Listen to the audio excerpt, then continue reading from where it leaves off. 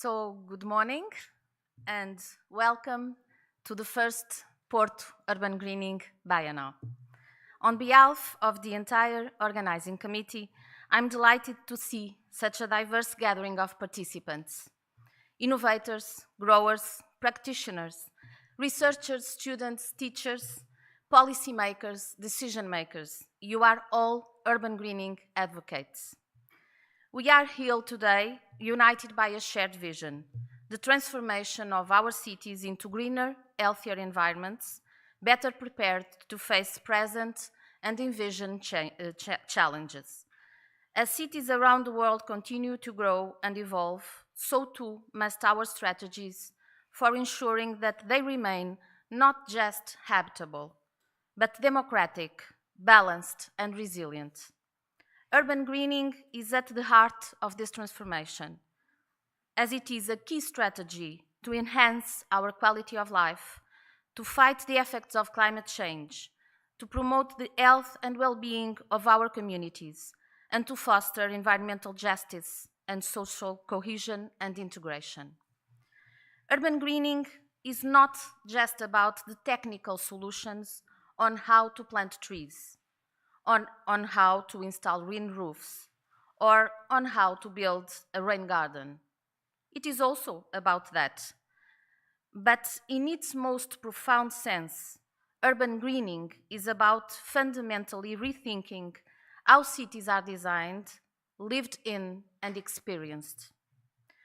Urban greening is then a transformative approach because it reshapes the relationship between people and their urban environment. It centers nature within the heart of the city life and acknowledges that people's well-being, social interaction, cultural identity, and happiness are intimately connected to the natural world. Rather than treating green infrastructure as an afterthought, urban greening integrates natural elements into the core design of cities. And by doing so, it not only fosters environmental sustainability and climate resilience, but also creates communities that are aesthetically vibrant, beautiful, and enjoyable places to live. So planting the living city, the motto for this first Porto Urban Greening Biennal, is not just a metaphor for introducing more greenery. It symbolizes a shift in urban development towards cultivating, pulsing, and breathing ecosystems that are home to both people and nature. All kinds of nature and all kinds of people. In this way, urban greening mutates cities from sterile, lifeless landscapes into thriving environments where ecological systems and human communities coexist and flourish. Over the next 2 days, we are all called to explore some of the most pressing challenges and stimulating opportunities in the field of urban greening. From innovative landscape designs to the role of biodiversity in urban areas, from examples of sustainable management of the urban green infrastructure to ideas for the creative maintenance of green spaces. We'll also delve into bottom-up initiatives that will help ensure the long-term success of these efforts. This conference was designed to stimulate debate, inspire change, and foster multidisciplinary collaboration. I invite you all to engage fully with the sessions, panel discussions, workshops, and garden tours we have prepared for you. We have an exciting lineup of speakers. We will challenge our thinking and push the boundaries of what is possible in urban greening. I'm confident that their insights will inspire us all to think different, to act bolder, and embrace the full potential of what we can achieve together. The success of this conference will also be achieved through the connections and collaborations we expect you to create. So I urge you to network, exchange ideas, and be open to new perspectives. This isn't just a biennal, it is a call to action. And you will be the agents of this change. And I really believe that the work you will do these 2 days will shape the future of your cities and well-being of the generations to come. So before I close, I want to express our gratitude to everyone who has contributed to bringing this biennale to life, especially my colleagues, students, and all those who have worked tirelessly to organize this event. Your commitment and hard work have been invaluable. I would also like to express my deep gratitude to our partners and sponsors for their support, with special thanks to the Porto City Council, Biopolish, and Faculty of Sciences for their instrumental contributions. Thank you all for being here. I look forward to an inspiring and productive conference, and I hope you leave not only with new knowledge, but also with the drive and motivation to implement meaningful, lasting change in your own communities. Thank you.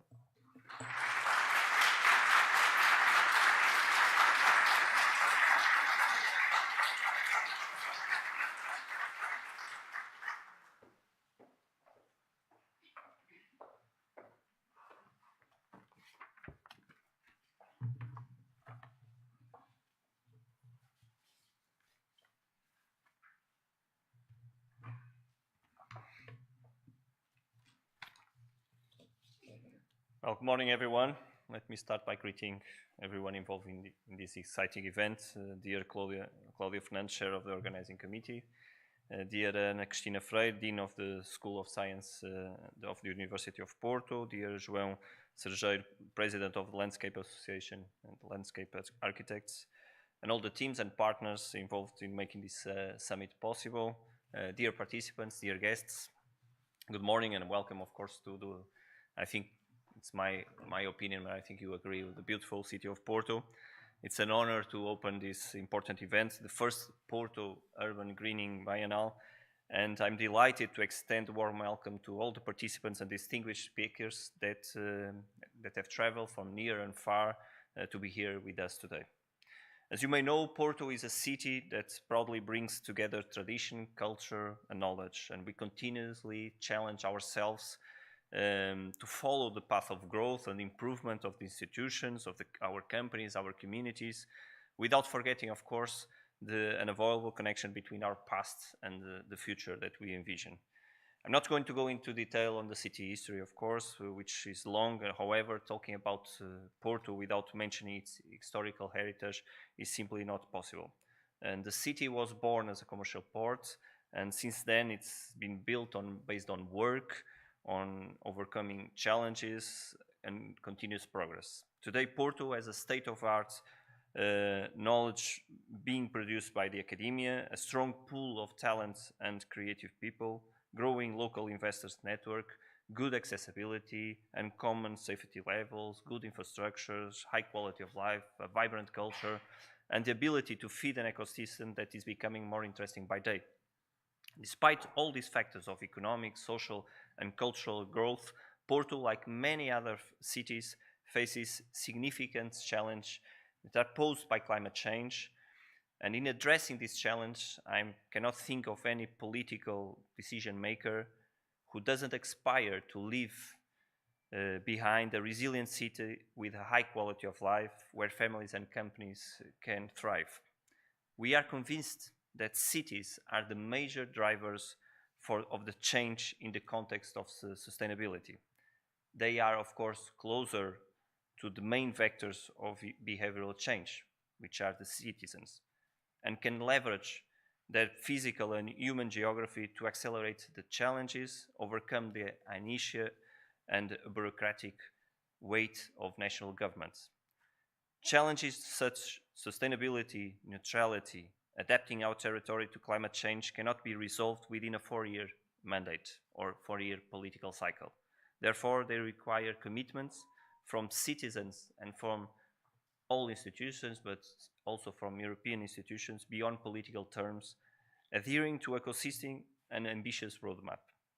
Porto has been an active and in forefront voice in European forums, influencing the European Commission to increase ambition in its goals, adapting funding to the local challenges, and providing also better legislation.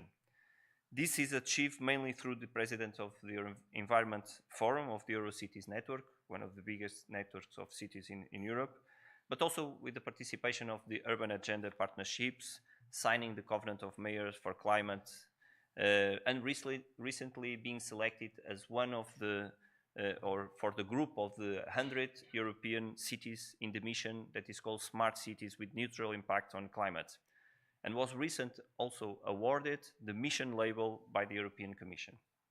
This award is a result of the hard work of the municipality, the hard work we have done to achieve climate neutrality in 2030, and the progress that we want to achieve in the forthcoming years. It is not enough to seek influence and inspiration from European partners. It is fundamental to mobilize organizations and people by leading by example. And today I can say that there is no topic within the spectrum of environmental challenges we encountered 11 years ago when we were first elected that has not been addressed. We have been steering the waters with visible positive results, always supported by technical and scientific teams. The involvement of all city actors is essential and urgent, and especially those most capable of attracting the participation and commitment of the citizens. With this collaborative spirit in mind, the municipality launched the Porto Climate Pact. Its main goal is to invite the private sector, the citizens, and other organizations to actively participate in the city's carbon neutrality roadmap towards 2030. The Climate Pact commits local actors to a common vision of carbon neutrality city, representing an opportunity to boost businesses and create a more sustainable and fairer city. Achieving carbon neutrality depends on everyone and can only be accomplished through the collective effort. Protecting the green spaces in the city and expanding our urban green infrastructure are crucial initiatives. The municipality has diligently worked to create new urban parks with nature-based solutions like Esprella Park and most recently the Alameda Cards Park. And this work also includes new pocket gardens and vegetable urban gardens that promote food sustainability and also citizen engagement. Over the past years, we have rehabilitated approximately 77 hectares of land, 22 of which are new green areas, with plans for additionally 30 hectares underway. In pursuing these goals, I must emphasize the critical role of the municipal master plan and its importance in the strategy for protecting and expanding the urban blue and green infrastructure of the city, and also our city's tree planting plan. Both documents guide the municipality towards high-quality urban areas and are absolutely fundamental tools in mitigating the impacts of increasingly frequent extreme weather events that we are facing. Ladies and gentlemen, landscape architecture, in harmony with other disciplines, is essential for transforming our cities.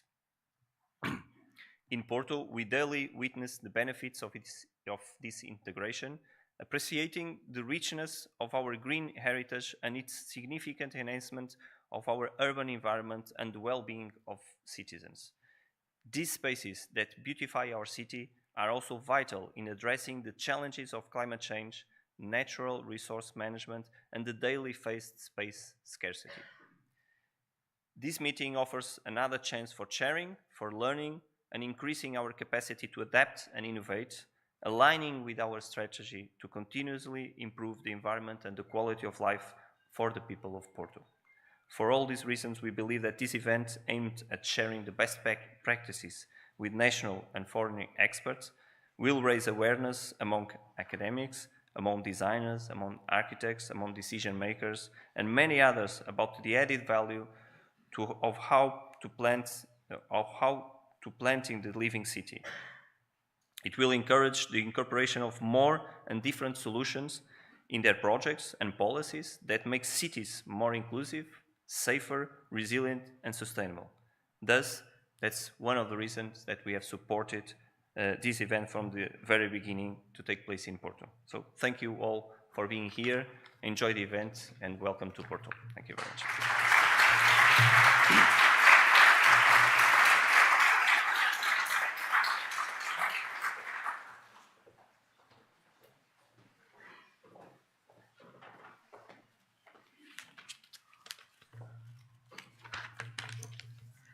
Good morning to everyone. I would like to start to present my compliments to Claudia Fernandes, Chair of the Organizing Committee, to Filipe Araújo, Vice Mayor of Porto City Council, and João Cerejeiro, President of the Landscape Association of Landscape Architecture. Dear participants, it is a great honor for me to be present in the ceremony opening of the Porto Urban Greening Biennal, a co-organization between the Faculty of Science of the University of Porto and Porto City Council with the support of Biopolis. This is one example of the collaboration between academia and the society through Porto City Council. We have been collaborating in this scientific area, landscape architecture, in many situations with the Porto City Council. You will have the opportunity to see in our city real examples of this collaboration. I hope you can enjoy our wonderful city, Porto, in autumn season, with rainy and sunny days, near Douro River and Atlantic Ocean in a very international environment. The Faculty of Science is also open to receive your visit in our amazing gardens, very near the Botanic Garden of the University of Porto and Galeria da Biodiversidade in Campo Alegre, site of the University of Porto. I would like to thank to all my colleagues from the Faculty of Science that have been in the organization of this event, Claudia Fernandes and Isabel Silva, and to all of students and all the persons that have been also in this organization of the event. I finally want to wish you a very fruitful meeting with a lot of exchange ideas and joint projects. Thank you.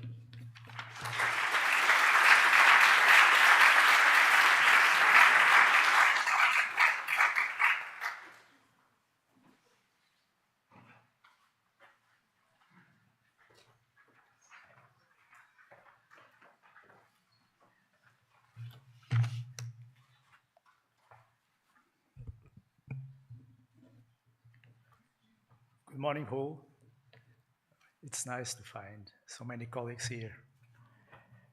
I would like to thank the organization committee for holding this biennial, Claudia Fernandes. I greet the Deputy Mayor of Porto, Engenheiro Filipe Araújo. I welcome the Director of Faculdade de Ciências da Universidade do Porto, Doutora Cristina Leite. I greet all the organizations present. Urban Greening Biennial.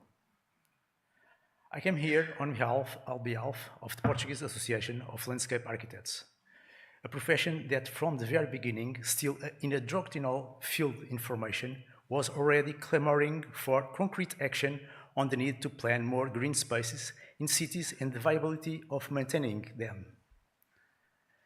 That's why I'm proud to be here, representing a profession that has been at the center of this concept, this action, and this objective.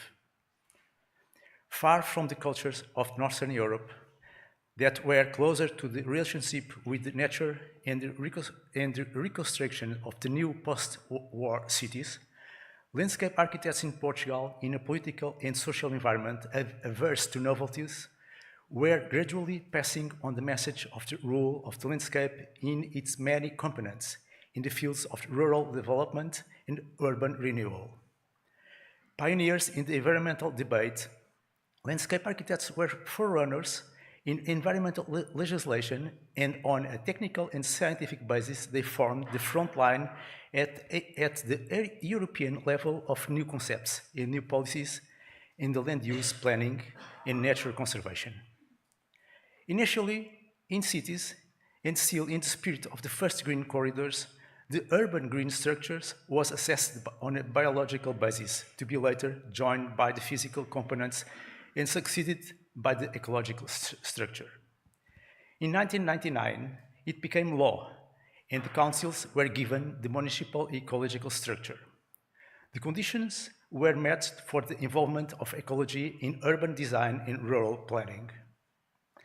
Municipal master plans regulations have also defined rules for blocks, with the aim of promoting and guaranteeing infiltration in these areas.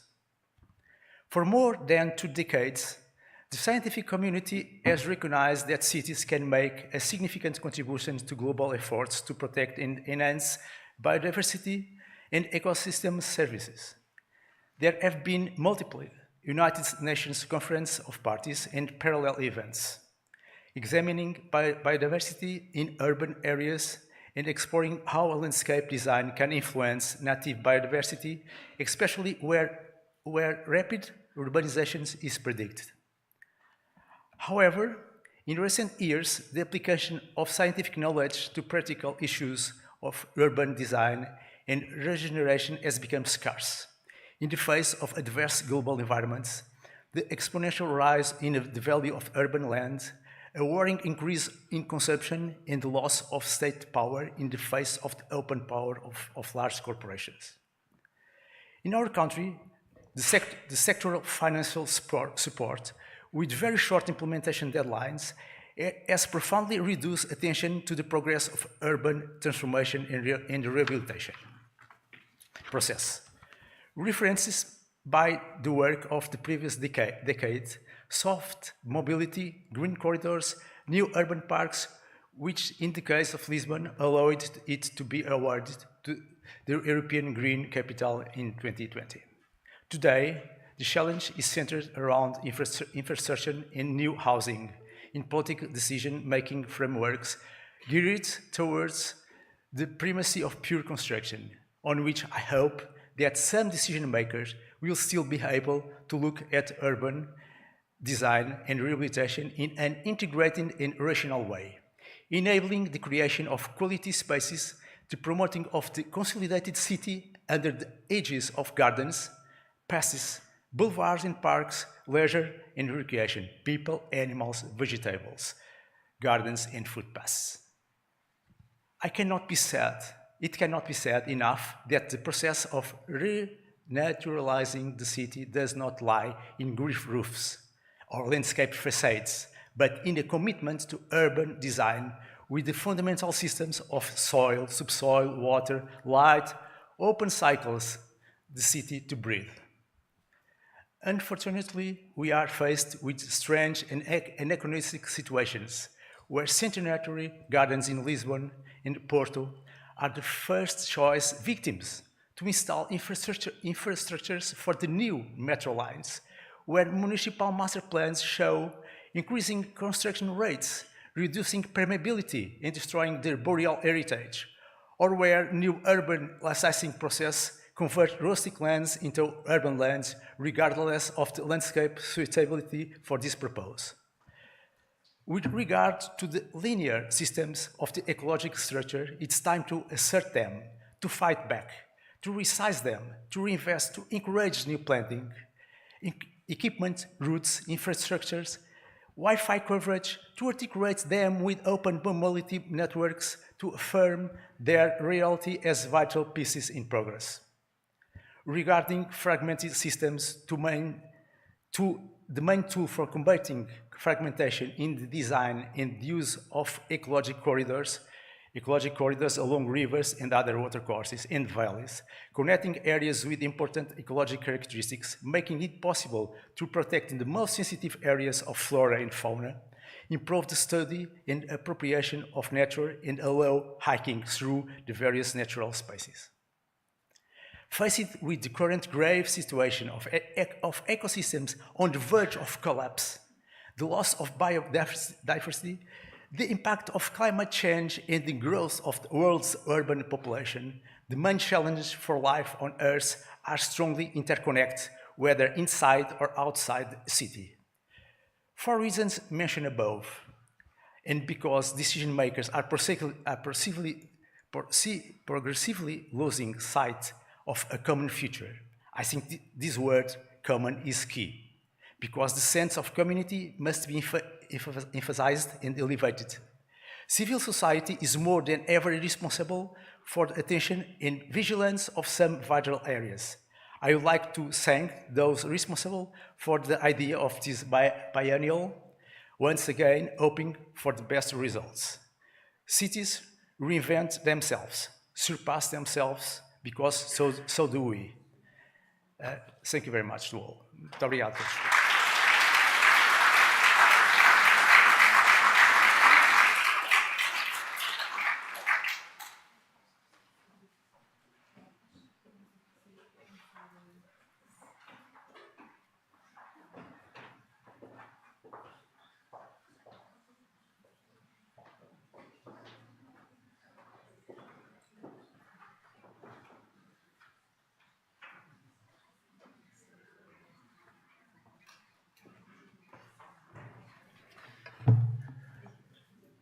Good morning. I would like to take this first word to thank our organizing committee, especially Claudia and Isabel, of course, and also to praise this idea of organizing this Biennale here in Porto. This first session will be hosted by Catarina Teixeira and I thank you very much for inviting me to be here as well. And our first speaker, and I have the pleasure to introduce you to Nigel Dunnett. Nigel is a professor of planting design and urban horticulture at the University of Sheffield, and he's one of the world's leading voices in innovative landscape design, pioneer of ecological and sustainable approaches. His work integrates ecology and horticulture, creating dynamic, low-maintenance, high-impact urban landscapes, implemented both in the UK and internationally. He's a practitioner and an academic.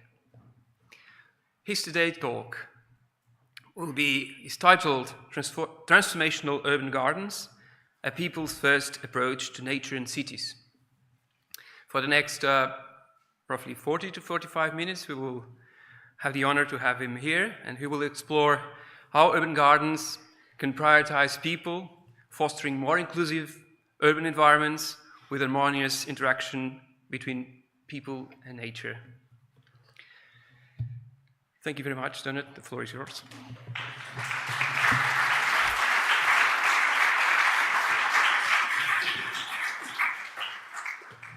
Thank you very much, and hello everybody. It's great to be here. Thank you for the invitation. And it's also fantastic to have such a diverse audience. I've been told that we have researchers, students, policymakers, designers, but also a lot of landscape technicians, and maybe they are the most important people here. So it's great that there are, I think, so many of them. So the title of my presentation is Transformational Urban Gardens, a people-first approach to nature in cities. And there are three ideas in that title that I want to expand upon.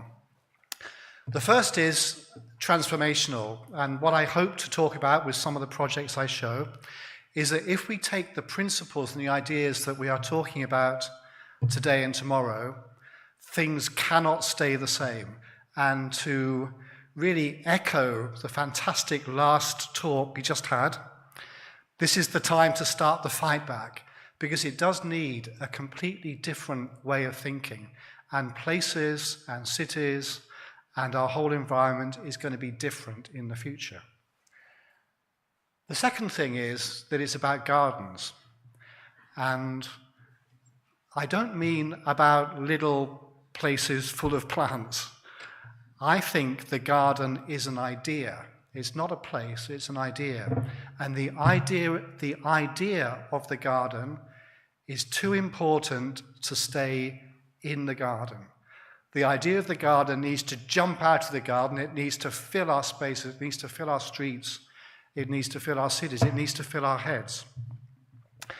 And the third thing is a people-first approach to nature in cities, a people-first approach to urban greening. Now, some of you might say, how can you say that? How dare you say that, a people-first approach to nature?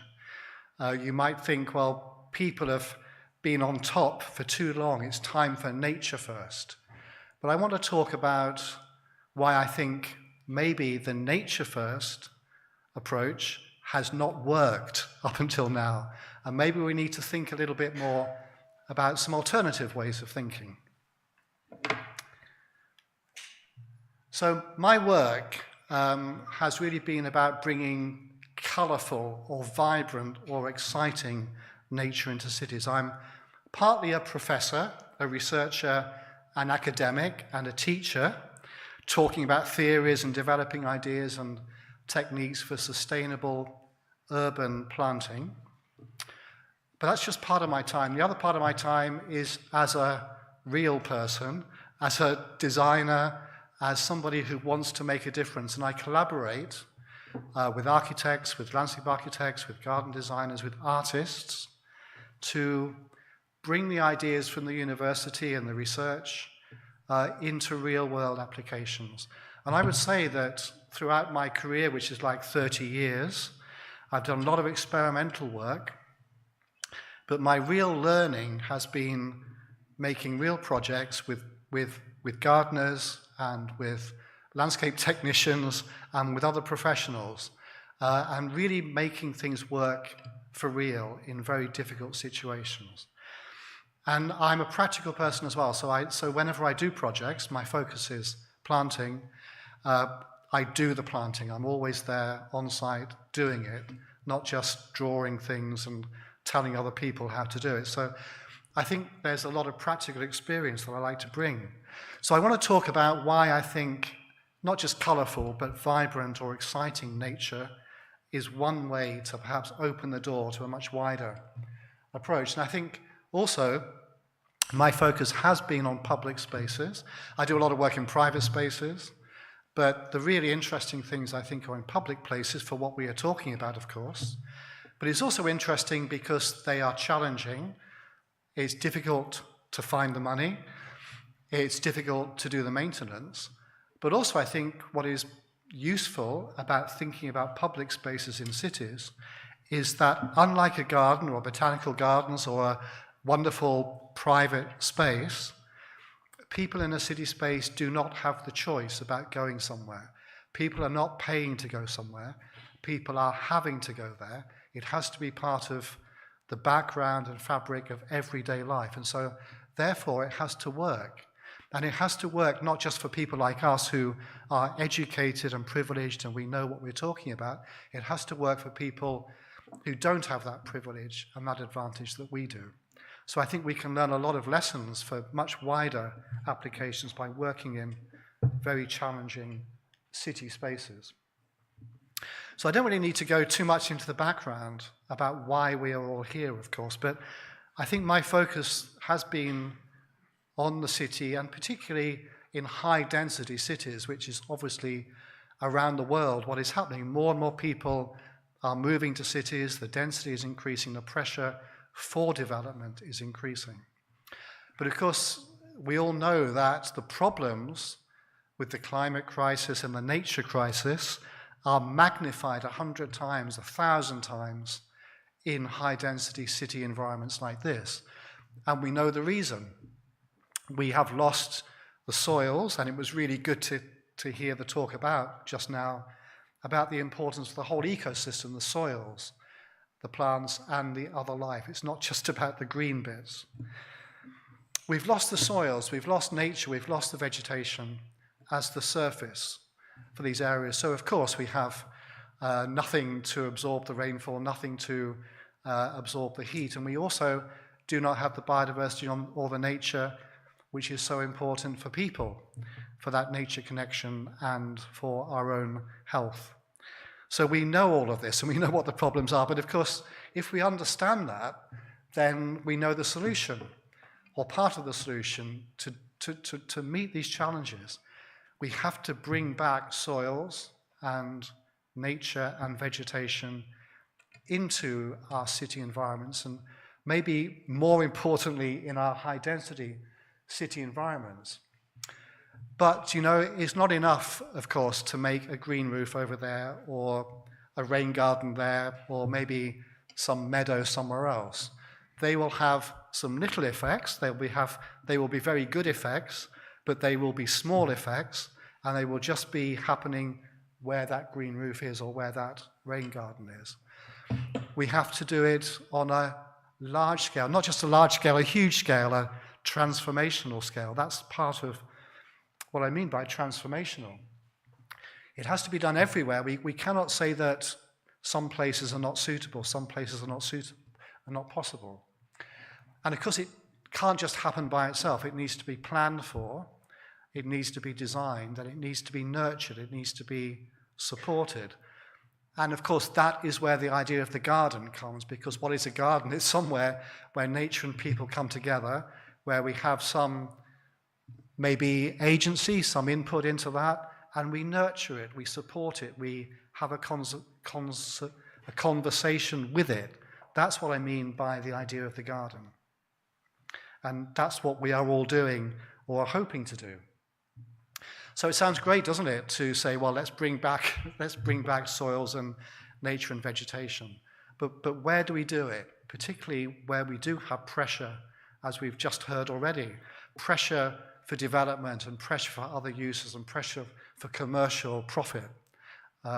Often the green comes last. Well, one of the really exciting things that we all know has happened in the last 20 or 30 years is that the idea of a traditional green space is just not enough for us to achieve what we want to achieve.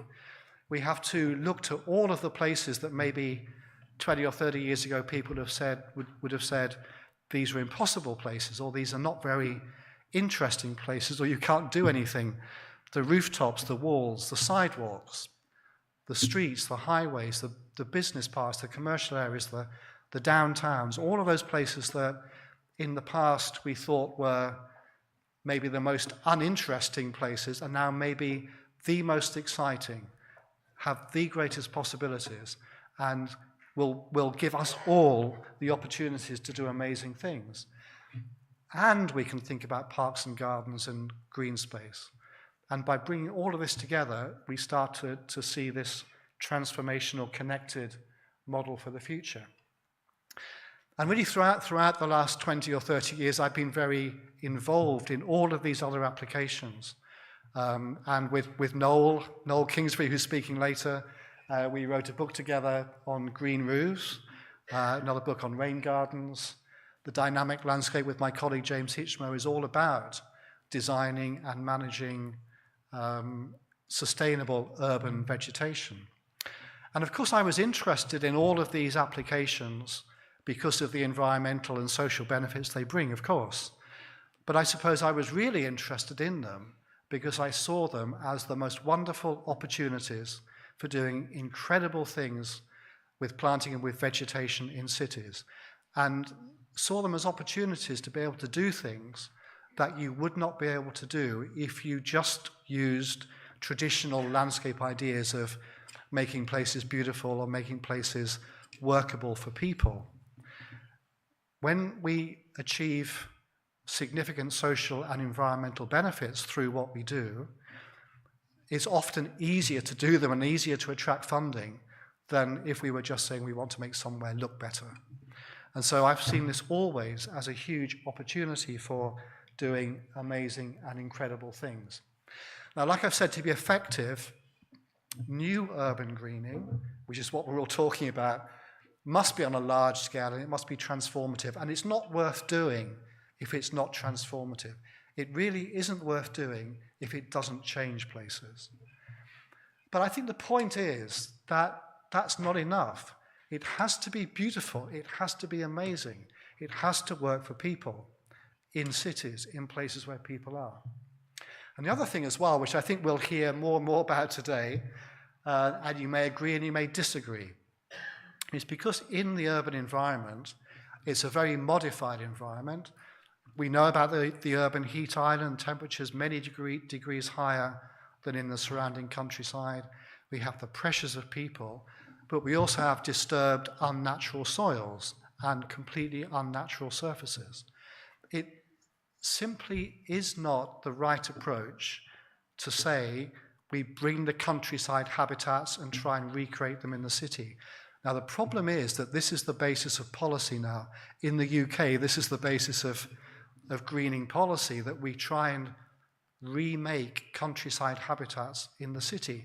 And I think that that is going to lead to large-scale failure in the future, because it will need so much energy and so much resources to maintain these rural habitats from the past in our cities for the future.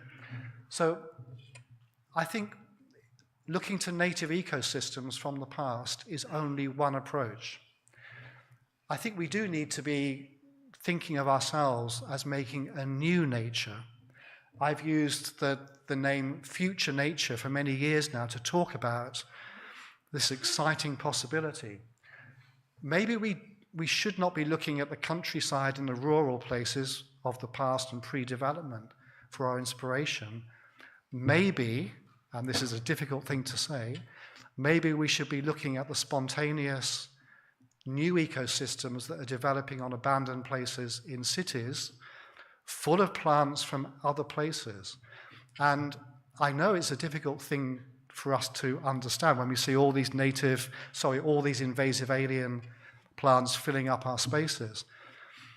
But we are seeing evolution happening in front of our eyes, and to me, it's a very exciting thing to start to see new ecologies and new ecosystems develop in these very modified places within our cities.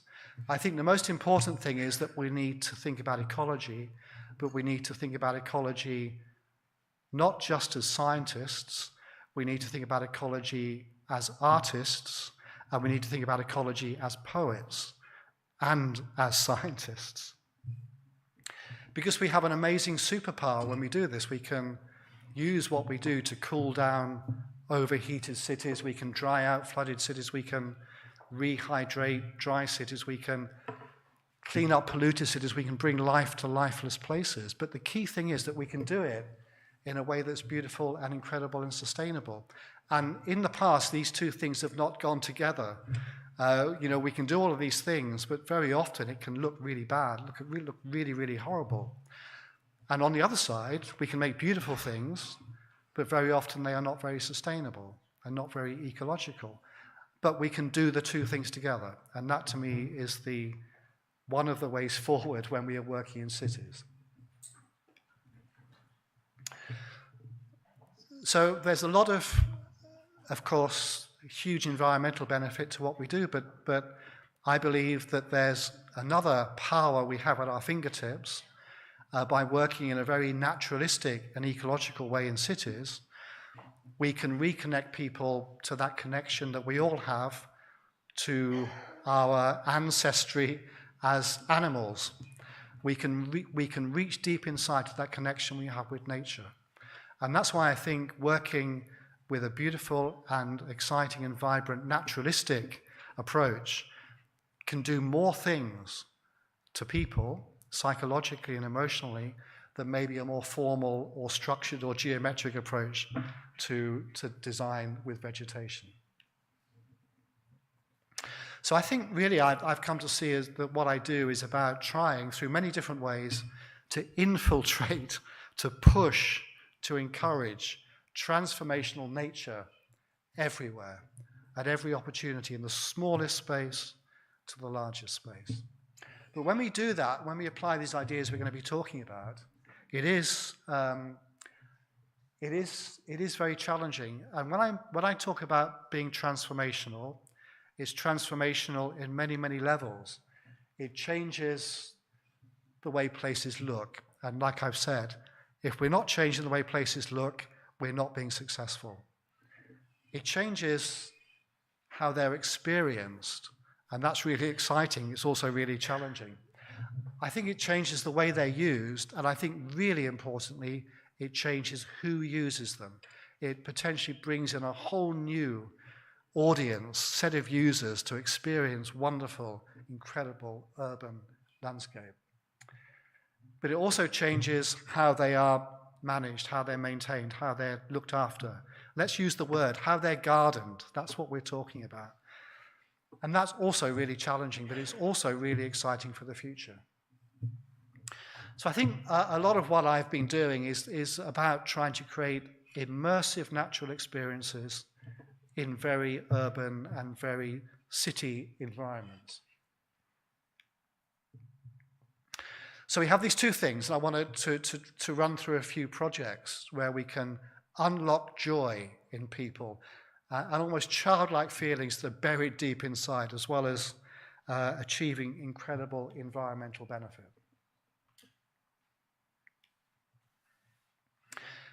Now, I've talked about a people-first approach. Why do I say that? Well, we've been talking about nature in cities and urban greening for decades and decades and decades, really since the 1960s, the 1950s maybe. People have been talking about urban greening and nature in cities, about 70 years. When we look around us here in Porto or in most cities, has that 70 years of talking and promoting and thinking, has that resulted in nature in cities becoming the mainstream approach? Has that resulted in it being the default? Has that 70 years of discussion of nature in cities and urban greening, has that resulted in us seeing urban nature everywhere and urban greening everywhere? No. We still see the same grey development, the same, as we heard again earlier on, the same focus on built development and construction and conventional high-intensity horticulture. And I think one of the reasons that it hasn't become the mainstream is because when we talk about nature in cities, we talk about nature in cities, we talk about the function, we talk about the ecology, we talk about the biodiversity. And I've spoken to so many ecologists, and I'm an ecologist, so I'm not being down, who've said, you know, to a new piece of habitat in the city, it doesn't really matter what it looks like. If it's working, if it's achieving the function, that's the most important thing. It doesn't matter what it looks like. And people also say to me when I do kind of colourful stuff, oh, that's not serious, that's candy. That's just cosmetic sugar. It can't be working. There's a really horrible, I think, puritanical streak in ecological thinking that if something is made first to be beautiful and first for people, then it cannot be serious. And there's also another way of thinking that the only way something can really be functional is if it hurts. If it looks horrible, that's going to be really, really good, isn't it? Now, I think we can do all of that, and I don't think we should forget that. But I think we also, in cities, do need to do things for people. We need to make things that people don't have to be educated about. They don't have to have big posters or information signs so they can understand what they're seeing in front of them. We should be making things that are so wonderful that people just say, that's incredible, that's amazing. We should be making things that people say, that is the most wonderful and beautiful thing I've ever seen. We should be making things that people say, I want to see more of that. We should be making things that people say to their politicians, why can't we have that? They've got that, why can't we have that? There's no reason why we can't do that. We can do all of these things and we can achieve high ecological function as well.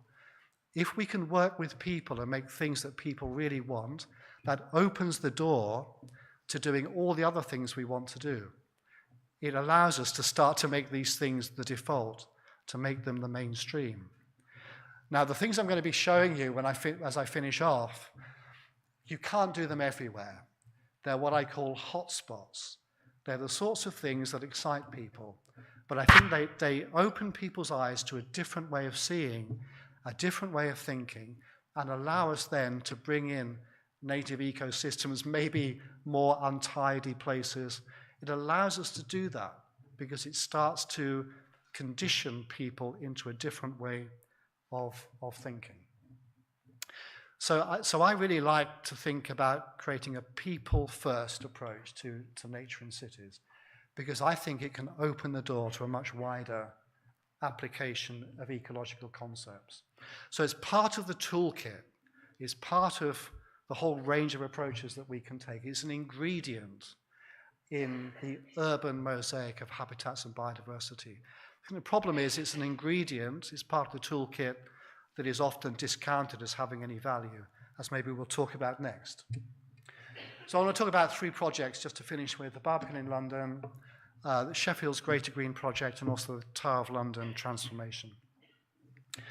The Barbican in London is a project that's 10 years old now, or will be next year, and we're doing some more work on it next year as well. I think it's a nice example of a transformational project that does all of these things. It changes how a place looks, how it's used, how it's experienced, who uses it, and how it's maintained. And it's an example of climate-adapted planting and vegetation and landscape to deal with dry conditions. So the climate change predictions for London over the next 50 years are for it to become more like Barcelona, particularly the southeast of the UK. Very low water availability for many summers, extreme heat.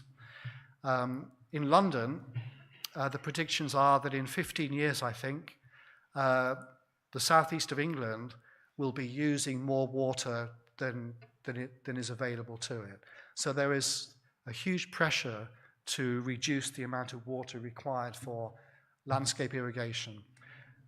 So the Barbican itself is a brutalist development in central London from the 1970s. It's Europe's largest arts and cultural complex. It's also a residential community with 4,000 people living in these towers and apartment blocks. And it's public space. It's managed by the City of London Corporation. And the landscape previously, and somewhere it still is what I would call municipal in a UK context.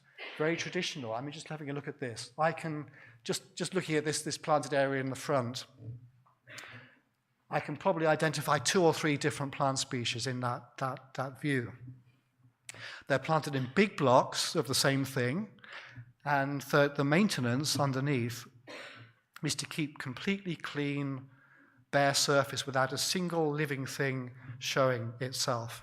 So it's either clean soil or mulch underneath.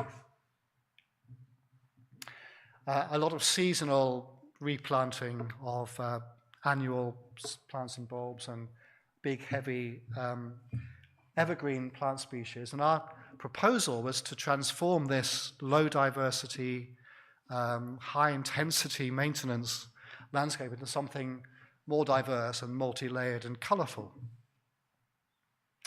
The key thing, though, for the transformation was to eliminate the need for an irrigation system. This is roof garden, it's podium, and the green could only be supported through putting water onto it all the time, both through an inbuilt irrigation system, but also adding water through sprinklers like this. And it's all roof space, and a leak developed in the waterproof layer in 2013. And the only way they could actually mend or repair the leak was to take all of the landscape away, repair the waterproofing, and put a new landscape back. And I was asked to come in and help with the new landscape. But the main thing about the new landscape was that there would be no irrigation system. It would only survive on natural rainwater, with a little possibility for some hand addition in very dry time. So this is the previous situation, and this is the new situation. I think the differences that you can see in this image here. Firstly, there's no clean soil visible. There's no mulch visible. Every surface is covered with vegetation. The vegetation, the planting is mixed. It's not all in big blocks of the same thing. And it's a lot more diverse in terms of the total number of species. And it's very dynamic. The design of this is intended that there's a kind of framework or matrix of dry tolerant grasses, and then flowering plants and seasonal plants come up through that in a succession through the year. And we're multi-layered, so I think one of the really exciting changes in planting design that's happening in the UK, maybe in other places, is that we're starting to move away from the focus that has been in the past on just meadows and grasslands and perennials to thinking about woody plants and shrubs and trees mixed together with perennials and grasses and really creating the whole multi-layered ecosystem. This is in the springtime when it's very green, but of course, with no irrigation system, it doesn't stay green into the summer or later in the year. So we have a lot of fresh and green in the early part of the year. And this is what I would call an example of enhanced nature. It's pushing up the visual triggers, if you like.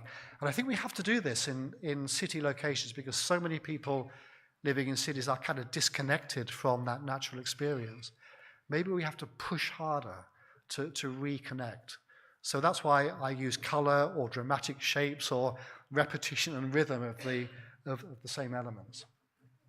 But of course that starts to change as the year goes on and we leave the seed heads and the dead remains of the plants, and it goes from really bright, vibrant green in the earlier part of the year to much more browns and seed heads and not so many flowers perhaps as the year goes on. And this is really what I mean by transformational visually, that when we start to take these principles and think about creating a low or no water use landscape, thinking about creating biodiverse landscapes, they look very, very different to traditional landscape approaches. So this is how it looks kind of now, and it will look like this throughout the winter. So we've recorded the water use with this new planting compared to previous, and it's a 70% reduction in water use.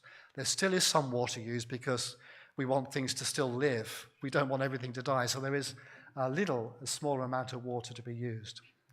So we now completed design work on a whole new phase of planting at the Barbican in this space and beyond. And the concept that we have, I should say, when this was designed in the 1970s by the architects, they didn't want any landscape at all. Their idea was the purity of the buildings and the purity of the forms coming out of big open plazas.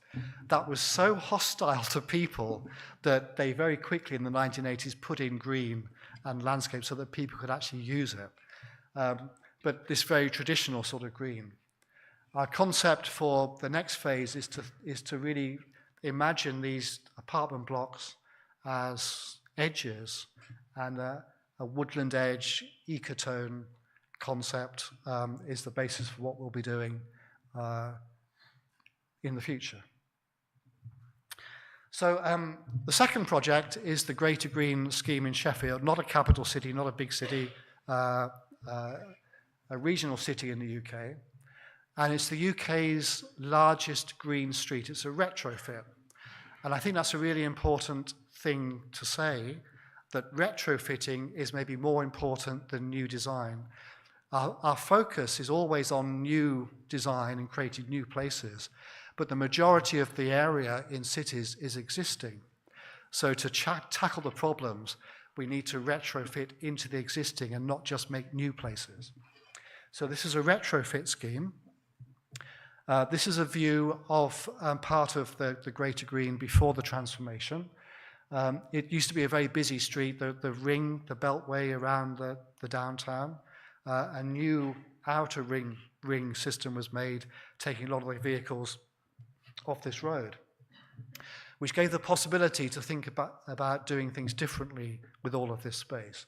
And the city council, the city government in Sheffield, wanted to make a green transformation. They didn't really know how to do it, so they came to the university in Sheffield to us to say, have you got some ideas? Can you give us some ideas? So this is some student work that we put together to think about what that transformation might be. It's all, these are all rain gardens, and this is just an image to show that the planting has a function of soaking up surface water runoff in storms. So that's kind of a visual from 10 or 12 years ago, and this is the reality of the situation. It's about 1.5 kilometers in total length. And I think about 60% of the space from building to building on each side of the highway is green. So it's largely designed to be a stormwater management feature, but the planting, the vegetation, is strongly designed. And I think that's a big difference. There are so many rain garden, bioswale, water-sensitive projects where all the focus is on the engineering, all the focus is on everything that's under the ground, but of course what people see is the green and the growing bits above the ground, and that's often the neglected part of those projects. So in Sheffield, that's been the biggest focus, to make sure that it looks amazing. So here is some of the greater green area, and I think what is fascinating about this is that extensive areas of diverse greening just become the backdrop to everyday life. And it's so natural, it's so clear, it's so obvious that this is what we should be doing. And it really is not, it always fascinates me to think about these amazing garden-like plantings, but having buses and cars and urban buildings as the backdrop rather than something very rural. So these are photos from this week, just from a few days ago. Again, road signs and all the urban infrastructure, they're like sculptures within the planting. And I don't call this green infrastructure. That's too boring. It's colorful infrastructure, it's exciting infrastructure, it's vibrant infrastructure.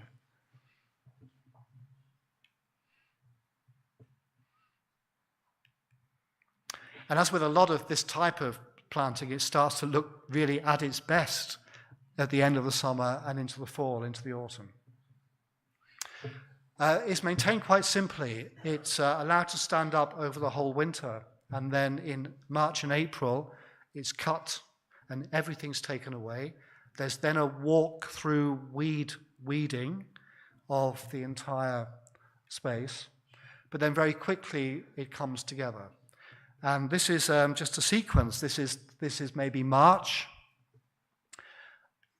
This is May. And this is August, September. So it's very little maintenance input between March and January.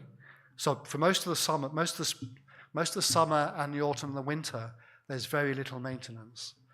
There's intensive maintenance in the late winter and early spring, and then it almost just develops by itself as more and more things come up through as a succession of visual interest.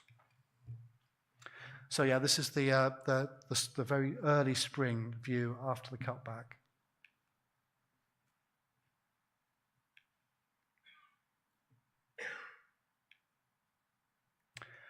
And again, there's three views, I think: spring, and then going into the summer, and then into the fall. And just bear in mind this building here. So we're looking in April here, and then this is May and June, and then this is October, November. And very little input is going into that over all of that time.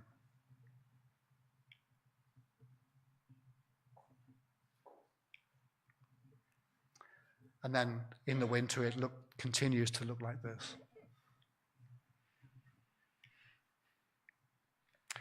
And part of the maintenance is through the design, it's through the substrates, it's through the actual underground elements. So we have a rain garden engineered substrate with 10 centimeters of gravel stones across the top, and the plants go into that mineral weed-free layer, which is very free draining.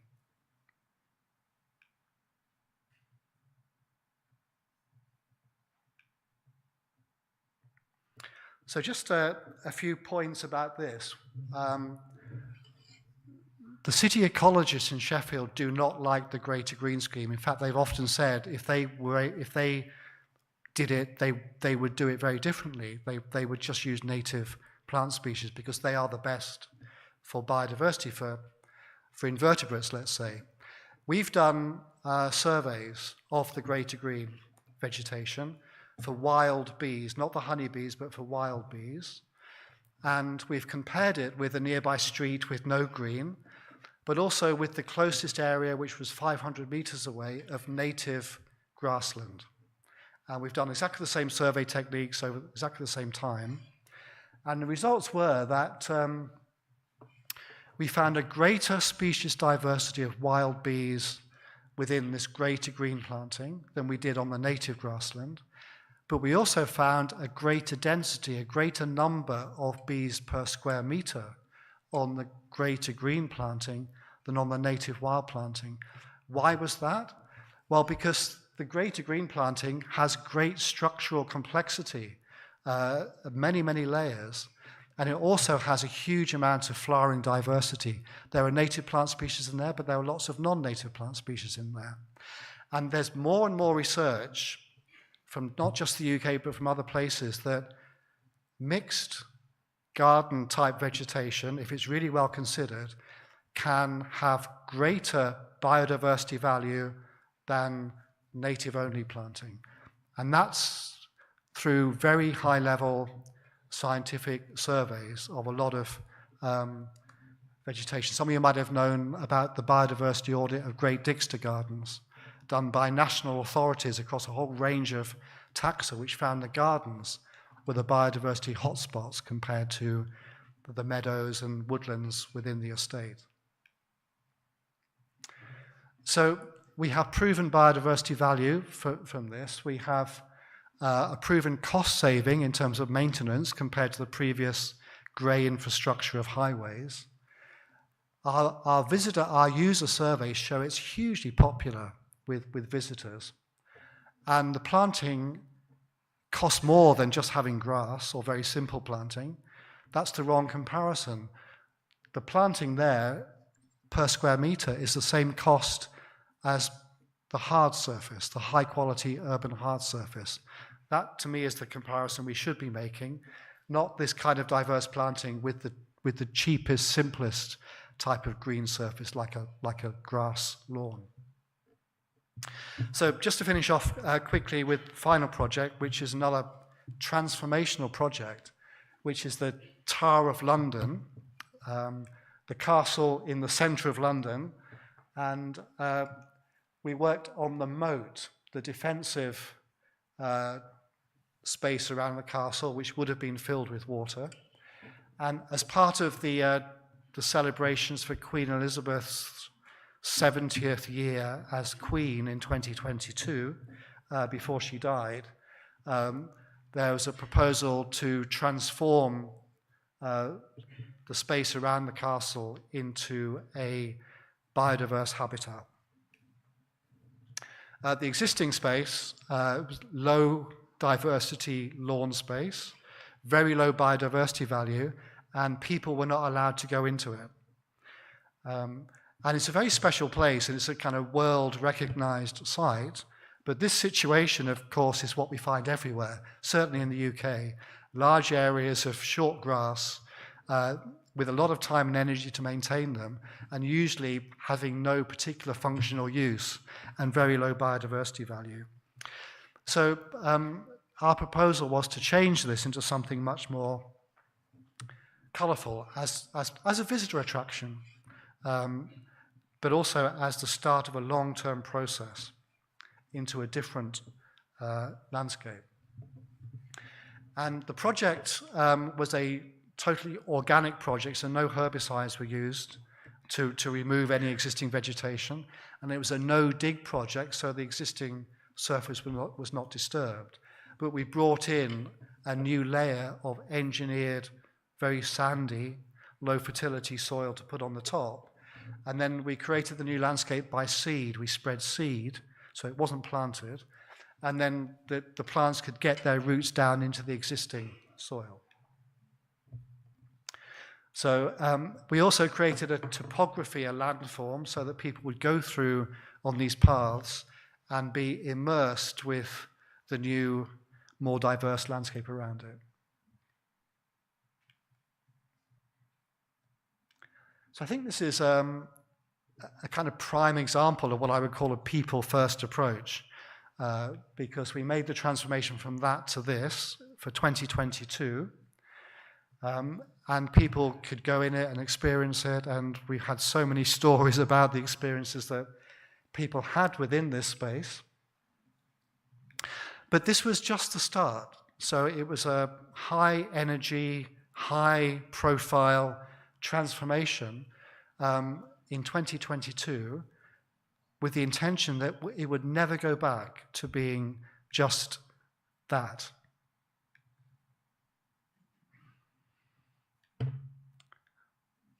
So that's 2022. This is 2023, and it's just been largely left alone. So there's some regrowing, a little bit of reseeding, but then lots of other things coming in by itself. So this is 1 year later with very little input, and most of these things are coming up from the previous year.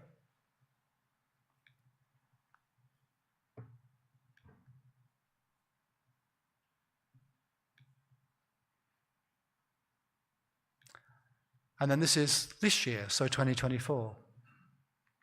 And they're starting to carve out some spaces within it. And there's still some regrowth, but lots of other things coming in by themselves.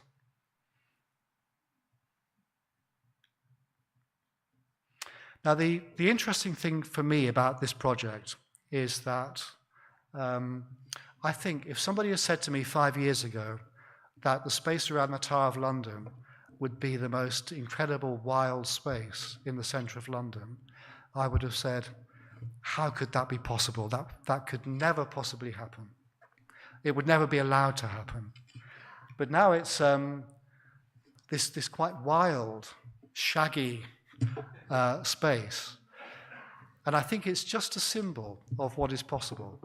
And the reason I think we got involved in doing this was to say, well, if you could make this sort of transformation from low diversity, no public access space to high biodiversity, wild space in a place like the Tower of London, then it's possible to do it everywhere, and there should be no barriers to doing it everywhere. So it's kind of a signal, I hope, for the future, and I think it's also a signal of how attitudes are changing to enable this sort of thing to happen. So to echo the person who spoke before me, I think the fight back begins here, and I hope I've shown a few examples of how we can think in a way that completely transforms places, not just how they look, but how they're used and who uses them. So thank you very much.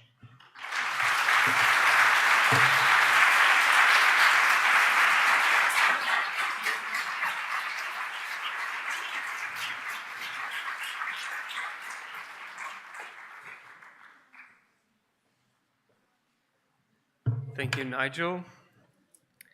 Thank you for offering such an inspiring insights on how we can reshape our urban spaces into colorful and green, functional and inclusive spaces. Well, now we're going out for a break, for about 25 minutes break. And after the break, we have the honor to welcome to our stage Claudia West for the next presentation, so enjoy the next break. See you all.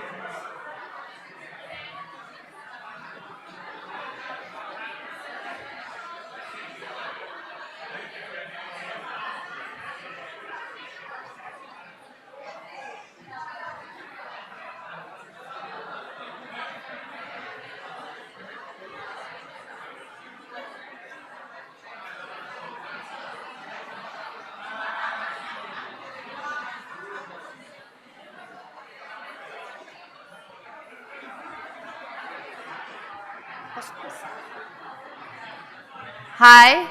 Whoops. Hello, everyone. Welcome back. I hope you are ready to more inspiring keynote speakers and nurtured, of course, after a coffee break.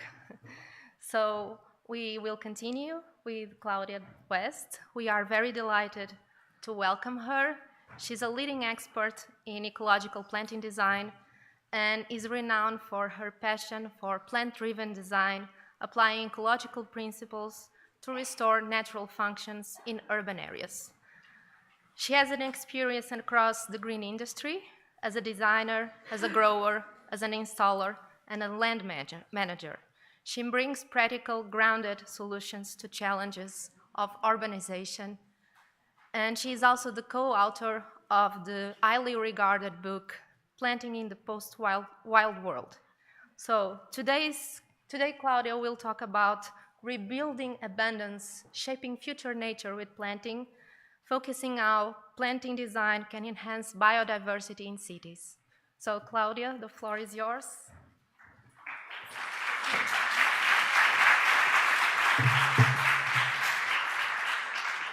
All right, I hope this is working. Can we just turn that on? Awesome. Okay, can you all hear me now? Yes, great. Well, it's an honor to be here today. Thank you so much for inviting me.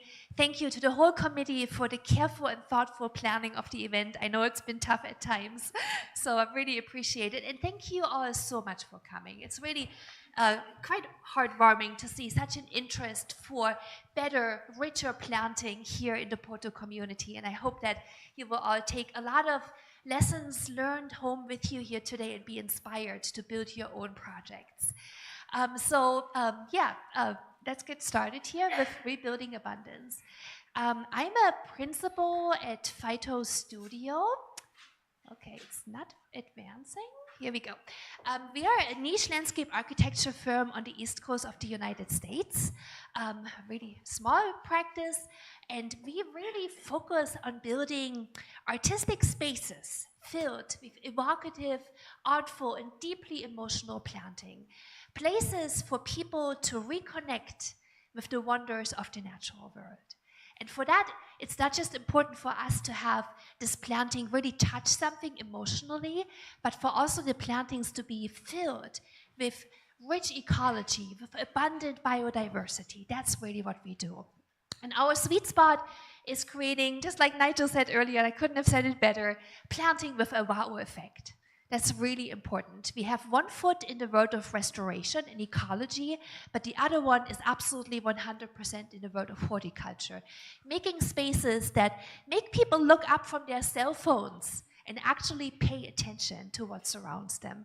Get out their phones and take photos with themselves surrounded by beautiful nature, and building more and more of these spaces that can show us what we can have, what we can be surrounded by. Because sometimes building is believing. Yeah? So that's really what we do. We practice in a really wide variety of projects. A lot of them are public gardens, like this one here, where we do big master planning, as well as building more specific focus gardens for them. We do a lot of estate projects, private gardens, but we also do an enormous amount of what we call real-world projects, where we design spaces, public spaces, that don't receive much maintenance at all. Yeah, or where the folks taking care of these gardens have very limited maintenance skills. Yeah, maybe this is the first time they are caring for a biodiverse garden like this one. So we do a lot of green infrastructure projects that are highly functional, that are there to absorb and clean water, to preserve biodiversity in cities for a really long time, but at the same time are maintainable with a really minimal level of care and resources. That's really what we do. And before we get a little deeper into how we do that here today, I always think it's interesting to maybe speak a little bit about the why. Yeah, what drives us? And I think it's always interesting to see, how different folks like Nigel, how we're driven by different bigger, meaningful purposes that we have in life. So I'm German, And I was raised in the German horticultural atmosphere. And we Germans, I have to tell you a little secret here, we are obsessed with American native plants. We absolutely love them. And this is one example here, the Hermannshof Garden in Weinheim, which I'm sure many of you know. But this goes back many, many generations, and this garden is just one more current example of this obsession. We use them to extend the flower season, and because they do just so incredibly well in our climate. So this is basically one of the reasons why, you know, just out of high school at the age of 18, I packed my suitcase and I went to see these plants in their natural habitat. And this is what brought me to the United States the very first time, to study them and learn more about where these species come from, understand them better, and maybe find more of these amazing plants to work with. Yeah? So I got there and I was shocked because I found that American gardens and landscape architects, they weren't using these incredible species that all of Europe is so jealous of. They are using European and Asian plants. And that shocked me, yeah? So you might get a sense why I'm telling you this, right? So that's really what was crazy. But what I found even more surprising, you know, fresh out of school, seeing this for the very first time, is that these Asian and European plants, well, they didn't stay in gardens. What they did very successfully is they spread across the entire American landscape. Not just the cities, not just the parks, but you can find them along national parks, public spaces, absolutely everywhere. Things like miscanthus, which I know you use here as well, purple loosestrife, barberries, and then ailanthus. I believe I've seen that here in Porto quite a lot as well, right? In urban vacant lots, tree of heaven. So these plants are thriving in these places far away from home, and we brought them there. And the reason I'm telling you this is because we have a superpower, just like Nigel said earlier. The things that we plant in our gardens, in our projects, they have the potential not only to make a difference in the garden spaces where we use them, but from there, they radiate out and they can ecologically and from a biodiversity standpoint, enrich much, much larger ecologies.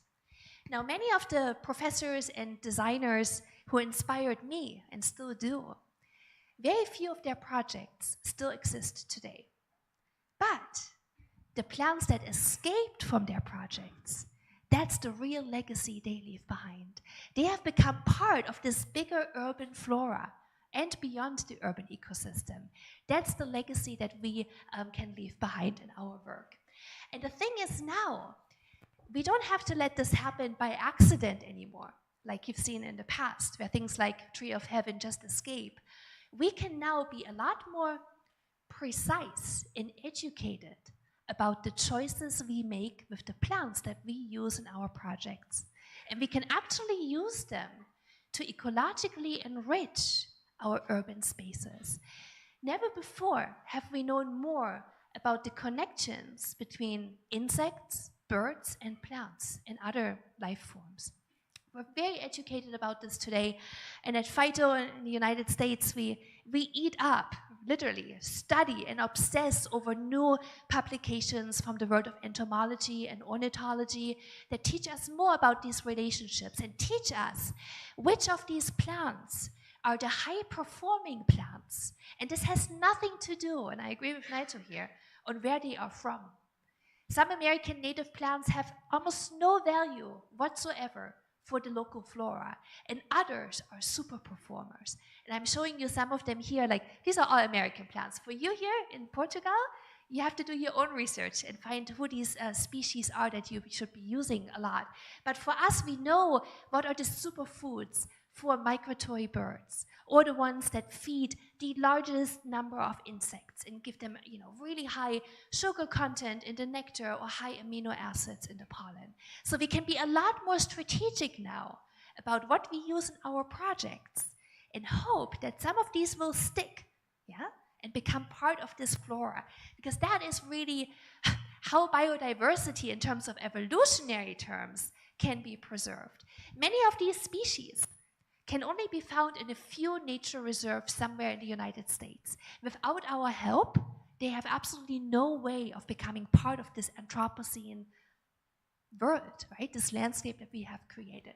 So this is a lot of the behind-the-scenes work, what we're doing and how we're doing to ecologically enrich these spaces, and hopefully, with a little luck, leave a bigger legacy behind as well. But this only really works if your planting is successful. Yeah? If these plants are there, if it's loved by the public, if it's maintainable, and if it doesn't just live there for a few years and then decline. Yeah? So plantings have to be somewhat stable, as much as that is possible, and maintainable for that to work and for any of these plants to survive and stick. So the very important piece too in our work is that these are not projects that are somewhere out there in nature. Our work is mostly focused in city spaces, maybe in a few rural areas, but people are a huge part of the equation. And here too, we work with creating these evocative, captivating flower themes that really draw people in and make them pay attention to what surrounds them, to what they see. So it's not just a few plants blooming here and there, but it's usually by the thousands and tens of thousands. So to be really daring and go for it and really go for an artistic event that's happening. So we create phenologically activated planting that uses the entire season that we have available. Now for you here, I'm jealous, you have a much longer season that you can work with and create these bloom themes throughout the year. So this is just one example where at different times of year, starting with early bulbs, then moving into early perennials, and then all the way to late perennials and the asters, which will be blooming about now. We have these really strong moments in the flower season to do that. We use software to help us out. What used to take many, many, many hours to draw on paper to see how many flower themes you can fit maybe on a square meter of planting area. We now use AI as well as the help of a couple of outside consultants who design specific software for us to fine-tune it. And this essentially gives us the ability to look at how many plants fit into one space and then turn these different levers, it's almost like an equalizer bars, on and off to shift it and ensure that throughout the seasons we have really strong events happening whatever month of the year that is. So there's a lot of technology that we're using and building into our more traditional landscape architecture practice to help us fine-tune this and help us layer as many species into these spatial and temporal niches to get the maximum wow effect out of these small spaces where we can do our work. So there's a lot of ability here too for you to custom create software that can help you with that. And when you look at it in a different kind of diagram here, you can see again the months of the year with the different mixes, and then the bloom charts that indicate when they bloom and how these moments of color, these spectacular wow effects, how they emerge. And then below you can see how it all fits together in this carpet. So instead of putting plants one beside the other, like in a traditional planting approach, we put them one on top of the other, almost like a lasagna, like a layered cake. Yeah? So that's how it all works. And we work with a lot of emergent species. These are the species here that have a very small footprint, really maybe only a few centimeters, but they have a very attractive flower stalk to, again, layer as much of this flower power into a system as possible. And you've seen that earlier in Nigel's work. It's a very effective way to extend the bloom season. And then, as you can see in this chart here, the winter time is indicated with shapes of brown and dark. So the off season, when all these the bloom events are over, are very much a part of the planning of how it all fits together. So very much phenology activated. But the other thing that's really important too when we talk about legibility for people, and I believe Joan will speak about this after lunch today, is that it's also about appealing landscape patterns. There are certain types of archetypal patterns that feel inherently comfortable to people. Yeah?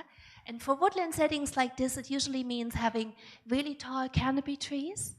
And then underneath of that, vegetation is really short. You can see far into it, not a whole lot of shrubs, For urban safety, that's also very important. And then under this, you have this sparkling layer of ground cover species. So these archetypal patterns are often a starting point of our work to ensure that these landscapes are understood very quickly and that they have an emotional resonance within people. And that's not just the case only for these more woodland type settings, but also for meadows. As some of you might know, America is famous for these tall prairies. Can you imagine the first settlers making their way through it with their little wagons? Yeah? That's not the kind of meadows we create. Our meadows are shorter. They're about knee-high, and they give a sense of readability, legibility. They're never overpowering or threatening. Nothing falls and flops over. Instead, they're really short and incredibly biodiverse with a lot of sparkle and color into them to, again, be readable and understood by people. And we employ this strategy that the German landscape architect Heiner Lutz called legibility on a large scale and diversity on a small scale. So this is a really effective way to have, a big, legible, appealing kind of landscape, something that the public understands, but still you can layer in an enormous amount of diversity in these ground layers underneath. Yeah, so this is where your biodiversity and your ecological function lives, but the overall piece is incredibly legible and easy to understand. Yeah, so this is how it all comes together. And then these carpets underneath, this is where we obsess over planting systems. Systems where species fit together and they're social, they interact with one another, and they knit together like a carpet. They are our green mud. That's how we put them all together. And here we really combine a lot of strategies that come from the world of wild plant communities, autonomous planting systems, with a lot of the strategies from horticulture, from block planting that have these legible patterns, that have the texture differences that make planting look readable and make it look more like a garden or design. But from wild systems, we take inspiration, for example, that in our climate, the ground is hardly ever bare. There's usually a lot of species covering that soil. Yeah? So we take that, the dynamics and how species work as populations and not just as individual plants from these wild systems. And then the end result is this designed plant community, really. And there are many different names, I don't care what you call it. Yeah? But essentially, it's this hybrid that is inspired by how plants function in the natural world. They don't want to be isolated, surrounded by mud. Yeah? They come from really social, highly complex kind of communities. Yeah? And understanding that and acknowledging that is a really key part of the work. And that includes, as I may say, the underground parts of plants. Yeah? So their root systems are just as important as what is happening above ground. So when we, with a nursery background, use specific species, we understand or we know what kind of root systems they have. And we layer species together that reduce the amount of competition that you have between root systems that might be too similar. So that is, in a nutshell, how we approach planting. And if you simplify it, we have part of this lasagna or layered cake, really 3 different layers. Our structural plants at the top, they're the ones, the trees, the taller perennials, the shrubs, that build spaces, that navigate a spatial experience. And then underneath of that, our seasonal theme plants, this is where a lot of the color, the wow, the texture comes from. But then we don't stop there. We don't then just put mulch, like pine wood mulch or other things or gravel underneath of that. But instead, we use this really thick layer of ground cover species underneath of that to close that planting. In our climate, this is really important, not only for weed suppression, but it also retains moisture in the soil. So we do have extended periods of drought. This year alone, we were just talking about it earlier, we didn't have any significant rain from about mid-May to September. So a really, really long time. And this helps retain moisture in the system, and the plants essentially help each other get through more difficult parts of the growing season. And here you can really see this carpet, how it all comes together. Yeah? So you can see, and this is actually a plant here.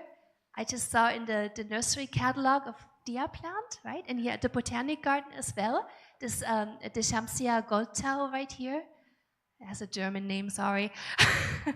But that seems to be doing really well here. So you can see, you can have a lot of lushness and abundance, this beautiful carpet of green, and you know, just from an ecological perspective and biodiversity, really pack your designs full and full of species. So that is kind of how it all comes together. And then these taller species here, like baptisias and trees, they grow not beside these ground covers, but right on top of them. So you can see a little bit of that layering. And then part of this absolutely is winter interest as well. Many of these are completely green between now and March as well. Yeah? So even less opportunity for weeds to come up and more opportunity for insects to overwinter in these spaces. To make this work, and this is where my German background shines through, we use a lot of the thinking models that have come up through the many generations of working with plants to help designers put all the pieces together. Yeah? So it's very much about art, but there's also a lot of science as a foundation underneath of that that helps you make sure that the plants you put together, they work together. You don't want to lose any of them after 5 years, or one plant to cover the entire area and be, you know, more like a bully and take over. Yeah? It's about preserving the level of complexity that you as the designer envisioned. And these kinds of thinking models help us gain this kind of stability. And here we use Hermann Müssel's, I'm not sure if you're at all familiar with that, levels of sociability that essentially describe the longevity and behavior of plants. Yeah? We use Norbert Grün's strategy here. This is a German strategy of how plants behave in planting. But most of all, we also use Phil Grime, and here we are, Sheffield again, CSR strategy that describes plants by their competitive strategies.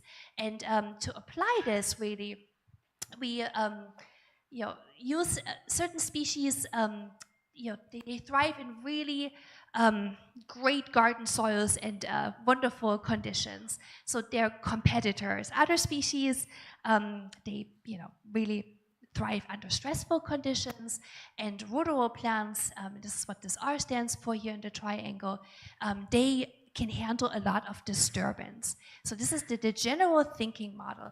But we apply this to really 3 parts of garden making. The first one is the plant palette.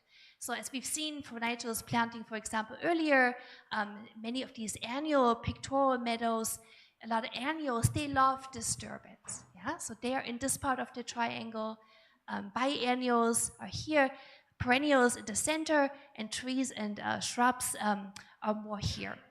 So this is kind of how we understand not just the species in terms of what they like in terms of growing conditions, but how they behave in this ecological model. And then the next thing is to create this kind of stability is we also look at site conditions. Yeah?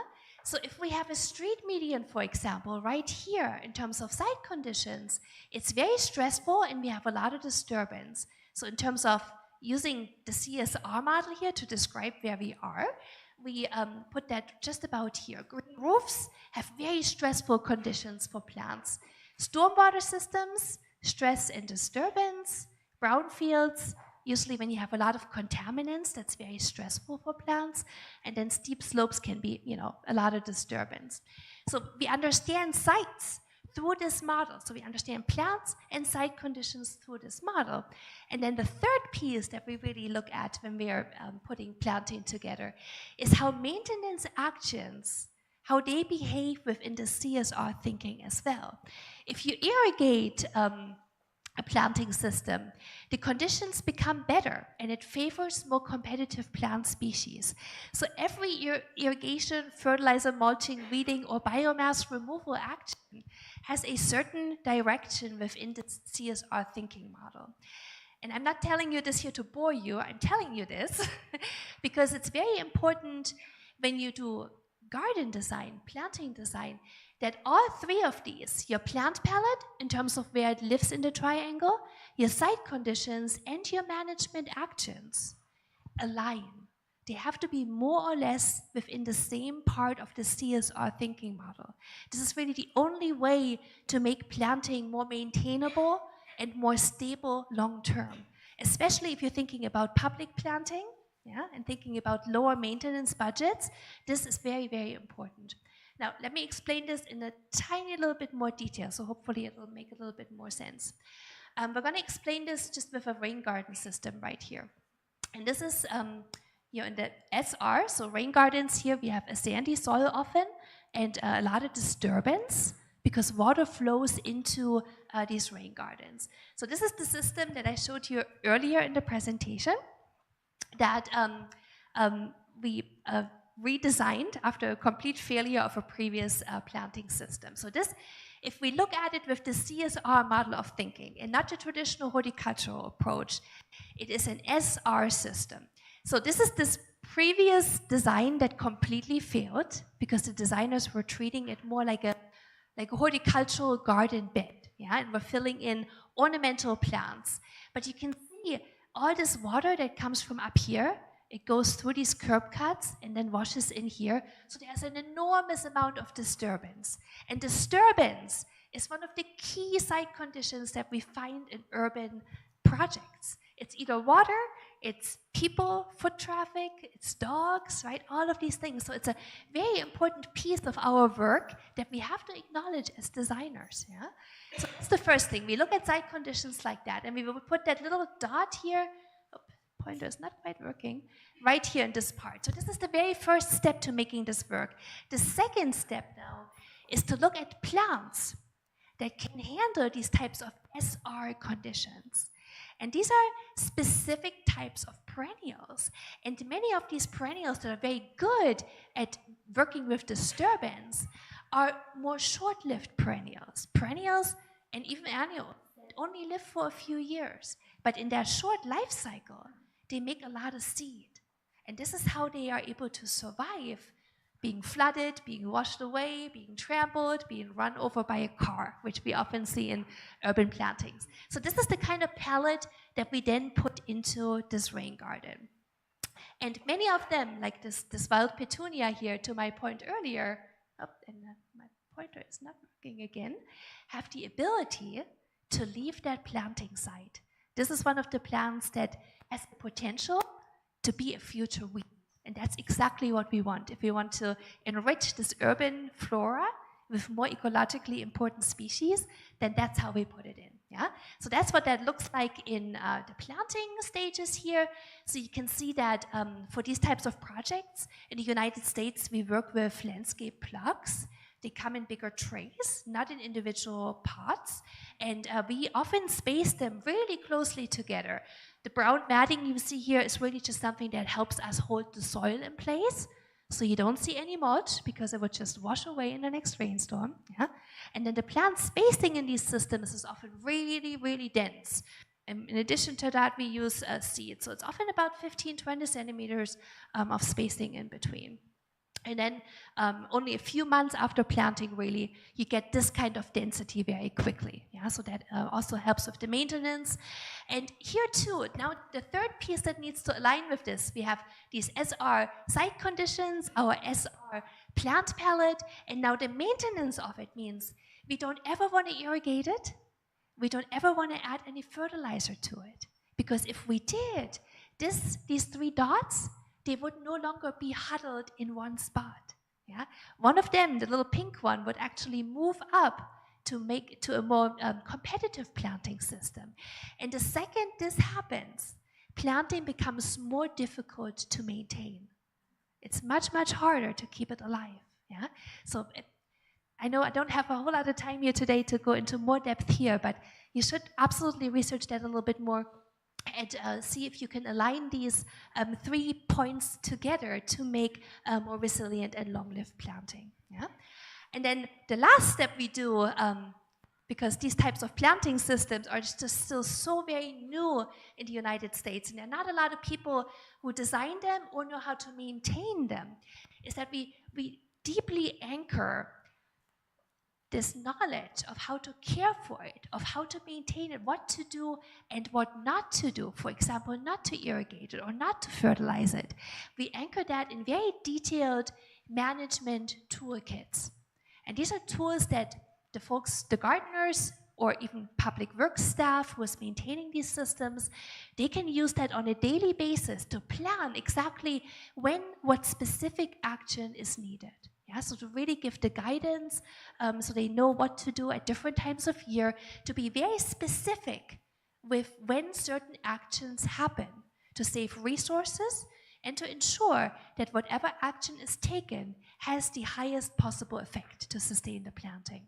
Yeah, so we have management calendars that show when, for example, the weeding needs to occur to make the most sense, when cutback occurs, when maybe enhancement planting occurs to just give it a little, boost of color. And then we create action planners that allow folks not just to plan ahead, but to also measure how we're doing. Yeah? It measures the amount of resources that a planting requires to maintain it, how much time, how much money, how much irrigation, all of these things. And it shows us very clearly, the numbers don't lie, if after a few years the maintenance does indeed go down, it's a reality check. Or if we need to tweak something to ensure that the planting is more sustainable long-term and requires fewer resources to manage. So these kinds of really creative tools are a huge part of what we are submitting with our planting plans from the very beginning, so that the folks who often end up maintaining these that were not in the design meetings still know what to do and where this is coming from. We also create what we call memory keepers, and these are often big laminated sheets that you can take in the field that preserve the original design intent and the strategies behind the specific planting approach that was developed for a garden. So for these projects here, this is just one example. It's of a bigger private estate. We designed a couple of really tall forb meadows because they had the right kind of soils for that there. And these memory keepers, they really capture what are the big goals? What kind of evolutionary stages will this planting go through? What is the end goal for that? So even when gardeners change, long after I'm gone, they still know what to do with the planting, and it's preserved what these goals were, as well as what some of the bigger challenges or risks are with these types of planting, because they're always the same ones that pop up again. So we were very, very practical when it comes to that and focus a lot of our energy on building innovative planting management tools. So it's not just all about the design, but it's about giving the folks who then care for it as much information as possible to be really smart about how they massage a planting to ensure that it gets better over time. Yeah, so that's a huge part of the approach. And unfortunately, I'm running out of time here a little bit, but I'm hoping that some of this will give you some inspiration for your own projects. I sense a lot of energy here in the room today and a lot of passion. I hope that out of this symposium here today will come a few projects that will show Porto what is possible and gain even more momentum. And this is really one of the things that we found with our projects, is that every single project becomes the epicenter of bigger change. Sometimes it's really starting one, showing what it could look like, yeah, what you can have, and then it'll just gain momentum and get bigger over time. So with that, I want to thank you all so much for your attention, and best of luck to you all.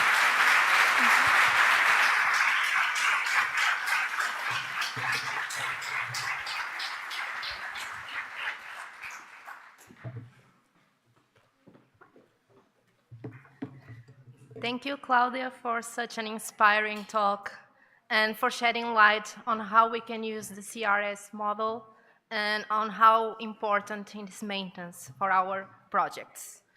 So next, I have the great honor to introduce Salvador Rueda, an influential urban ecologist with degrees in biology, psychology, environmental engineering, and energy management. Salvador is a leading voice in urban ecology. He founded the Urban Ecology Agency and currently leads the Urban and Territorial Ecology Foundation. Salvador is the creator of the ecosystemic urbanism and the superblock concept, which has been transformative in urban planning worldwide. Today's presentation is La infraestructura verde y las supermanzanas. I'm not sure if I'm speaking fully correct, sorry. But he will show us a little bit more about this superblock concept, and we are looking forward to hear you. Thank you.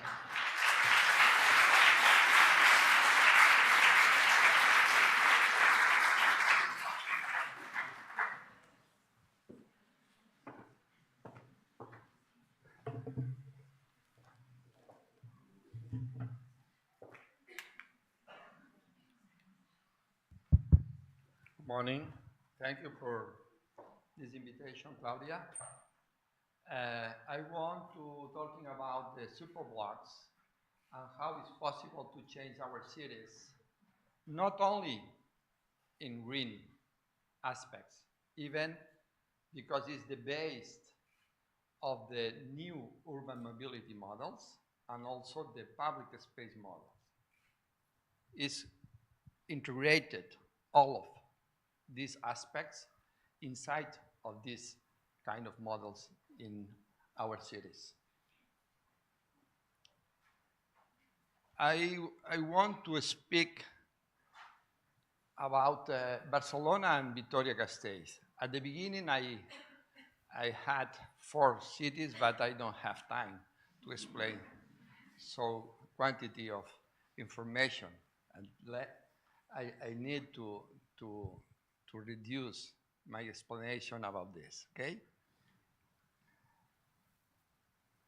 Today, in this aspect of greenery, in the compact cities, we are in disadvantages because it's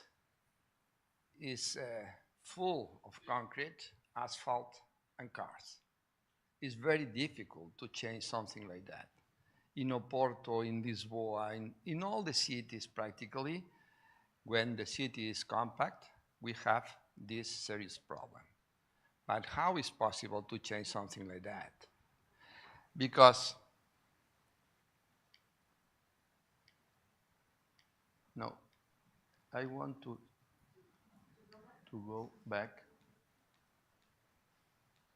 Okay.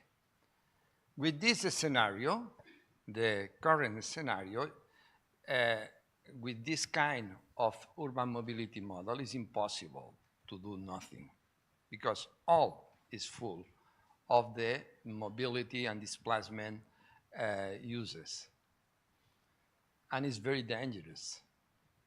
At the end, if we want to change something like that, we need change the urban mobility model. If not, it's not possible. It's impossible. For this, when I was the environment director, technical director of the City Council of Barcelona, I proposed this new model of superblocks in 1987. But in that period, it was impossible to change nothing because the simulators didn't work. And it's impossible to know how is the pressure in the traffic jam or in the moments, difficult moments for mobility in the cities. For this,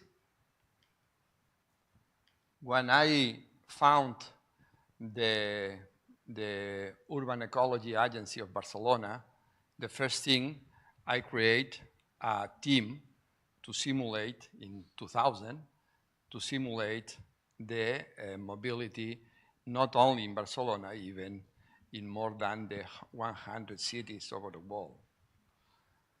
This is the current situation. It's very dangerous. It's impossible to do anything practically. This is the superblock model.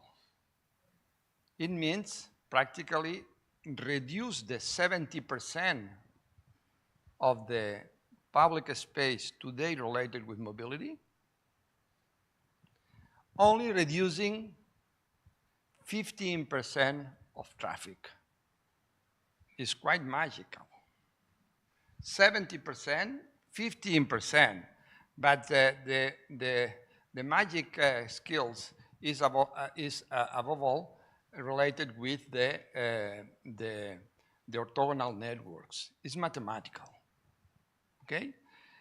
After that, if we can reduce and release this quantity of surface, it's possible to dream that you want, even to change cars with trees. Why not?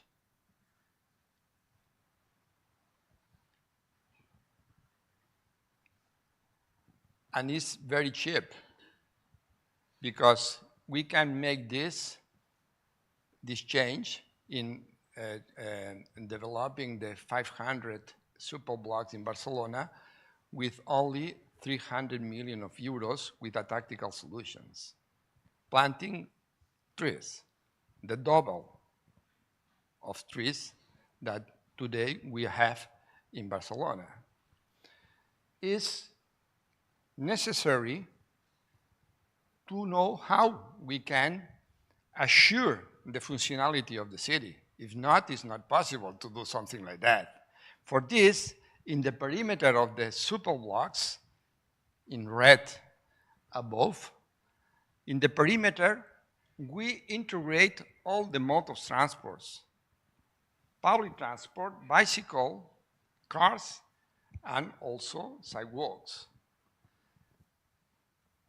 If you want to develop the superblock model in a city, the first thing is to redesign the public transport network. Is the key. Because the public transport network defines the limits of the superblocks and assure the accessibility in every part of the city for everybody. Doesn't import where are living, in the periphery or in the center, and all people, everybody will have the same service, public transport service. In that case, we change it, is already made.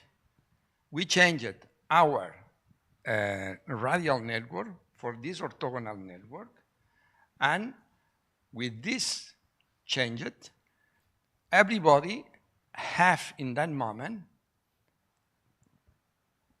a stop at less of 300 meters. The connectivity is incredible. And the frequency of pass is about 4-5 minutes in every part of the city. Everybody, not only in the center, okay? In consequence, we are looking for not only change the mobility model because we can reduce the air pollution or the noise. Even we want to change something like that, this principle, this basic principle like the accessibility to the city.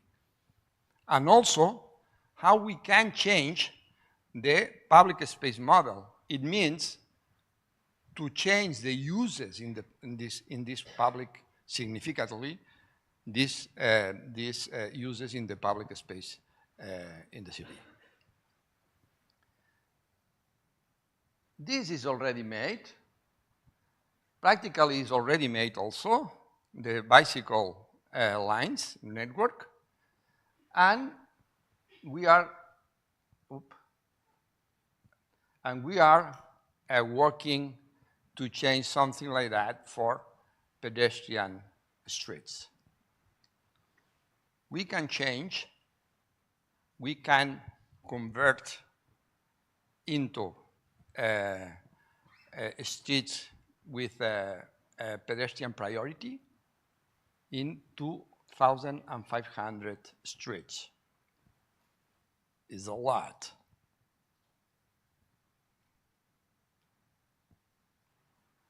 This is the scheme At left, we have the current scenario, and at right, we have the different restrictions to define the superblock model. This is a superblock.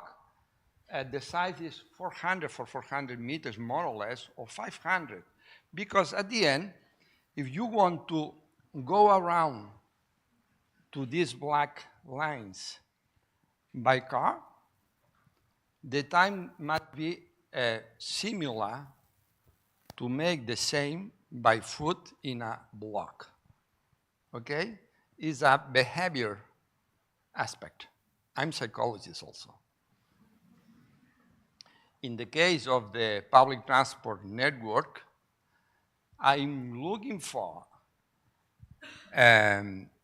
frequency of pass of 4 minutes, because if you have this frequency, you need to wait in the stop, in average, 2 minutes only. 2 minutes, the watch of our brain start after 2 minutes, okay? Is the key. Also, and I can explain all that I want to explain. But it's a very flexible model, because it's possible to implement in every city, and everybody, even by car, can arrive to the destination.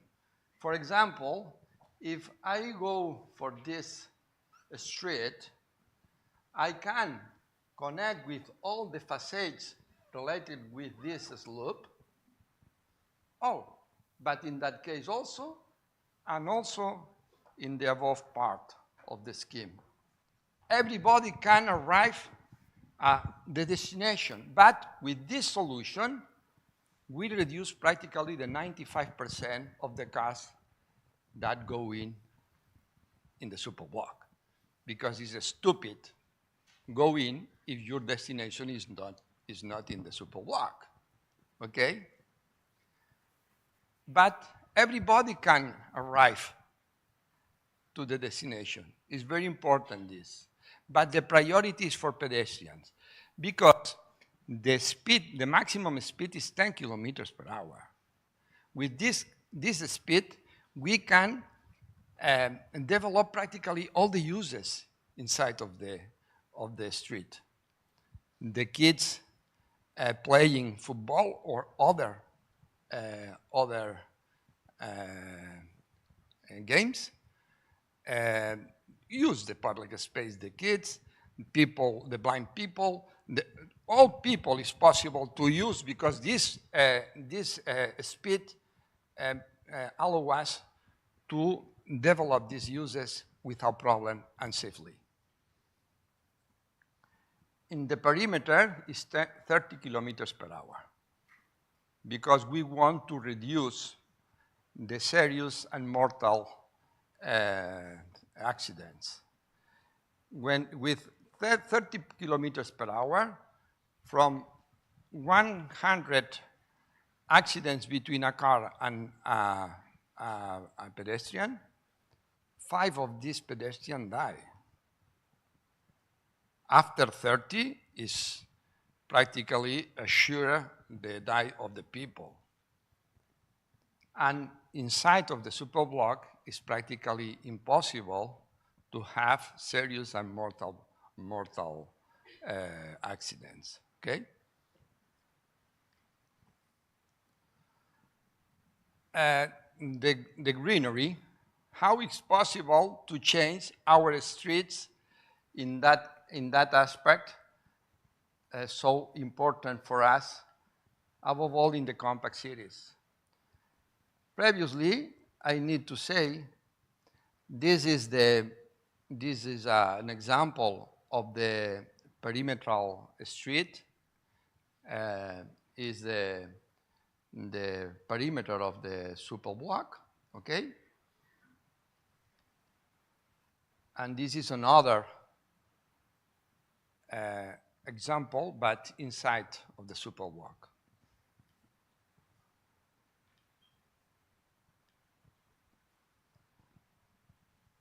currently, we have this quantity of streets involved with pedestrian streets, practically 21% of the city, not bad. But with the super block, we arrive at these scores. And our interest is not only for pedestrians, we will see, for greening, but also for changes the uses inside of the public space.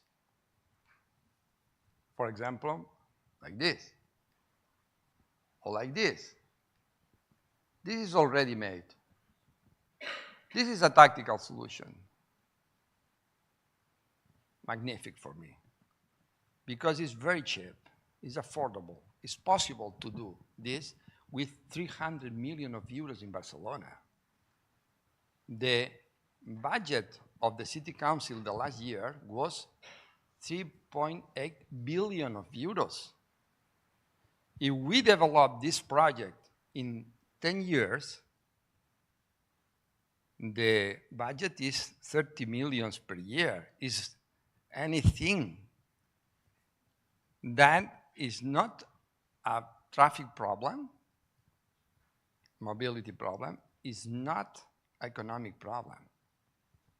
The problem is in our brains. It's cultural, it's the style of life, and political, above all.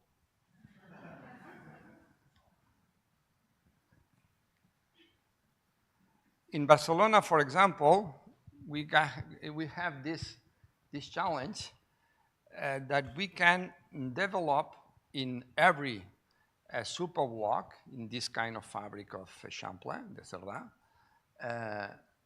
to implement in the typical super block 4 new squares of 2,000 square meters. Not bad. It's quite an hectare. Today is something like that. It's full of concrete. And we can,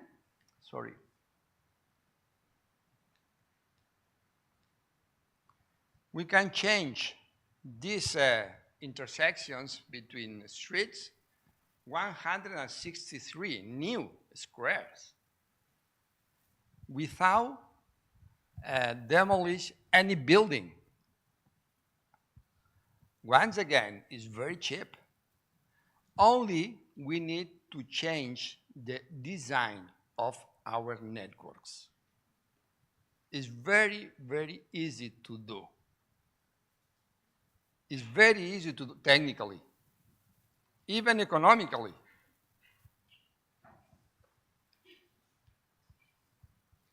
This is a square implemented today. This is a tactical new square in our city. Is full of people. In different hours, different people use this space. This space was the first focus after the pandemic. People, everybody go in that part of the city because it's a very peaceful space, very safety, and very nice. I don't agree with this kind of colors because in the nature, this kind of colors, the green, the orange, the red and black and combination, they are the aposematic colors. The most venomous and dangerous animals have this kind of colors. Okay, we need to make something about the colors. More peaceful, more calm, more. For example, the white is good.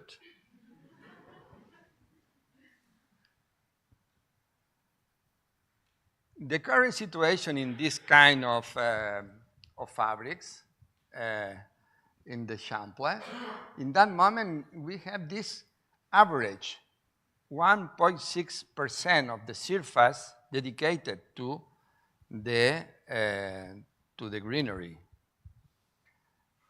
The score of in the Champlain fabric, we have 1.8 square meters per inhabitant. It's ridiculous. With this kind of solutions, we want two things. First, to increment the surface per inhabitants, and we can arrive quite the 7 square meters per inhabitant, okay? But we propose also to make 2 layers in surface and the green roofs. In the green roofs, I propose something like Claudia explained previously. How is possible to multiply the number of flowers, the biodiversity, to attract the insects, and after, to attract the birds, singing birds, because are very related with the insectivores. Okay, and we can not only change our visual landscape, even our sound landscape. Okay? And the biodiversity increase naturally. And at the end, we have this kind of scores. And this is the surface, the 6.3 square meters per inhabitant. Vitoria-Gasteiz. This is the plan of superblocks for Vitoria-Gasteiz, okay? The plan of Barcelona was approved in 2015, okay? It's approved by the city council for the plenary of the city council. In that case, is the Vitoria-Gasteiz, the most greener city in Spain, okay? And we propose go ahead of this current scenario, the best in Spain. They have this green belt around of the city, the unique green belt in Spain for a city. And they are proposing these connectors, okay, between the different parts of this green network. But they start to change different parts of these green corridors inside of the city. One of them is this street, very important street, Avenida Gasteiz, and they propose something like that. And this is the final results. Incredible. In that moment, we are involved with them in this other project, in the Next Generation project, to change another part of the city of these corridors that previously I showed.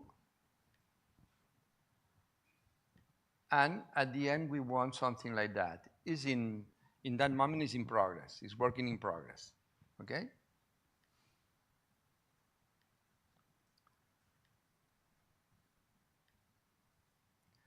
But the superblocks can improve this scenario previously planified.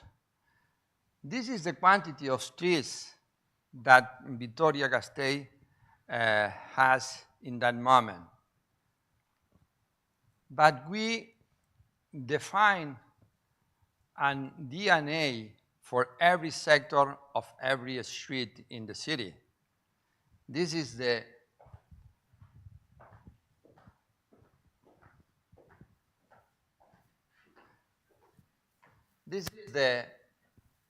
DNA.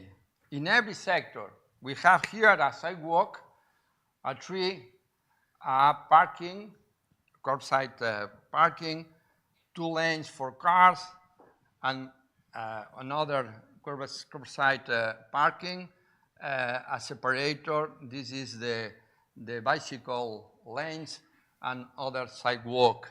In every case, we are changing. But we propose also how is possible to change in the first step in a tactical solution and after a final solution with a singular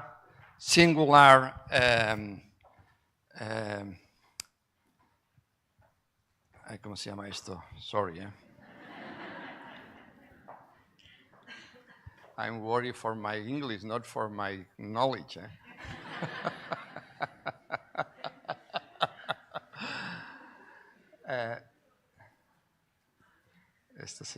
A moment.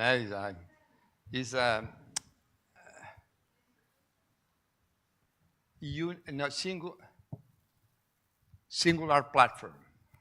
Singular platform. Sorry. Then, after that, for example, if we analyze this sector of this street, okay, we can change in the first step this kind of uses with a tactical solution. It means this part in blue become pedestrian, okay? And after, we can include other lines of trees or even surface in green inside of this space because inside is inside of the superblock, okay?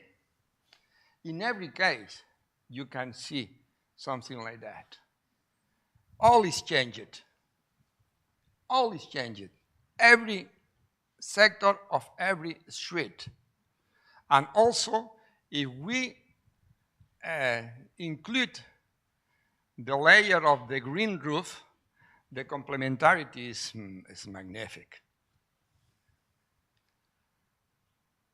And also, for every sector, we can define the different elements, above all to planify, even to convince the politics, the decisors, to change this street or other streets, because we make the similar thing for every street in all the city. Okay? At the end, we can quite double the number of trees in the streets in Vitoria-Gasteiz. And also appear this network, incredible network in corridors inside of this city.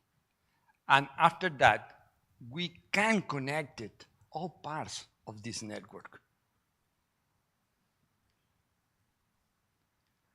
Also, it's possible to develop something urgent in that moment, is to adapt our cities to this phenomenon.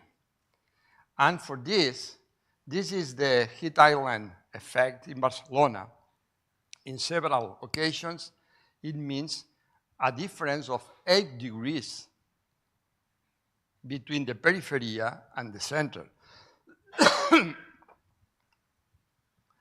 And when the heat wave arrive, this heat island effect increase, and it's very, very dangerous. A lot of people die or become sick. For this, with with the solutions of the superblock, above all, making green our streets. Even another thing very important is to the permeable soils, okay? Because the latent heat, this skill for the water is the key for all of this, because is energetically means that make a refrigeration of the environment. And for this, in this thermography, we can see how it's possible to reduce 3 or 4 degrees. Is a park inside of the city in Barcelona, the Turo Park. The difference of the temperature is 3 to 4 degrees. When we analyze the comparison between an area, a surface, like a superblock, in a current situation, and we implement the solutions of green and permeable soils in a superblock, we can reduce the 27% of the surface temperature of the materials. It means to reduce 2-3 degrees is a lot.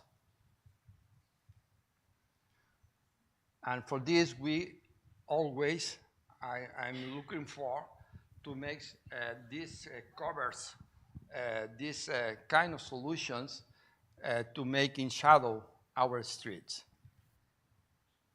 And in several occasions, we have 2 lines of streets and we put 2 more because we are looking for this shadow in practically the 70% of the public space in our streets.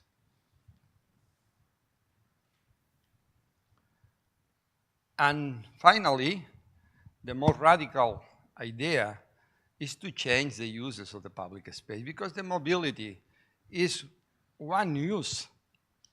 The public space is something more. And normally, when we, in our universities, we explain something to change and transform our cities related with the uses, normally the maximum aspiration is to develop pedestrian areas. But a pedestrian is a mode of transport. It's not a citizen. It's the different. It's very important to change our brain. Our brain, inside of our brain, we have a car. There's a structure, but we have a physical car. And always I'm thinking, above all, with the car inside of the solution. And it's possible to change totally our public space. For me, is the most important. With green, naturally, because we are part of the nature.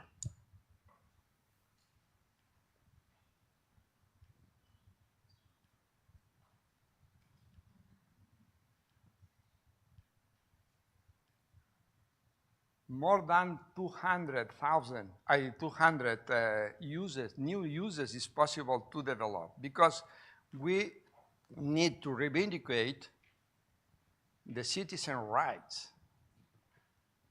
It's not the displacement, the unique citizen right. The kids, the blind people, the people with reduced mobility, the women, everybody must have these rights in our cities, not the cars. In consequence, even because the entertainment, the exchange, the cultural and art, even the democracy inside of our public space, and also displacement, above all, by foot,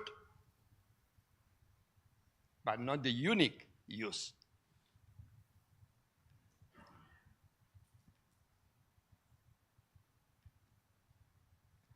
And finally, can you play the video, the next slide, please?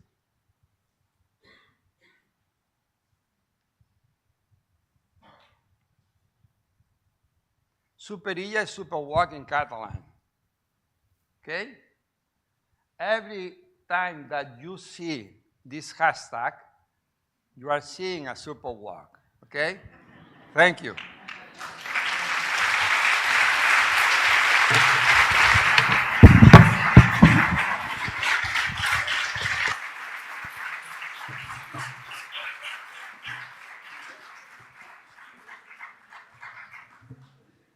Thank you, Salvador, for such an inspiring talk again, talking about superblocks and how we can bring the green to our cities by reshaping urban traffic and our behavior.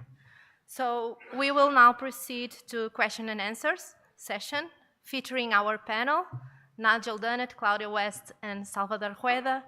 And this session will last for 45 minutes, more or less. So please feel free to engage with your questions. Thank you.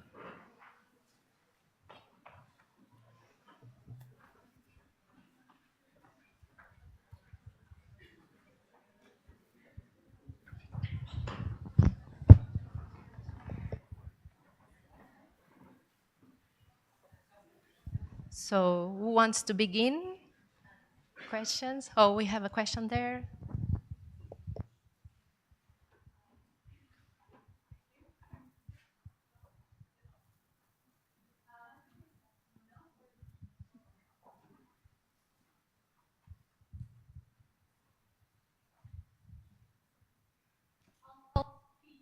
Loud, yeah.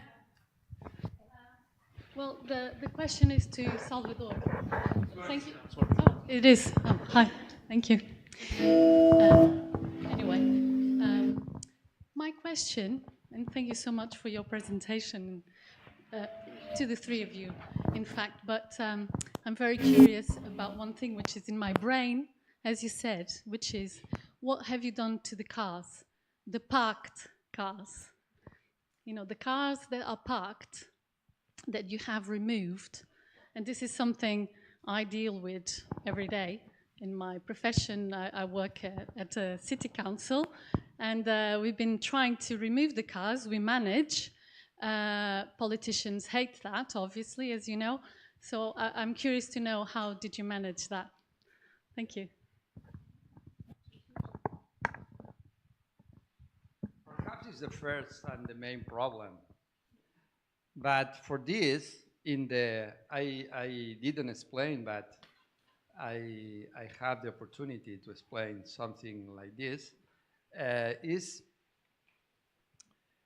in the tactical solution, we propose to remove one car to the 3 cars and plant a tree, okay?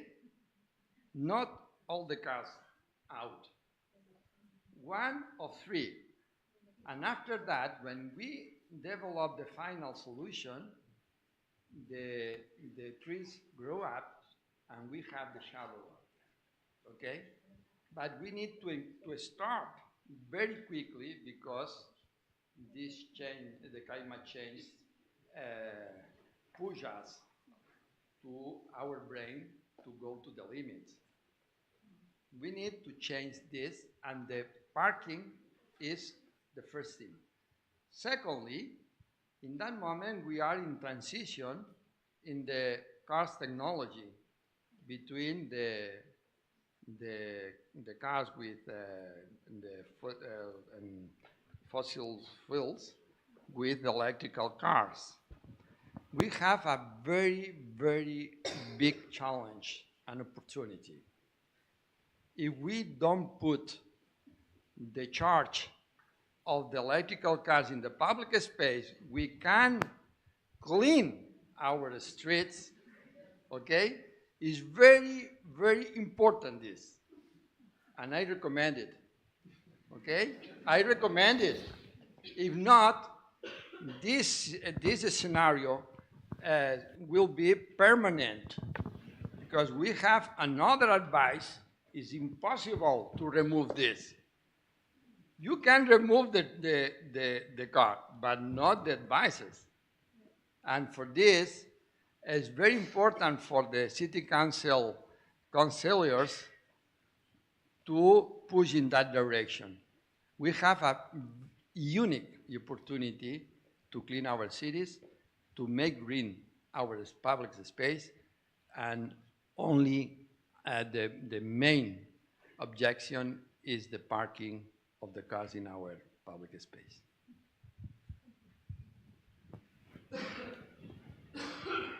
Thank you. Any more questions? I would like to put a question. I took note of a question to ask Nigel, but I think Nigel and Claudia, you both could answer to that, because we've seen very interesting and striking examples of planting design. And the thing about this kind of planting design when compared with the municipal kind of planting design is that it's much more demanding in terms of gardeners' knowledge. So you said that you need less time to put things together and to plan to the new year, to the new season. But at the same time, you need a lot of knowledge from the gardeners. So they need to know what they're doing when they cut, what kind of weeds they take out and stuff like that. So you need a very strong gardening school to support that. So how do you do in your both cases? Yeah, it's a really important point. Of course, we talk about design, but the really important thing is the maintenance. More and more use the word gardening. I think maintenance is the wrong word, because maintenance is the word we use for concrete and asphalt and hard materials, and it's a different thing when we're working with living materials. And it's a mistake also to always think about low maintenance in terms of time, because we forget about high maintenance in terms of skill. So what we aim for is reduced amount of time, but increased amount of knowledge and skill. And the way we've achieved that in Sheffield, and it's taken maybe 20 years to do that with the university, and I think there's a strong role for the university. We train landscape architects and designers, but we also train landscape managers. And so in Sheffield we have people high up in the city council who have been through our training program, and they understand the design and the implementation. But we have landscape contractors and gardeners who have also been through our degree level training in horticultural management. So a lot of the greater green that I showed, there's a general maintenance contract that the City Council has, but for the first 3 years, there's a specialist contractor called Green Estate that maintain it, and the workers are largely graduates from the university. So they're really skilled, and the City Council gives quite a lot of autonomy to the gardeners, so they expect to make sure the quality is there, but the gardeners can make decisions. They can decide to leave things, to take things away, to move things. So there's not just the increased knowledge, I think there's the increased satisfaction and sense of creativity and ownership with the plantings, which then again increases the quality. So I think in Sheffield we've developed an ecosystem of research, knowledge, design, and maintenance that allows us to achieve the things that we have achieved. Thank you. I think the one thing I should add there is that in the United States we are far from having that ecosystem. And it very much on a daily basis feels like we're really on the front line of something very new. There are even projects, to your point earlier, where the client will tell us from the very beginning that there will be no maintenance budget.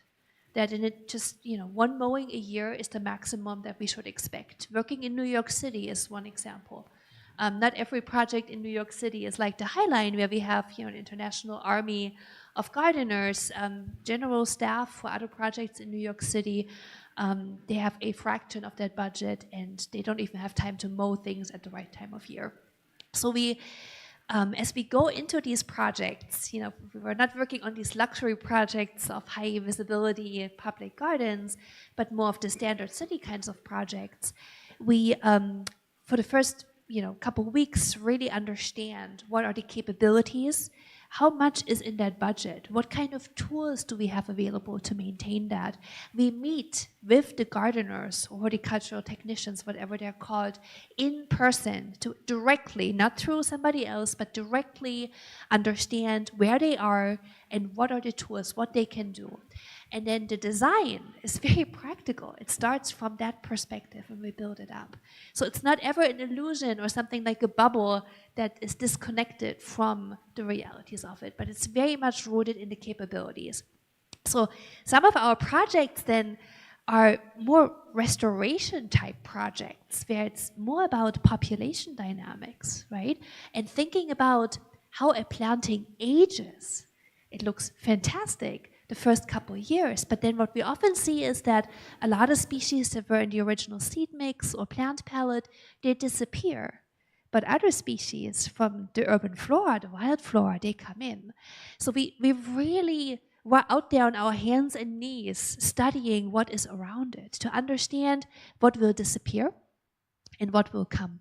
And then the designs try to create a framework that in the worst case scenario, what if nobody pulls weeds? What if all they do is mow once a year? What are the survivors in there that will still be there 25 years from today? And that is the foundation we build first. And then all the color, right, all the sparkle gets added on top of that.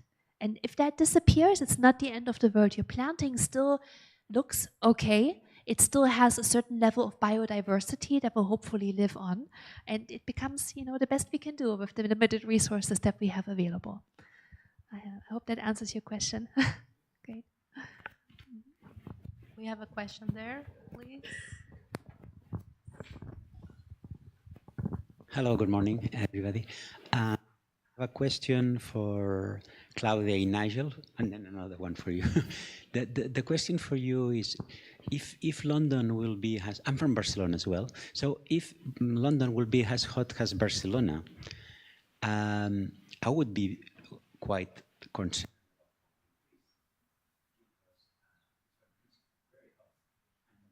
Water. So, Ferran as well, I all the time ask myself, at what temperature streets stops to be public? Yeah, because it's another kind of pollution temperature, isn't it? I mean, maybe above 30, I don't know. So I enjoy your books, have both from you. I think planting trees is a big challenge, and the big challenge is that we probably don't know what trees to plant because our climates are changing. I'm gonna use a quote by Ronald Gustafsson, the Swedish landscape laboratory of trees, that he says the problem of trees is it's there when they are young. No, nobody loves trees when you are young. So I see your amazing job as part of the solution, because in the younger stage of trees, you are doing these amazing meadows and plantings that make a lot of joy. But for me, the question is how we make the scale up to the trees to grow. And then just one question for Salvador. The big fair, I work, and tomorrow I hope to explain, in Carrer Girona. Okay, I was part of the team. For me, the big frustration of the first pilot projects that we did before elections is that they pour concrete everywhere. So the pavement of the city is completely sealed by 20 or 15 centimeters of concrete, and then we did the planting. So it's not permeable. And also you said that the money is not a problem, and I have exactly the opposite perception. And maybe another question for you is, I do think that the tactical solutions are very big, because you, Nigel, were saying too, it needs to be big, it needs to be, so how good, or how fast we could go with tactical solutions, and maybe using plantings that they are more flowering, to speed up this change in the mobility that then. How do we start to answer this question? Maybe each of us can say a few minutes each. So your problem is trees when they're small. My problem is trees when they're big, because I think it's an essential question. In the UK, in the past, we've wanted as much sun as we can get, and we are changing as well, so we need the shade. And I think the really important point is to establish plantings where there's succession And part of the problem with the word maintenance means keeping things the same. And traditional horticultural management is about things always looking the same year after year. But of course, we need to have dynamic change. And so we start with open, sunny conditions, lots of flowers. The trees are small. They get bigger, and the conditions change. And with the Greater Green in Sheffield, we had lots of young trees. It's now becoming a forest. So that the final thing I will say, and I think it's a really important point, in Sheffield, the city government has a forward budget for replanting these schemes. So every 10 or 15 years, there is a budget there forever to allow replanting. So for example, we started with open, sunny conditions. We now have semi-shaded conditions. And so we need to change the planting. And that will happen every 10 years. I think I should start by saying we don't have either of these problems. Our problem is to get trees to live in the first place. So the average street tree in the United States on the East Coast gets, I guess, how many years old? 8 years. After 8 years, a tree hasn't even really, balanced its carbon value.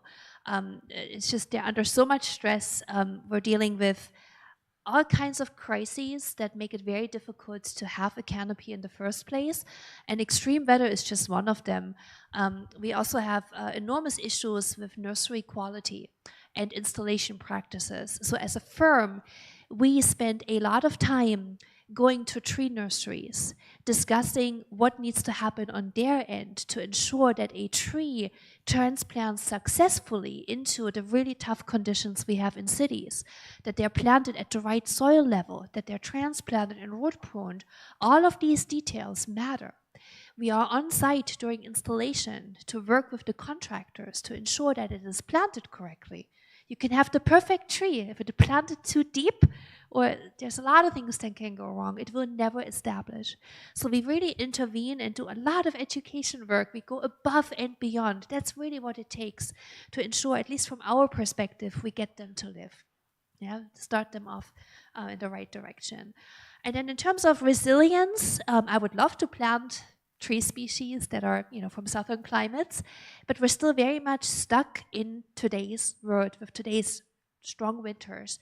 So we still have to work with what is most resilient at the moment, knowing full well that maybe in a few hundred years these species will be stressed to the point where a whole new generation of species with whole new genetics may need to be planted in these cities. But right now, we're replacing at 8-year frequency. It should be no problem to establish new genetics at that kind of speed.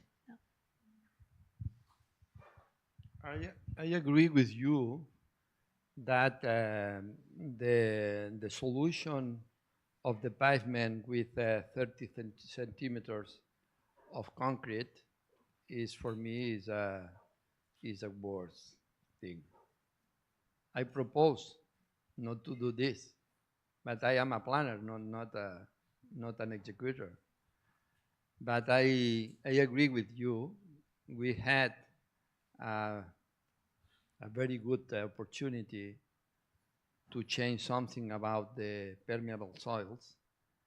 They developed some solutions with ecosystem, sustainable urban drainage systems, but it's not enough, in my opinion. Okay, I agree with you. In the other hand, the other question, I think we have in a current scenario very dangerous related with the climate change, and need to remove and to regenerate our cities if we want to have some challenge of the future. And we don't have time.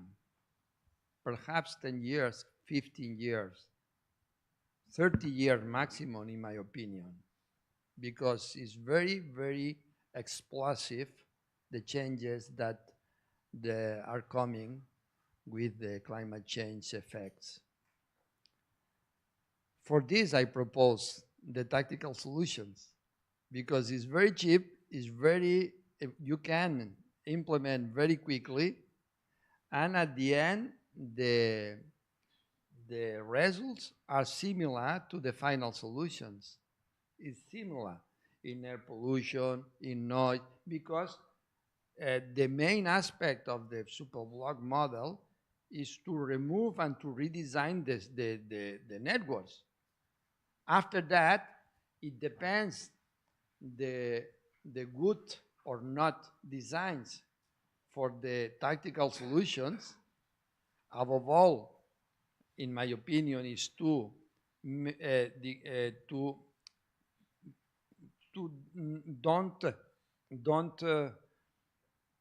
don't recognize the sidewalk and the pavement like two layers difference. Is very important this. When you arrive at this solution with the design, after that, people occupy the middle of the street, if not, because the signals are totally dedicated to the air traffic by car, okay? For this, in 10 years, I think it's possible to change a city like Barcelona, but politics is not in that way, eh? But I push in that direction, okay? Thank you. So any more questions? Feel free. Oh, we have one question over there. Raise your arm, please. Yes. If it works, yes.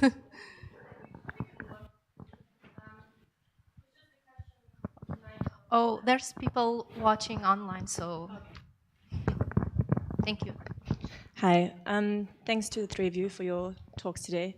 It's just a question about, I was quite interested in, Nigel, you spoke about kind of a data capture looking at how wild bees have arrived in those spaces where there's a mixture of native species as well as kind of maybe adapted or other introduced plants versus native only. And what interests me is this, often landscape architects are seen as kind of a nice to have, the first thing that goes on public projects.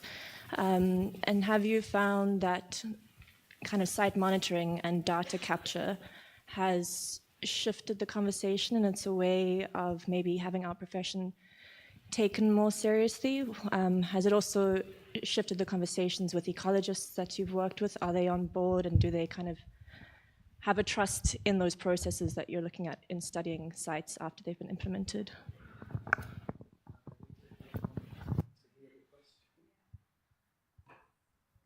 So I couldn't fully hear the question. Sorry, I guess the question is just, has that process of kind of data capture and site monitoring shifted the conversation in terms of kind of people taking your planting approaches on board and ecologists maybe shifting their conversations?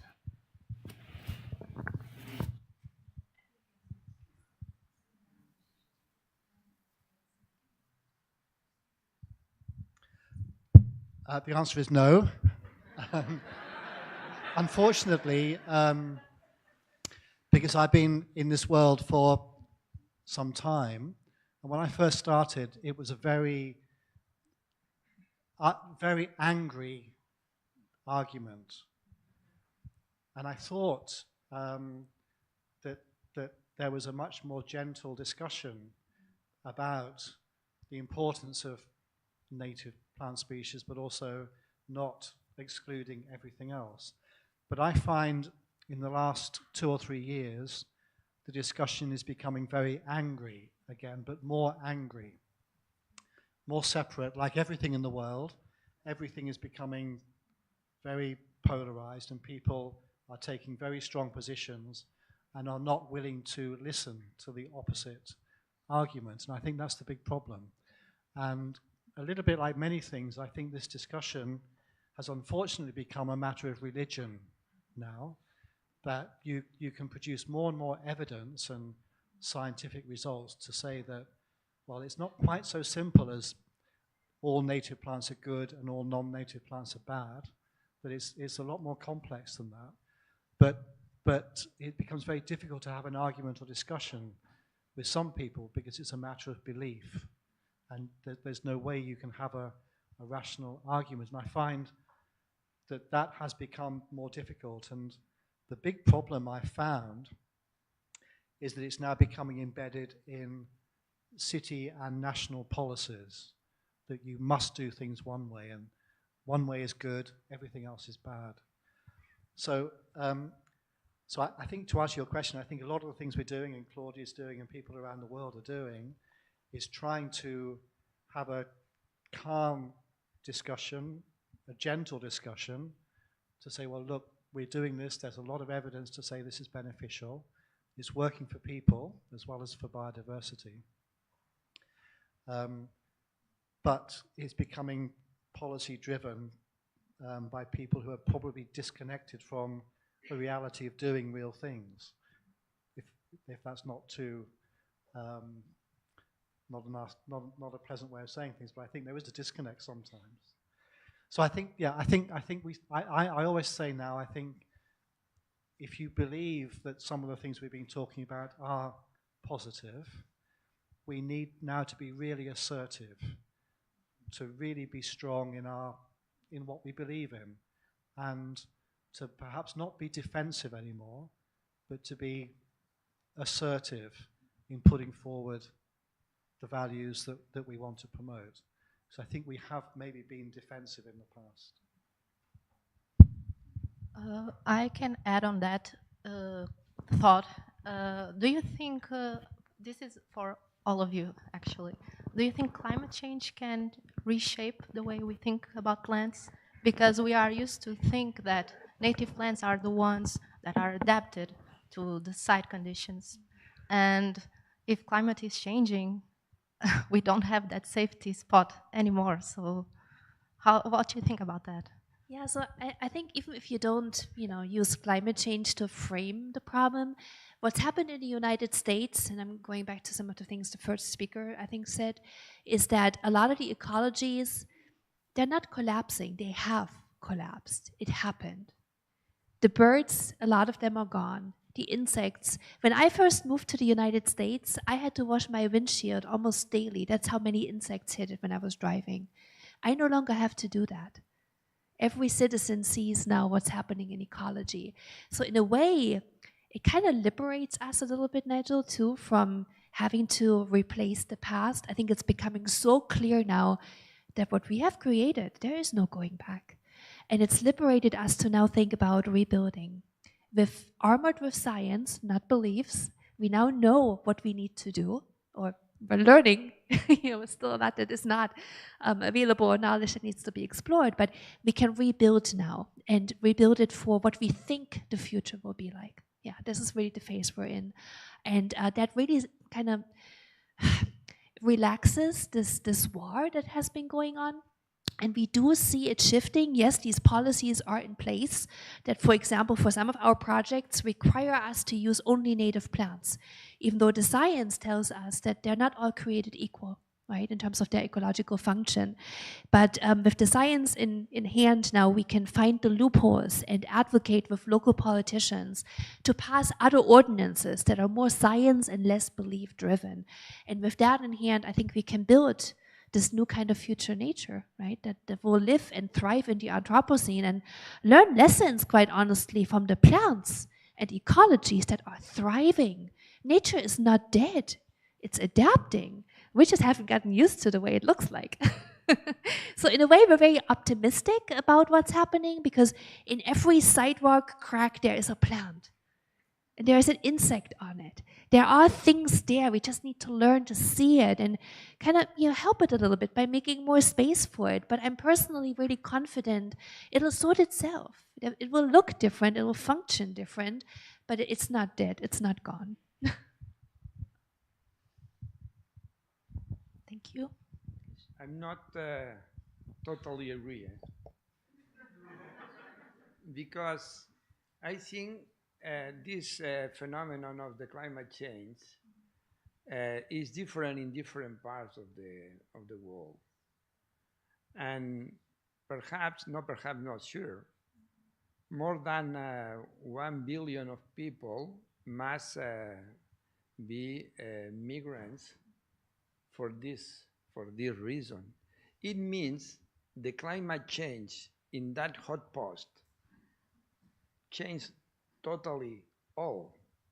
It means that life is not possible to develop the human life. Okay?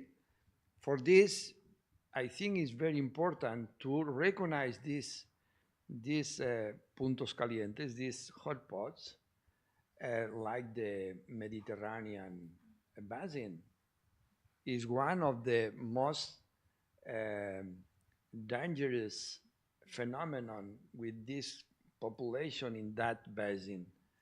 And perhaps, for example, in the Guadalquivir River, the cities inside of this arrived the last 2 years at 48 degrees. 48 is very near of the 55 that with high humidity, the life is not possible to develop. It's very near, okay? It's very near. And after that, I think we need to working to assure the future, not only the parts of the world, even all parts of the world, if we can make something like that. Very difficult. But in my opinion, I'm very optimistic. I'm a person very optimistic. I think my proposition is very optimistic, but my information is very pessimistic. Or not. And then I think it's very important to recognize this situation and work to change and remove this fatality of the scenario, the current scenario. Thank you. Unfortunately, you don't have much more time. We could be here talking for a lot of time, but we will open the space for one more question, please. There's a question there. Raise your arm, please.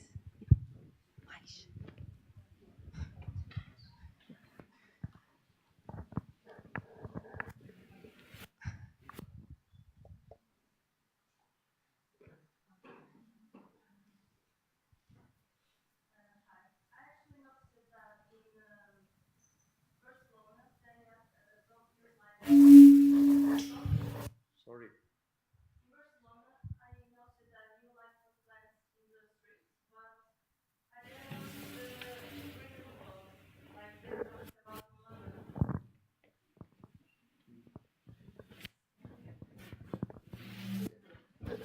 There are some, not the number that I desire, but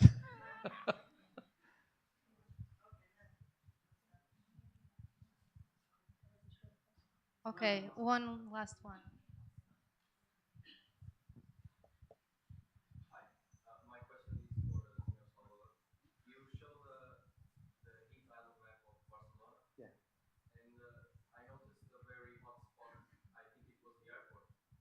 My question is there a way to add vegetation that can withstand the stress of an airport and not harm the planes, not disturb the aviation? Is there a way so that we can reduce that hotspot with vegetation, or it's just a lost cause because of the airport? yes. In that moment, there are a very big discussion in the airport in Barcelona because the discussion is between the people that say is enough to increment the occupancy with concrete other part of the land, in that case the surroundings of the airport, because it's a is a humid land, is a very, very important for us, the biodiversity of the different basins with water especially. But in the other hand, we have the politics and the economic sectors that want to increase the airport to international flights, okay? But I think we will win the politics. I think. This is the question or not? Yes, I think it's a really good question. And just real quick, we worked on a project, Philadelphia Airport in the United States, and there are a lot of things that can be done to reduce the heat island effect there, as long as they don't attract bigger birds. So raptors, you know, like big hawks and things like that are a problem, or geese. So anything near water is a real issue. But that essentially leaves you open to do fantastic meadow systems, as long as you just don't have any perching opportunities or standing water where waterfowl is attracted. We were able to implement an enormous amount of meadows there that help with the cooling and make it a biodiversity hotspot. So it doesn't need to be turf that's mowed, you know, within an inch of its life, but it can be other systems that are 100% applicable and in line with aviation safety. Okay, thank you. Okay, thank you so much for your speaks and for this discussion was very interesting. I think everyone would like to continue, but we have to go to lunch. We will return by 3 p.m., okay? And once again, thank you so much. Thank you.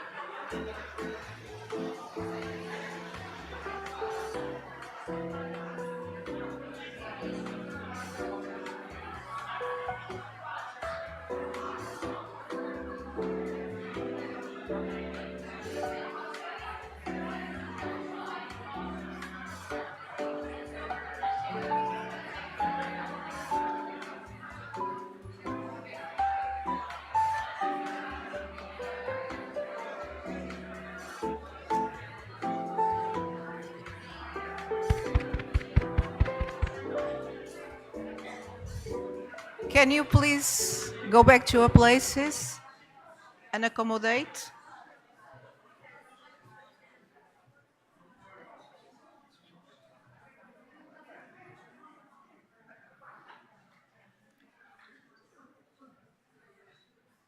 So, we are going to start our afternoon session, and I am going to welcome Anna Lenhart,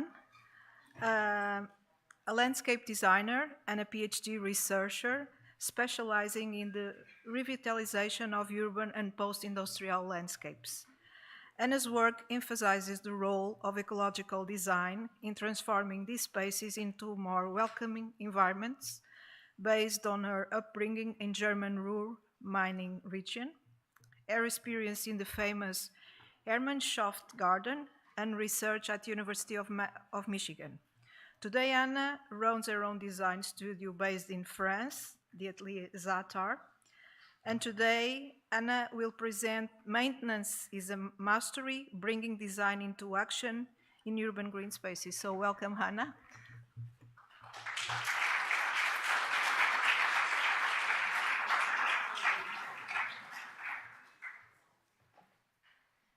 Is the hand microphone somewhere? I would love to use the hand microphone. No?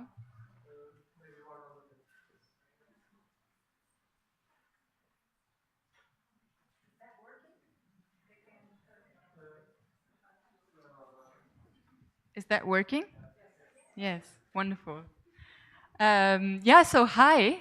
I'm so happy to be here these days, and I find it quite exciting because there's a feeling in the air of something new beginning, and I have a sense that this conference is the beginning of a transformation of the urban green spaces here, and I guess there's always something interesting of being part of a moment where one might not know how this change will happen and how to go about it, but there's already an enthusiasm to begin it.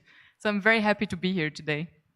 I wrote on my first slide that I'm an almost PhD because I've actually written the PhD and I've handed it in, but I haven't yet defended it. So I'm both a designer and I've done all of my research practice-based. That basically means I worked all along and I used my professional experiences as material to do my research. And that was also to understand, like, what are the complexities that we're meeting as practitioners in our day-to-day life, which are very, very different from the experiences that we might make in a research lab or when we set up a research project to find out, new findings. And today I want to speak with you about maintenance. I feel like the talks in the morning, they have really prepared us to now look into how do we actually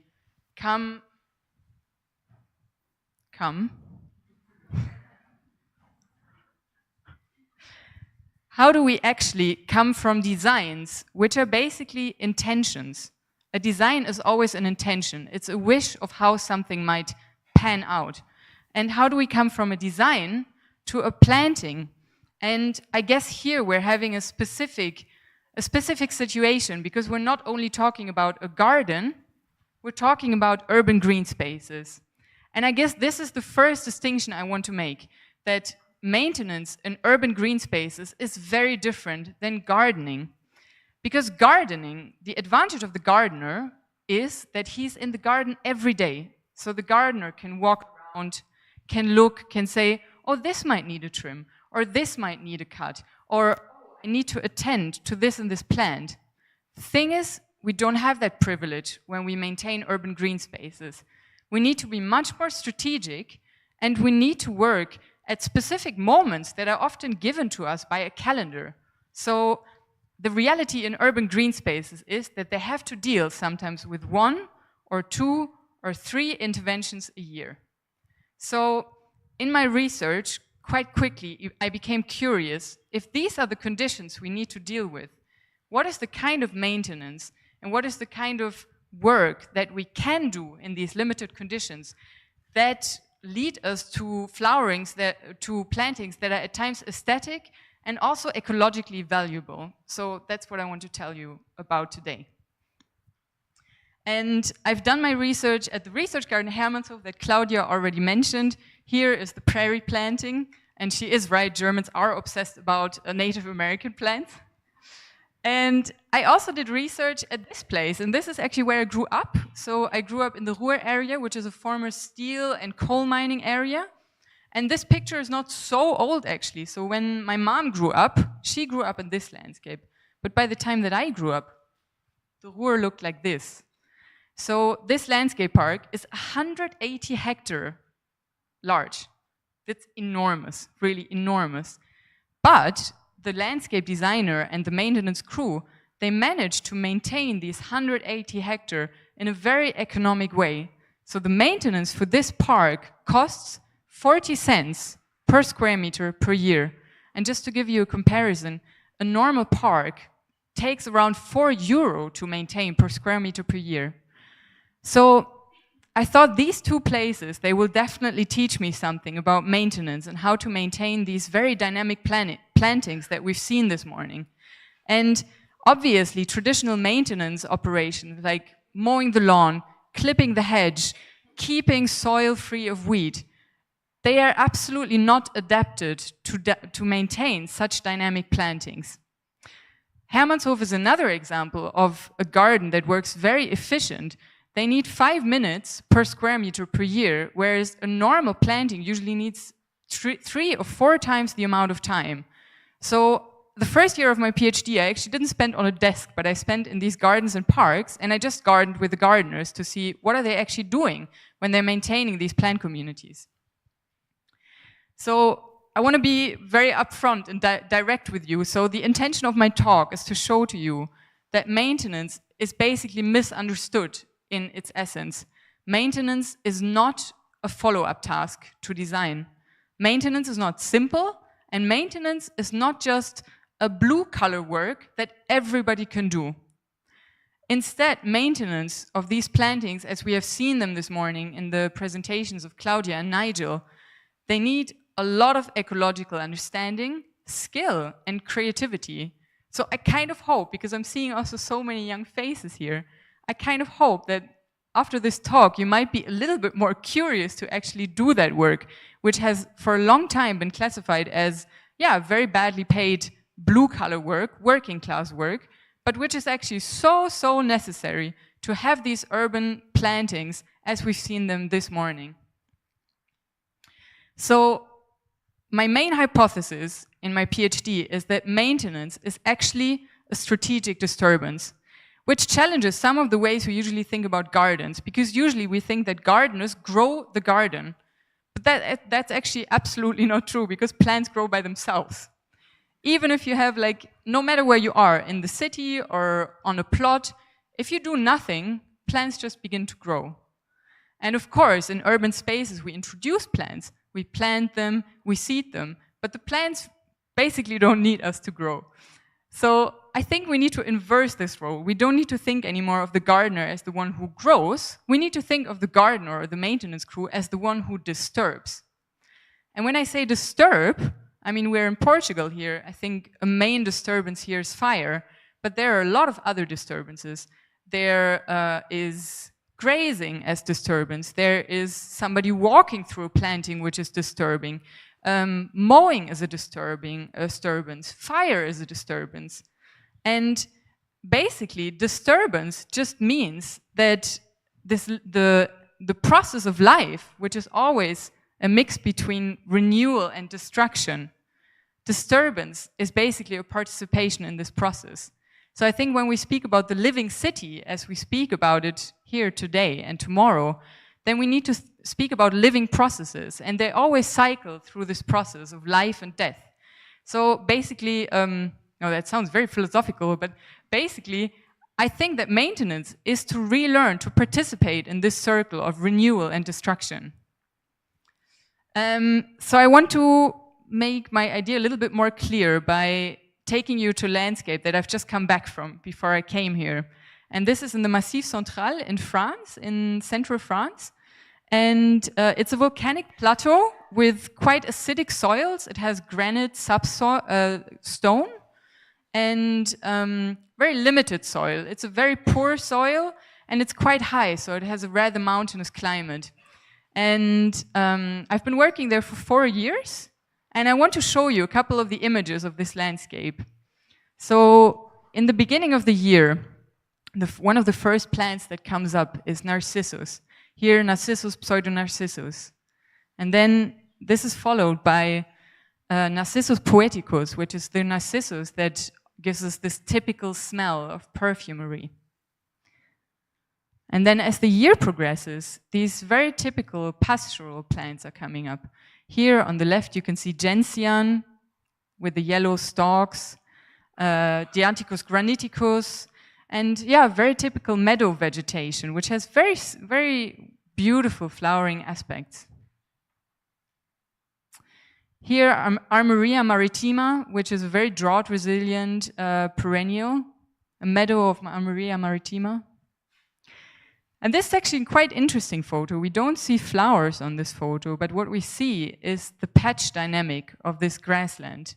So we're really seeing that these different color shades in this meadow, they show us the different drifts of plants that grow in this landscape. So we're actually seeing that this landscape has a huge complexity of different patches of plants coexisting. So why am I telling you all of this? To understand how this landscape comes about, we need to understand these guys, the cows that are living on this plateau. Because all of this profuse flowering display we wouldn't have if we wouldn't have the cows. And I guess this photo also explains us something of how I think about urban green spaces. Because often we think, well, urban green spaces are the opposite of the countryside, which is natural. But this landscape has been shaped for hundreds and hundreds and hundreds of years by a disturbance regime. And the disturbance regime is that farmers bring their cows there for grazing. And the cows, what do? The cows eat the grasses and the wildflowers, and they do so very irregularly. So when we have this patch dynamic and this ecological diversity, it is because cows have a certain taste for some plants and dislike other plants. So the cows are actually contributing to the wildflowers coming back year after year after year. And if the cows wouldn't be there, the landscape would look much more like this. And this is a reality that many, especially Southern European countries that depend so much on disturbance regimes, face, which is that landscapes become encroached by shrubs. And here you can see broom, the beautiful yellow shrub in the background. This is broom. And it very quickly takes over the landscape once the grazing stops. So basically it is the disturbance of the cows that maintains the landscape in this high flowering aspect. And if it wouldn't be there, we would at some point, through the very natural succession process, we would have shrubs and then later trees. I'm having nothing against trees, but if we want to maintain some of these very biodiverse meadow and grassland communities, then we need to understand these disturbance regimes. So this is not the only landscape that depends upon a disturbance regime. I'm just going to take you through it very quickly. But North American prairie landscapes, they are actually dependent upon a disturbance regime, which is a mix of fire and bison. So I kind of put these three pictures together because I wanted to put an emphasis on the fact that these plants in the middle, they are only there because there's also fire and there's also bison. It's just that we never see them. And I think it's quite interesting that when the settlers arrived in the prairies, that they thought that this was wild land and that they thought they had discovered virgin land, but not at all. These prairies have been maintained by indigenous communities through fire management forever, because otherwise shrubs would grow, trees would grow, and we wouldn't have these prairies. So the bison again, the bison and the fire, they are also linked, because after fire happens, new grass grows, and the bison has a specific taste for these fresh green shoots. So they eat everything that is fresh, they reduce the very competitive grasses, and they make space for the flowering prairie plants that we love so much in our gardens. This picture is very important, actually. I took it from the internet because I obviously don't have a transect of a prairie plant community. I'm not only showing you this picture to show you that they have incredible roots, but I'm showing you this picture to show you that they actually, many grassland plant communities, like prairie communities, they have incredible storage organs that grow under the soil. And that creates a resilience to disturbance. So if their upper part dies away, if the flowering part dies away, plant species that come from grassland communities, they immediately regenerate because they store the most important part of their life in their roots. So this leads us to another point. I'm not only arguing that we need to manage plant communities through disturbance, I'm also saying that in the Anthropocene, we will have more and more and more disturbances, as you already have here. Unexpected fires, flooding, winds or hurricanes. So in a way, we're also living in a time where we need to deal with unforeseen disturbances all the time as designers. So in a way, these plant communities, grassland plant communities, they have co-evolved with disturbance regimes forever. And this is why they're so resilient to disturbance. Again, I'm not arguing against trees, but for example, if a tree gets damaged in a storm, it takes ages to grow a new tree or to find a way of maintaining a new young tree, so that it can grow into an old tree. But these grassland communities, they're actually extremely resilient to all of these disturbances, which I think makes them a great solution in our urban spaces that are so marked by disturbance. So basically, I think up until now we've spoken about landscapes and cows and bisons and fire, but basically I think when we're gardening and when we're maintaining, we're doing nothing else than imitating these disturbance regimes. And understanding these disturbance regimes better actually allows us to create ways of thinking about maintenance that is not so much about an individual plant species, but that attends to the whole plant community that we have introduced. I also wanted to show these two pictures, even though they are not wonderful photographs. I wanted to show them because these are two gardeners at Hermannshof that are working at Hermannshof for 28 years. On the left you have Dagmar, and on the right you have Bettina. And I find it quite interesting that designers of gardens are always invited to talk about the gardens. But these two, they have actually survived 3 generations of directors of Hermannshof, and they have been there every day. And I think it is also time to invite more people that actually do the daily work on the ground to speak about their work and to actually show what their work entails. And I feel like it's good that we begin to speak about maintenance is more important, but we need to be much more precise about what kind of maintenance do we need, and we need to hear from these people what they're actually doing.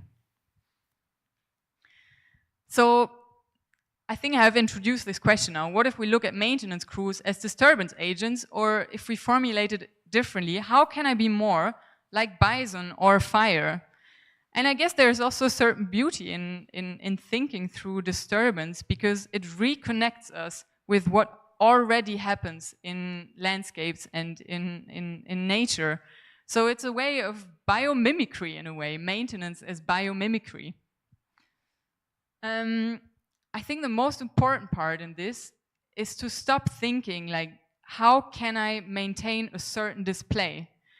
But we need to start thinking, how can I accompany a dynamic plant community that will inevitably evolve? One of the designers that I learned a lot from, Cassian Schmidt, he once said to me, when you do a planting design, you do a speculative gesture. You introduce a mix of plants, and you can really think well which plants you introduce. But in the end, once they start growing and once they develop, something gets out of your hand. You're a little bit out of control. So what we can do, I don't think we need to abandon our profession, but I think what we can do is to put much more emphasis on accompanying these dynamic plant communities rather than to try to fine-tune to the very last bit what we introduce. So in a way, I spoke with Claudia in the lunch break and we spoke about redundance.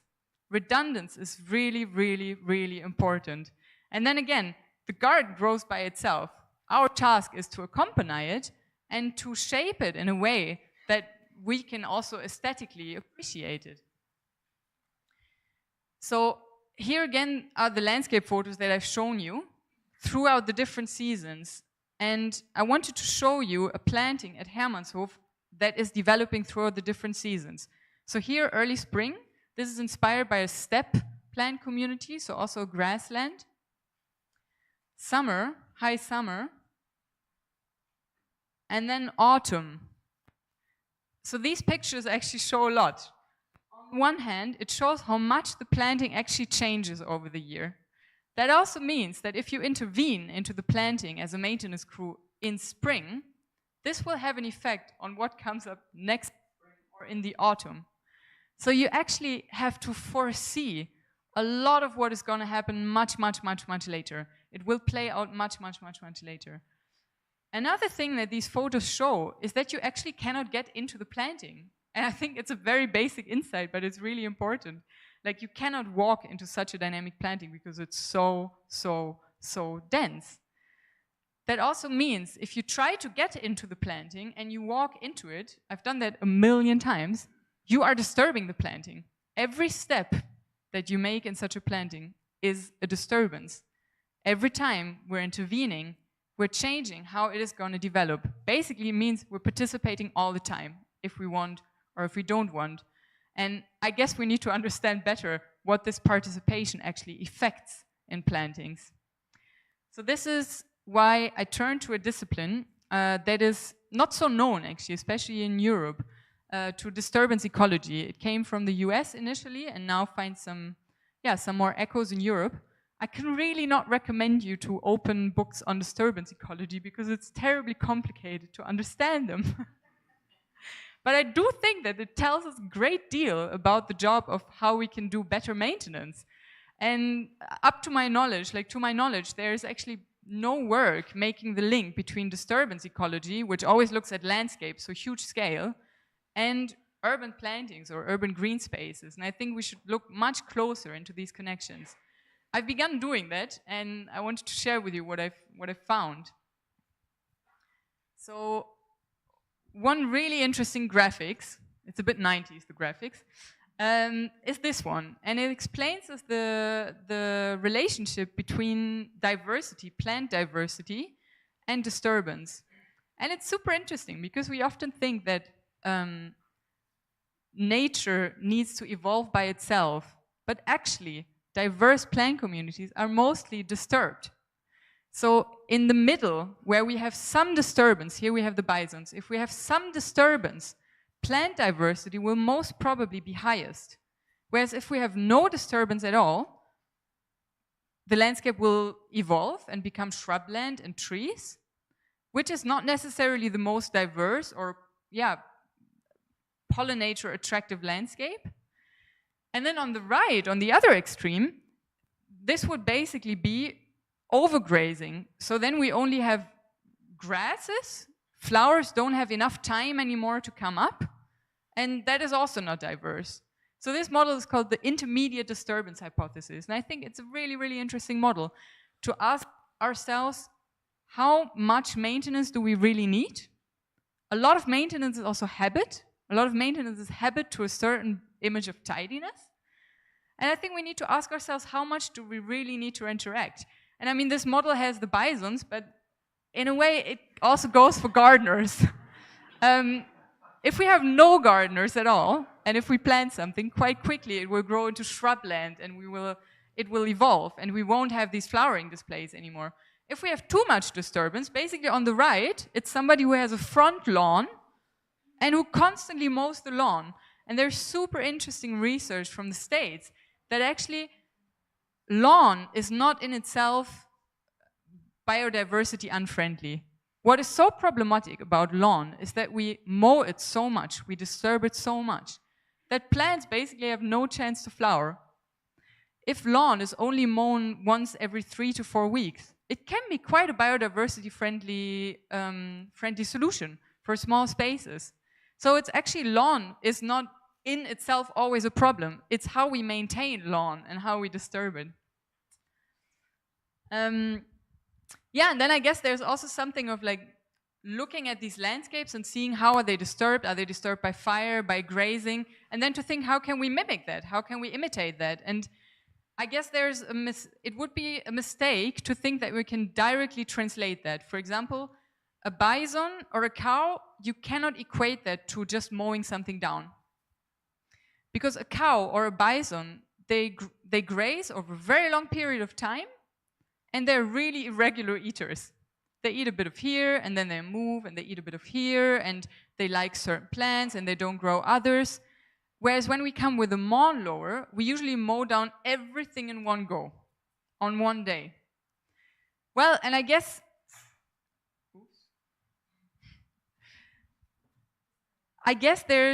there's such a tendency to find maintenance regimes that do everything in one go.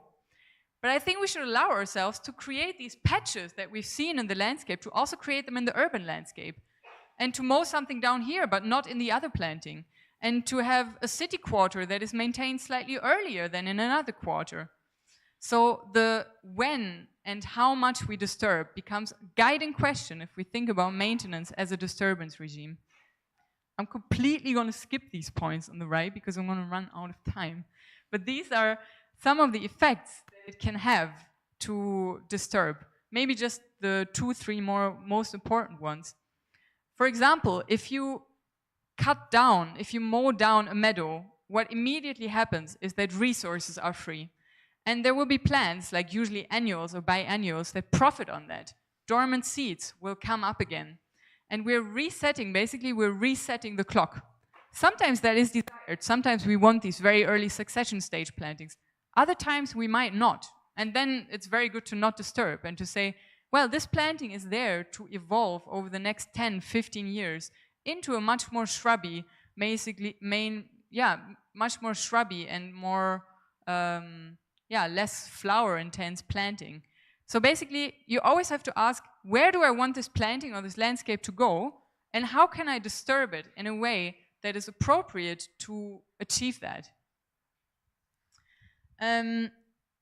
Now I wanted to show you this picture again from the landscape park Duisburg Nord, because this meadow, which is a bit like, it's a plant community that has grown on a former railway track, and it's growing in anthropogenic substrates. These are substrates that are left over from the industrial activity, and the landscape park Duisburg Nord very much functions in a model of interrupting succession strategically. So they are doing that. They're maintaining this landscape park 180 hectare by creating disturbance regimes. And the way that they do it, because there is no nature in Duisburg, you've seen the picture of this like black and white picture, they think, what does this plant community resemble? What is it similar to? And what is the disturbance regime that fits to that? So this meadow, for example, once a year it is cut down. And honestly, in public space, once a year this might be what we get. Once a year this meadow is cut down. And then every 2 years, these shrubs, there's a poplar growing in the background, they are taken out with their roots. Because the aim of this part of the landscape park is to keep this very ruderal, early stage vegetation. There are other parts in the landscape park that are much more shrubland, and then disturbance is much, much less common. Maybe an intervention is only necessary in every 4 years. Well, now you have to know this is all spontaneous vegetation, so you have to maintain it much less than when you plant something. Yeah, and then I guess a point that I wanted to make is that gardening is habitually also a craft of control and of having a certain idea of how we introduce something and how we hope that it plays out. And I guess if we speak about introducing dynamic plantings, we have to allow for a certain development that just comes spontaneously. And it's actually also quite beautiful because we get surprised. We get surprised by how plantings develop, what comes up. And I think Claudia said it this morning. We introduce plants, but other plants will arrive, and we need to take them into account. So rather than thinking, how will this planting exactly look like that I've introduced in 15 years? We should think every 2 years, how is the planting now, and how can I accompany it into the next stage? And this thinking is much more thinking about complexity, about development, about unforeseen development, and about, also participating rather than controlling a plant community. And here's a plant community that has developed over 15 years, or I think, 15 years. And it is quite chaotic by now, but it still has many beautiful flowering aspects in the year. And I guess in the city center, like in the really core of the urban center, we can afford to have some high maintenance plantings. But there might be many other spaces in the city where we cannot afford that actually, where we need to live with the fact that some plantings will be less controlled, some plantings will be more a mix of what we once intended and what then happened. And with these disturbance events arriving, floods, fires, and so on and so forth, this is anywhere, I think, this is a little bit the only way to go, to accept that things are changing unforeseeably and that we need to deal with that. So I want to come back to this main point that having shown you all of these images, maintenance actually requires creativity, a lot of ecological literacy. And that means, if we now look more into the profession, it means that maintenance needs to be taught and paid completely differently as it is now. And this is a really, really important point. I've gone myself through the training as a landscape technician in France. So I've done the training that like everybody who does public green space maintenance does. And I can promise you that I can now repair the motor of a chainsaw, or concrete a road. But if I had only done this training, I wouldn't know much about plants, and I would know nothing about plant communities. And that won't cut the edge anymore. A training that educates people to work with heavy machinery is not enough to work with dynamic plant communities. Ecology has to play a much bigger role, and a specific ecology of how do we accompany, how do we participate. Yeah, and then obviously there's the question of pay and working conditions. And I find it quite interesting that many municipalities struggle so much to find young people that want to take up maintenance jobs. And to be honest, the working conditions are also really bad. I mean, who wants to run around with a lawnmower the whole day? Or with a strimmer that makes a lot of noise? So I think like reinventing this profession is not only so that the plantings become beautiful, it's also to create decent jobs and to create jobs that young people actually want to take up, that are creative, and then where maybe people who studied at a university, like Nigel was saying in the discussion, where people who studied at a university afterwards say, you know, I'm going to work in maintenance because I love to be outside and I love to work with plant communities, and I don't want to sit in front of a computer screen, in front of an office. So I feel there's a lot to do. I'm glad that there are some political decision makers here, but there's a lot to do of rethinking this profession. I wanted to show you a little bit how I work with it, because this is part of my work. I work with municipalities of restructuring the way that they integrate maintenance into their landscape design. And traditionally the process is like this. So you have the ecologists who make studies. I'm going to exaggerate a bit, but they make studies and then they create these work reports. I mean, you probably all already had a work report in your hand, like a 100-page document with a lot of like unreadable figures.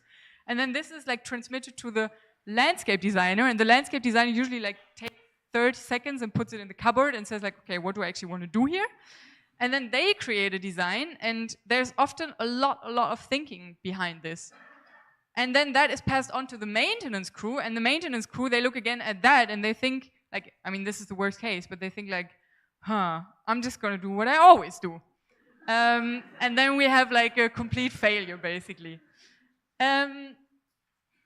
This triad to detach how we're planning from how we're actually executing something and making something, this is going back to actually an industrial way of thinking. This way of organizing work has been invented during the industrialization. Basically, it was Ford, who made cars in the US, who invented this way of working. That like there are some managers and some designers and planners who think out things, and then there are the hands who need to know nothing. They need to understand nothing. They're just doing. They're just executing what is told to them. So I guess the point that I want to make is that if we want to have an ecological approach to planting, we don't only need to think about the plantings. We need to think about how do we ecologically organize our city departments in a way that this work becomes more connected and organic again. So when I work with municipalities, I'm trying to bring these teams together again. I'm trying to just introduce them to each other, which is often already something, because often people work in the same city for like 10 years and they actually don't know who they are. It's a bit like, okay, you were the person sending me all these files. Okay, good to have a face to that. And And I guess this is a funny kind of work. It's like between being a designer, but also thinking about how is our design organized? How do we organize how designs come into being, and how do we bring them into action? I'm currently working on a garden in this plateau that I showed you, and it's a disturbance-inspired garden. I'm going to skip to another slide. So in this case, we've been working for round about a year in this landscape, first trying to understand what are the dynamics at play, who are the people who work in this landscape, and then usually designs are quite a private and intimate thing, like they stay with the designer, and we thought, what if we actually exhibit the designs? What if we actually make a public exhibition and we invite the people who live in this landscape, who maintain this landscape, the ecologists, what if we invite them into this exhibition and let them partake in this process? And these are actually the people that are partaking in this process. So on the left you have ecologists and botanists. In the middle you have the inhabitants who are going to live around that garden. And on the right you have the maintenance crews. And during this exhibition, and they actually met, we made them meet. And with each of these groups we actually also went out into the landscape and we studied the flora, the disturbance regime, and yeah, we try to reconnect what happens in the landscape with what might happen in the urban center. And I know this is a terrible graphic representation with these waves, but what I actually wanted to show is how I understand my job. And I understand my job very much as a weaver. I feel like I'm weaving relationships between different professions, between people and plants, between plants, but mostly also to bring people, and these are the people who are actually doing our gardens, to bring people back together and to stop thinking in different boxes of professions. And yeah, I hope that at some point through weaving constantly that we might come to a sort of hybrid profession where designing and maintaining are not anymore two different things, one taught at a university and well paid and the other one not taught at all and badly paid, but where people might spend some time designing and some time maintaining. And I guess that's also something that I could imagine for myself when I think about what a good job would look like. And I think maybe other young people think similarly and also don't want to have this decision between either being the satellite designer just flying in and designing things or being the person stuck with a lawnmower. This is actually also my last slide, and I thought it would be quite beautiful to end on the portrait of the people who are actually maintaining our gardens and our landscapes. Yeah, so thank you.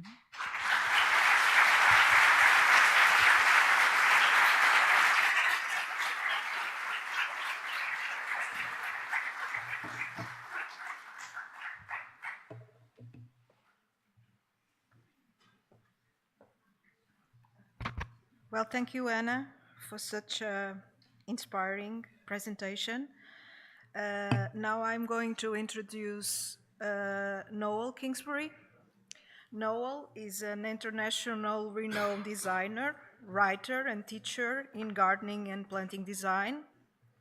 Noel's work, including his pioneering New Perennial Garden, has had a major influence on naturalistic planting. With a PhD in the long-term performance of perennials, he has published around 25 books and continues to share his insights through global education initiatives, including Garden Masterclass. He is currently making an experimental low irrigation garden in central Portugal. So welcome, Noel. Boa tarde. Obrigado pelo convite. I've been living in Portugal for 5 years and making a garden, which of course makes me an expert, doesn't it? It's been 5 years of a massive learning curve, and it's very much from that learning curve that I want to share my thoughts today. I really want to focus on the native Mediterranean vegetation we have and some of the practical issues we face in using that in urban environments. I want to look a little bit at public perception. I want to share some thoughts about the use of annuals. I want us to look at some natural reference models. I want us to consider the danger of fire. And finally, I want us to focus on that group of plants, that very vague and ill-defined group of plants, the subshrubs, which make up so much of the vegetation of this region and with which we have to engage if we want to make plantings in urban areas that effectively use that native vegetation. First of all, cultural attitudes to natural landscapes very much colour public perceptions of any planting that is naturalistic or wild. And I cannot help but feel that there is a definite difference in how people in southern Europe appreciate or fail to appreciate wild vegetation and natural landscapes compared to northern or central or eastern Europe. It's very difficult to put your finger on it. There are cultural sensitivities here. I've never seen any research, but I very much get the feeling that there are often negative attitudes towards natural vegetation, which of course is very much getting in the way of using that vegetation in designed landscapes. There are big issues about what are perceived as appropriate in urban landscapes. Deeply held cultural attitudes about what is a civilized plant and what is a wild plant, about the familiarity of certain species that have been used for a very long time. You know, we are up against a set of cultural attitudes. But of course, attitudes can change. And the fact that we have so many people here today and so many younger people, I think, is a sign of that. And in my working life in horticulture and landscape, which goes back about 30-odd years, I have seen a lot of changes in both Britain and in the United States towards naturalistic vegetation in designed landscapes. The way, for example, that Piet Oudolf and some Dutch photographers completely changed our attitude towards seed heads and leaving dead herbaceous material standing over the winter, as opposed to cutting it all down and tidying it all up on the 1st of October every year. Attitudes do change, and I'm sure as appreciation of nature and appreciation of how much we need to preserve nature, I'm sure will help feed into changing attitudes. I just want to start briefly with trees. Trees for shade in a climate change environment are incredibly important. And yet the number of tree species native to the region is actually quite low. And particularly large heat-tolerant, shade-giving trees that we do not have much to choose from. So I would suggest we probably do start to need looking beyond the region towards a climate change future where we're needing to look at perhaps slightly warmer climate trees that do have a good track record in casting shade. And this relatively small number of tree species is one of those sort of outcomes of evolutionary and geological history. So traditional Mediterranean zone gardens have tended to focus, of course, very much on treating plants as sculptural objects. Maintenance here, as we've been agreeing today, is very much about keeping things looking exactly the same. And many of us want to move on beyond this.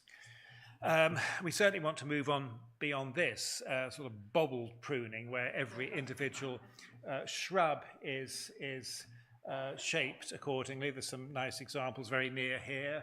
I could have shown you worse examples, but I didn't want to offend anyone too much. So again, coming back to that issue of maintenance versus management.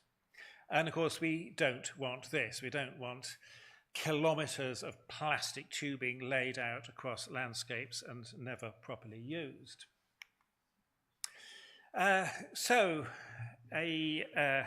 This is actually my garden near Oliveira do Hospital. It's nice and green and flowery, and who can not like this. It may be very different to what is conventionally conceived of as good planting, but you know, people will generally respond positively to this.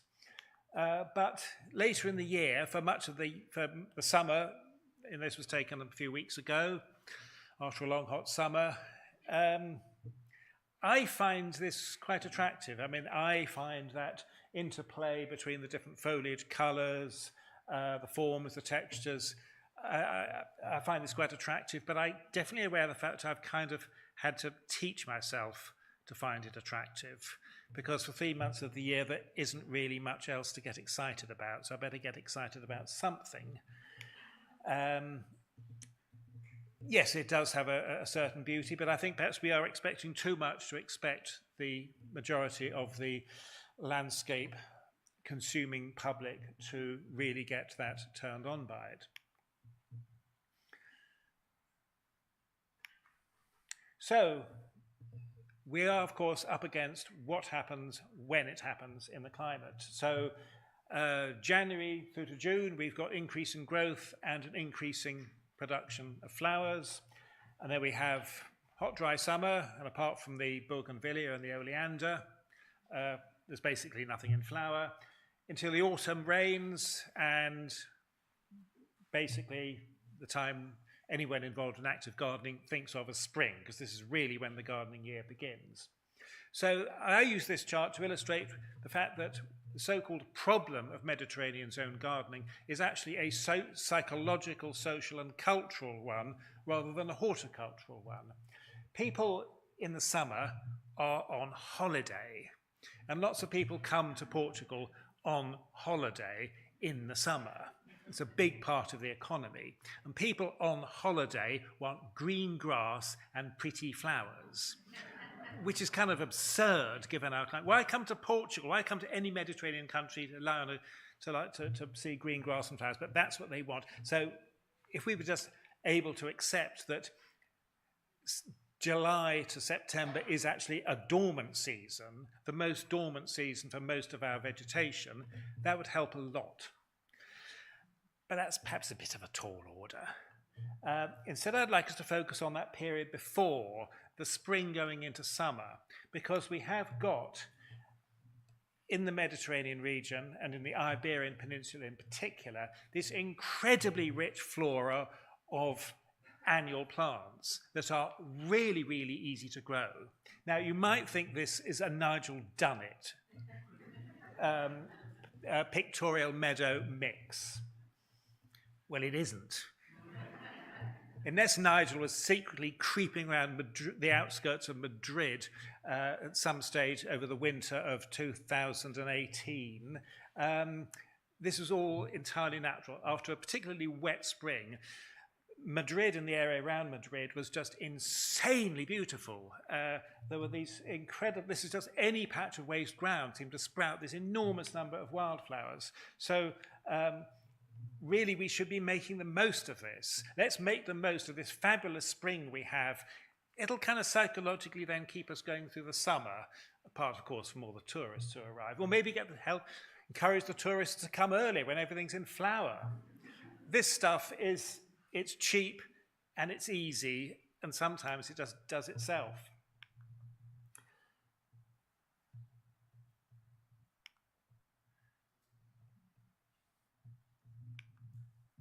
And of course, this is a Nigel Dunnett.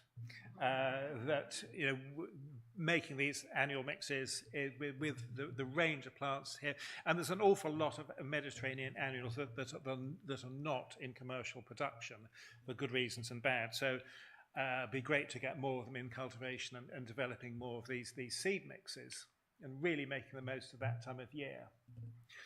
Now, design vegetation, naturalistic vegetation, it's always good to have some natural or semi-natural reference models.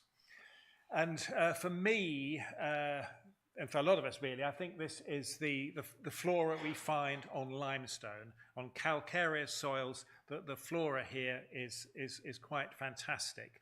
It's fantastically diverse. It also shows a really rich diversity of form and texture.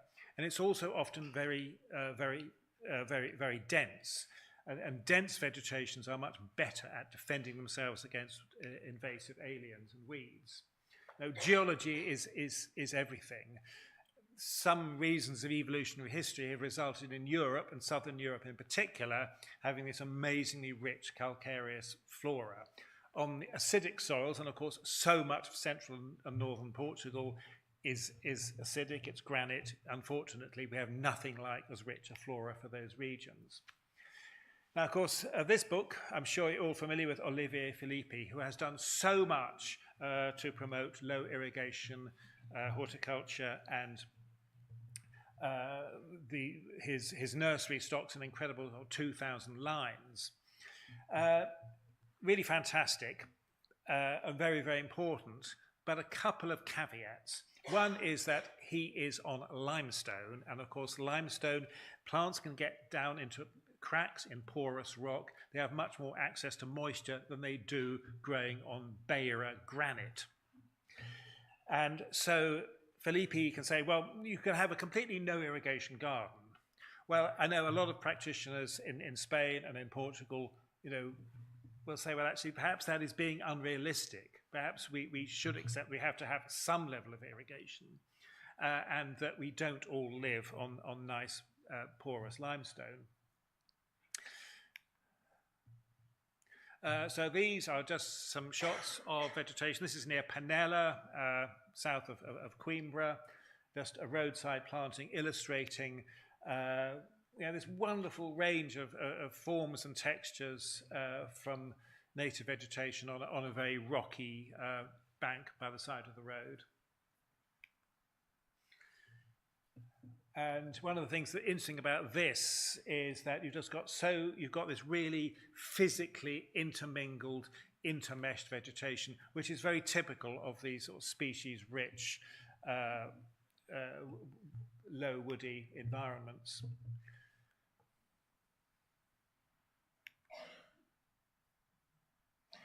That's actually in my garden.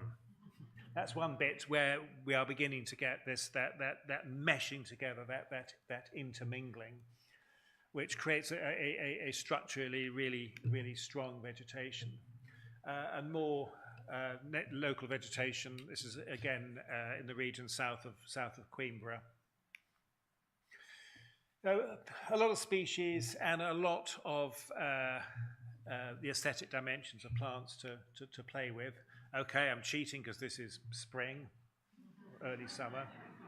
But nevertheless, those forms and those textures, I could show you these pictures in black and white, and in fact in workshops I often do, just to illustrate that the forms and textures do also look pretty good when things are not in flower. Now, fire, we all know very much that fire in Portugal is a really big problem. And in terms of planting, it's something that we do have to bear in mind. Whether fire is such an issue in urban areas is another matter, but nevertheless, again, we have an issue of public perception. People want to feel that they are in a low flammability, safe environment.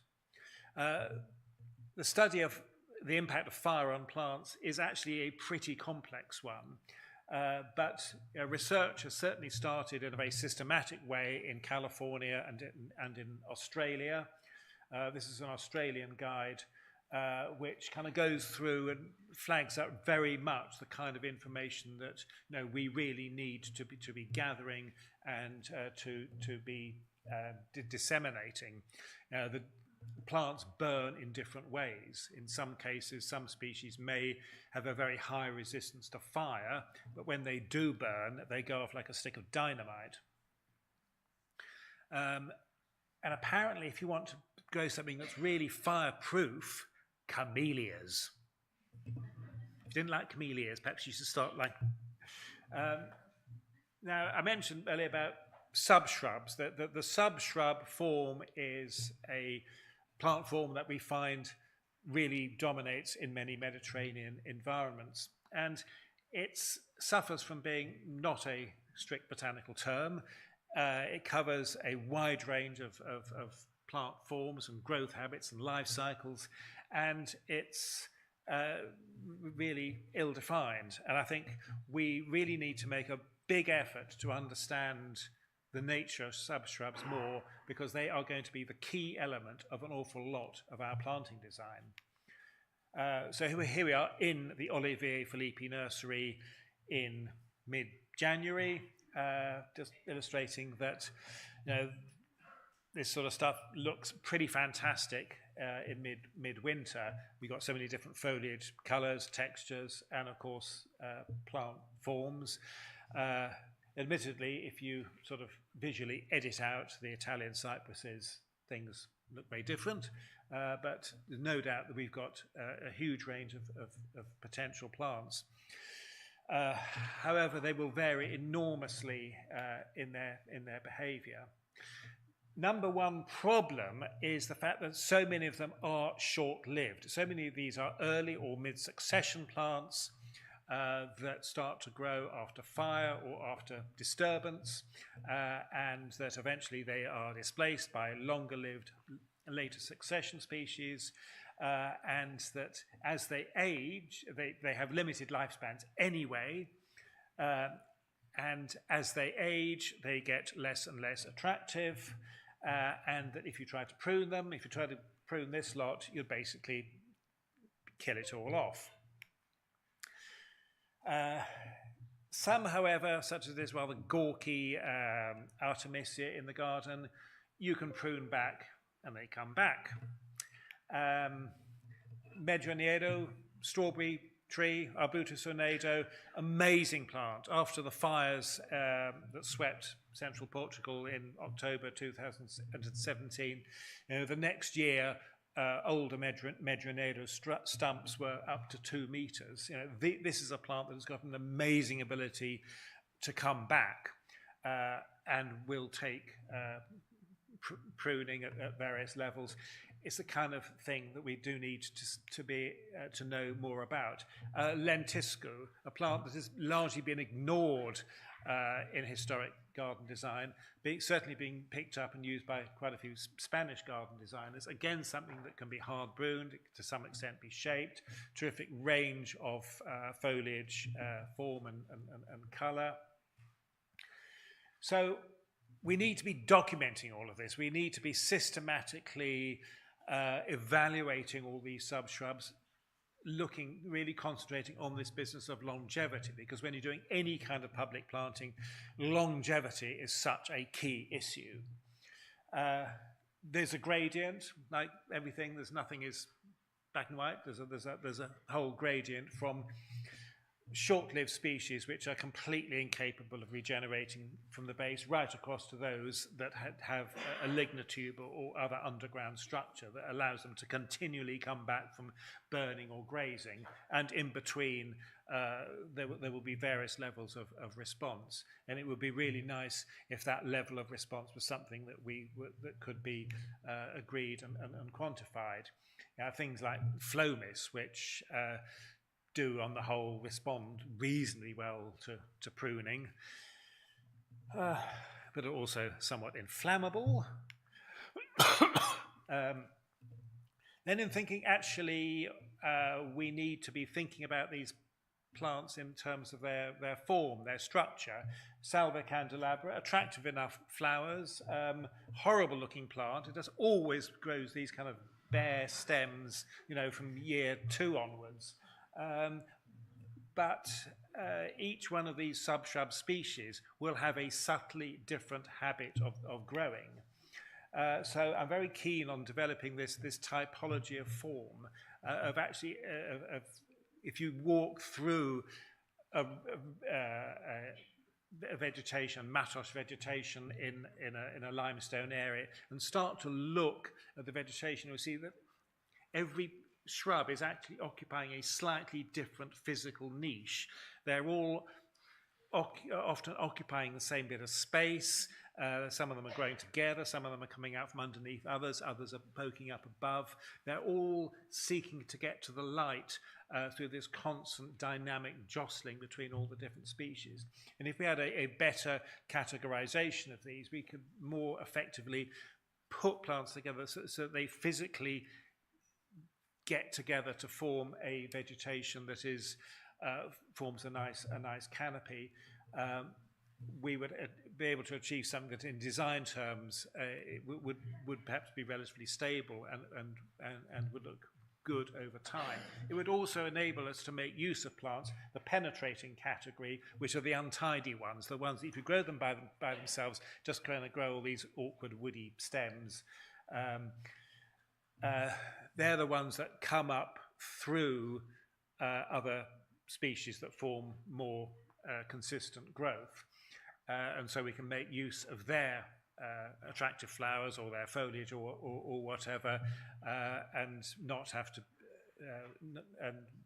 in a way that is a genuinely natural way of fitting these plants together.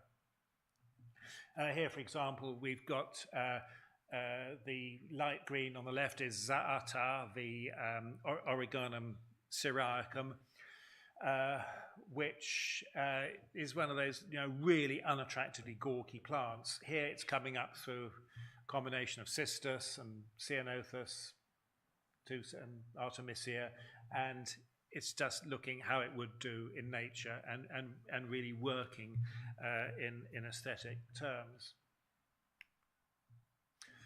So again, thinking about how we're putting plants together, the Olivier Philippi approach very much concentrates on subshrubs, sort of repetition of these hummocky forms, and could be assembled very much through the kind of typology of form I've just been discussing.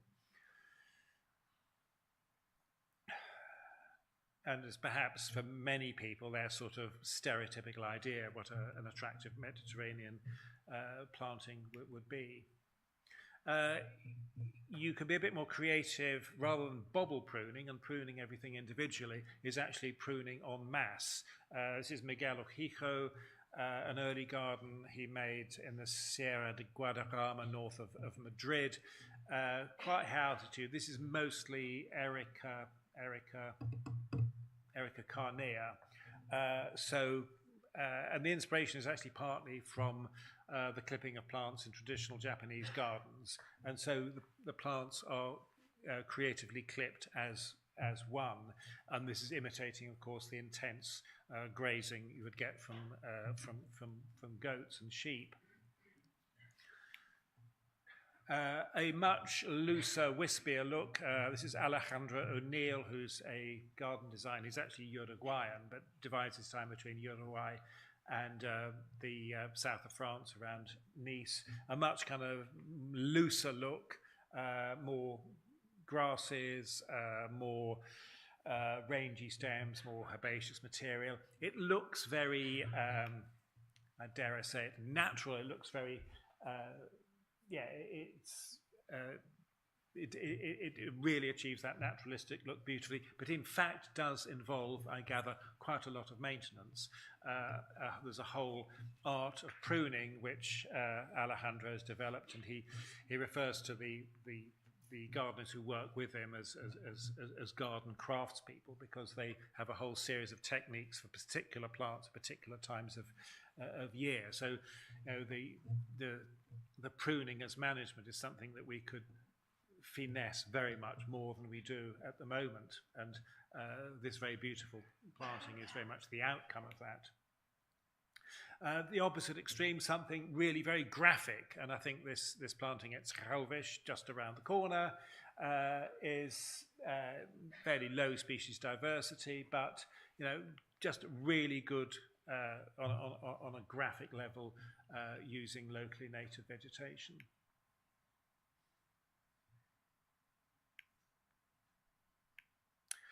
So we've got an awful lot to learn.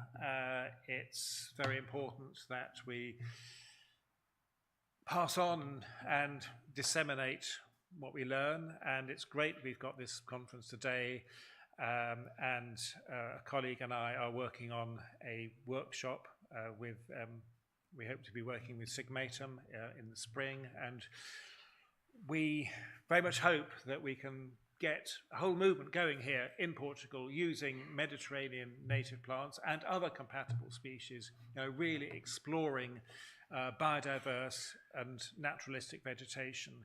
But as I said, it's a big learning curve, and we need to develop mechanisms and structures to share that knowledge, and that's something that I very much hope to be involved with over the next few years. Thank you. Obrigado.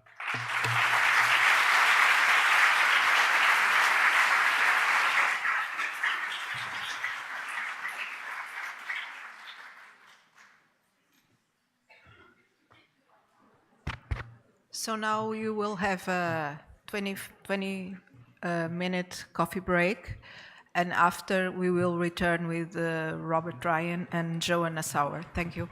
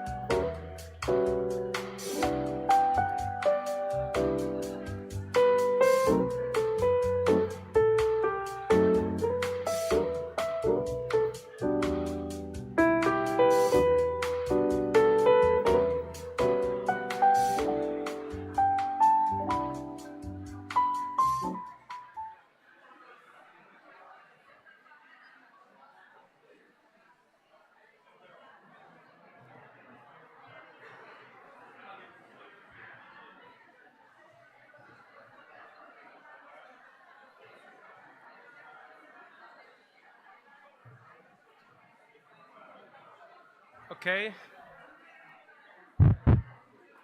Welcome back.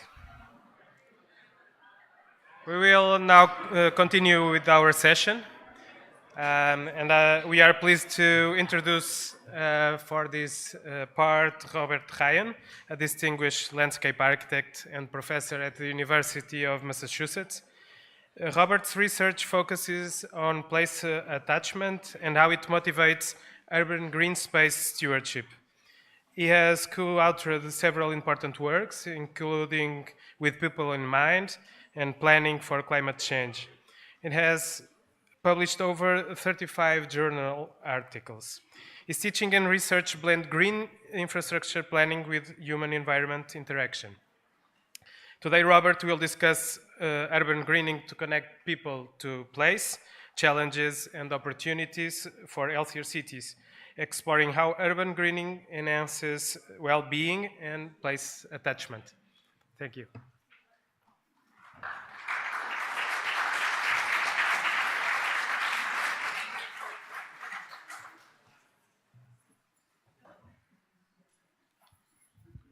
Thank you very much for this invitation to come speak here in Portugal. I came several years ago when your program was much earlier and younger, and I was much younger. And it's incredible to see the changes both in the students and in the city and in the country itself over that time. So I want to thank Claudia and Isabel so much for inviting me and for the rest of the organizing committee and for all some of my former students that are here that have come to visit the University of Massachusetts for their work and collaboration. So today I'm going to talk about something slightly different than what you've heard before, but it's very related.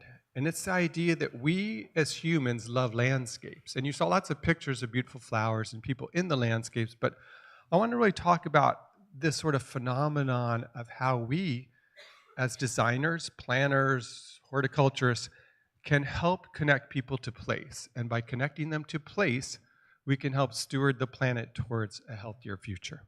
So I want to thank the university, my university, for some time, sabbatical time to be here, as well as funding to come here, and also to all my students who helped me along the way. So first of all, we've already heard a lot of sort of the benefits of urban greening. I'm sort of preaching, as you would say, to the choir, people that already believe in urban greening is something that's important, but we need to be versed in ways to talk to other people who may not be convinced this is the way to go in their city or in their neighborhood. In particular, I'm going to talk about some of the inequities. Not everyone has access to green space now, and there may not be plans for them to have it in the future either. So talking about green space and the inequities that are out there. And finally, to talk about some of the challenges we face in trying to implement these landscapes. And to argue that connection to place is one of the ways we can lead us towards building more green spaces there, and to talk about some future questions. So this is a picture from Cambridge, Massachusetts, which is near Boston, in the state where I work, which is really beloved green space. It's in lots of movies and places, but it is where the universities and the city come together along this riverfront. And so the city of Boston has really invested in green space change. So I forgot to put a before picture, but this green that is here is on top of a highway. And the city and the state spent billions of euros on putting that highway underground and building a park on top of it, because the highway cut off the city from its waterfront. And many people, including me in Western Massachusetts, were skeptical that all my tax dollars were going there when they weren't paving our roads. But in the end, it created this economic dynamo for Boston. It created a healthy landscape, right? This beautiful green space in the city. It connected the city to its waterfront, which is right there, but it actually spurred economic development, because all of a sudden, all those properties along the green space were much more valuable before they were next to busy, noisy highway. It also improved connections, transportation through the city. So it did a lot of things, and it provided sort of a new space for the city. So some of the new urban greening projects are huge at this scale, but most of what I'll talk about are small scale projects. So we've already talked about economic benefits, but also, as been already talked about today, climate change precipitates the need to green our cities in many different ways. So this idea of connection to place, the idea of how do people learn to love a place, and how do we go about doing that? So I think I could generally say people do love plants, people do love trees, and there's lots of research that some of my professors at University of Michigan taught and did research on that show that people do love plants and trees. They may be different plants and trees than their neighbors or than the ecologists like, but they do love that geranium or rose bush in their garden, right? They love the palm tree, they love the olive tree. And when you chop down a big tree, people get really upset usually, right? They usually get very upset about that because we almost see trees as inanimate, right? These objects that we love. So how do we look at that? And so I think of it's Spanish word, it's corazon, but I think it's corazao here. Places of the corazao, places of the heart. How do we as designers create those places? That's my goal for you to think about in the future. But I have to say that I've also worked a lot in urban greening, which I'll talk about. But not everyone likes all vegetation, and they don't always like it in front of their house or apartment building. Some people don't want you to plant trees in the street in front of their house or apartment. Now, their reasons may be very, I don't know, crazy to you, but where we live, people say, I don't want to rake the leaves when they fall. I'm worried when a storm comes, the tree's going to fall on my car. In tropical climates, they say, I'm worried about the rats and rodents that will live in those trees. And second, or I just want sun to garden in. Don't plant a tree here. So even though we need to plant trees to cool the city, not everyone wants you to do that. So how do we get at what the people want in the places that they will live? So actually I should go back to this slide. These are young people planting trees in Boston. Boston is a major city on the eastern coast, north of New York City, about 4 million people in the metro region. So maybe the size of Lisbon for population. But these young people are planting trees as teen volunteers. Some of them are being paid. It's like a youth program to find jobs for youth. But they're planting trees in neighborhoods that need trees. So a lot of the research I'll talk about is on this urban tree planting project. Many cities have the goal of planting more trees. In Boston, it was kind of modest. They wanted to plant 100,000 trees. In New York, it was 1 million trees. I don't know what the goal is for Porto, if there's even a goal of what that would be. But imagine, where would those trees go? And that's what the research was about. Where should we plant these trees?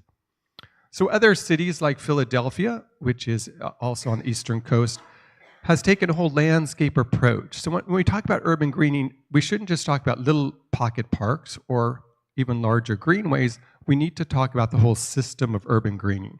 So this is imagining what Philadelphia could be like in the future, taking a landscape approach. So this is a planning publication from the American Planning Association that looks at green infrastructure. So green infrastructure is a term I use a lot to think about the many systems. So street trees are green infrastructure in my mind, so are stormwater channels.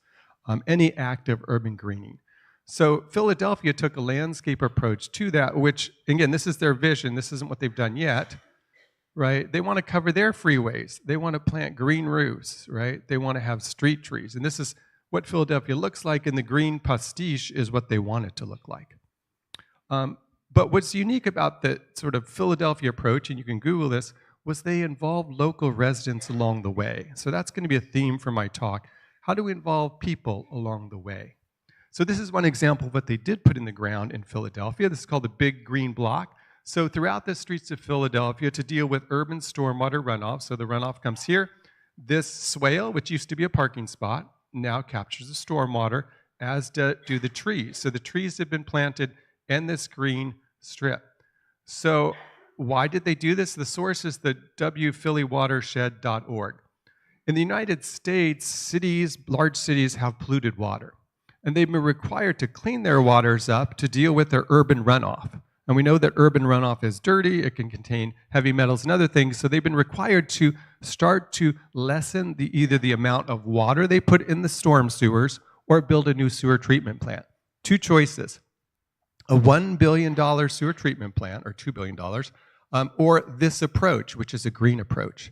This was one of the first cities our environmental agency let take a green approach as opposed to build a big sewer treatment plant. Boston built the big sewer treatment plant, right? They did that.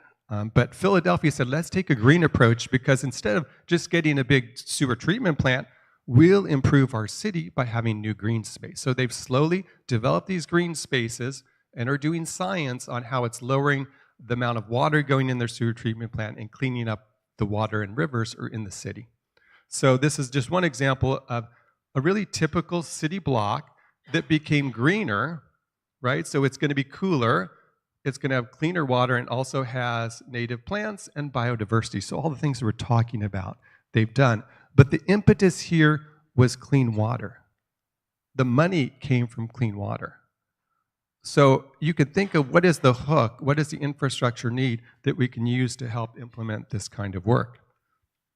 This is another example. Many of the schoolyards in the eastern US, in the cities rather than the suburbs, are very harsh, right? This is a schoolyard.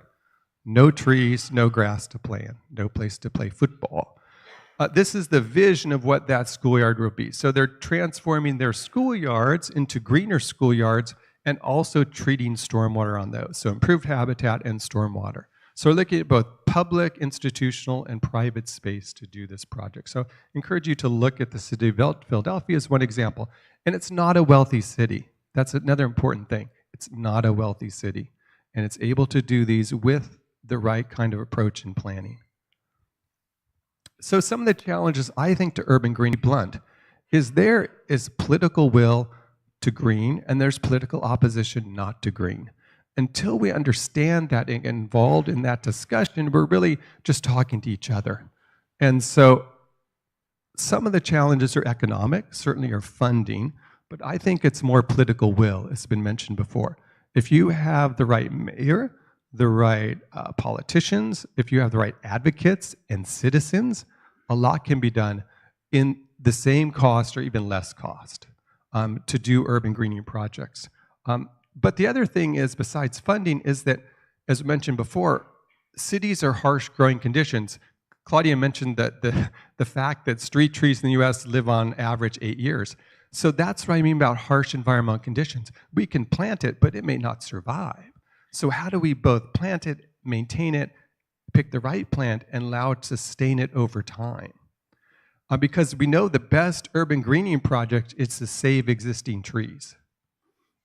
And many of our utility companies and other engineers and other folks in city government don't necessarily see it that way, right? A tree that exists and keeps growing is going to do more for climate change than a newly planted tree. So our first order of business is to protect the trees we have and to help them not decline because of the conditions we've created for them. So we know that there's climate change and stresses, there's drought and flooding that we're going to try to address with this. But I also think there's a lot of social, cultural norms we need to grapple with. A lot of the things that I say we're all experts in this room, we're all either have degrees or getting degrees, and we need to talk to everyone out there to think about what they want who don't have degrees in landscape architecture, horticulture, architecture, or urban planning. So the important thing here is that we think about what are the cultural values and norms of the people in the neighborhoods in which we plan. And we may come from the same country or the same city, but we may have different values about the landscapes we love and the way we want our city to look. And we need to understand those norms. And finally, we know the ongoing stewardship. This example here is from farmers protesting a greenway in Ireland. These farmers don't want the greenway to happen in their countryside. Why not? I don't know, but they're opposed to it and they're marching on their capital against it. So we need to know who's in favor and who's against it and why. The other thing about urban greening opposition is that we need to learn from them first, because education will only go so far. You really need to look at what are the values people have now, and also how will we sustain these urban greening projects over time. And I haven't really heard anything here yet about having the citizens either build, plant, and maintain the landscapes we're creating. And a lot of what we do in the United States is actually have to rely on that. I mean, we're a wealthy country, but we don't spend our money on urban greening, I can tell you that. And so what we say is that, hey, let's get some neighborhoods together and let's plant some trees. And why don't you all help us maintain those trees over time? So it's not only planting the tree, we want you to help maintain it because our city government doesn't have money to maintain that tree. Or the prairie we planted in front of your library, we want you to help maintain that. And in the US, we do have a culture of doing that. We have a huge culture of volunteering and working together on these kind of projects. But people I've talked to in Portugal and other countries say this really isn't the way we do things in our country. We expect the government, municipalities to maintain that landscape. So some of what I'll talk about will sound a little odd or crazy, but imagine trying to put it in your context at least a little bit. That you have lots of people in your country, the things they care about and they maintain are the things that are going to last through generations. So how do we get them to care about this, or what do they care about now? So we're going to go to this idea of place attachment. And this is a research term, it's from environmental psychology, but it's basically an emotional connection to place. It's pretty simple, right? I love my wife, I love my dog, I love my kids, I love my garden. I gotta tell you, I love my garden. And I love places I've been and lived. I grew up in Southern California, so when I come to Portugal, a little of it feels like home. I see the same Mediterranean plants and the landscape. Even the ocean looks the same color here. My wife came here for the first time yesterday. She's like, wow, this beach looks like Southern California. I'm like, yeah, it does. Look, there's even surfers. I mean, it feels so much like home. And the color of the native landscape, this sort of dusty grays that we were talking about before, to me that, again, looks like home. That's the native landscape, the grays, the olive greens. It's not the bright greens, right? It's the olive Mediterranean green landscape, especially as you move south in Portugal and south in California. But people move to landscapes and expect them to look a certain way, right? You have international designers come here and want the landscape to look a certain way, or you study a landscape in England or Germany and say, that looks great, or New York City, let's bring it here. So trying to think about what is the landscape of Portugal and Porto, and what is that future landscape, as many people have talked about here today.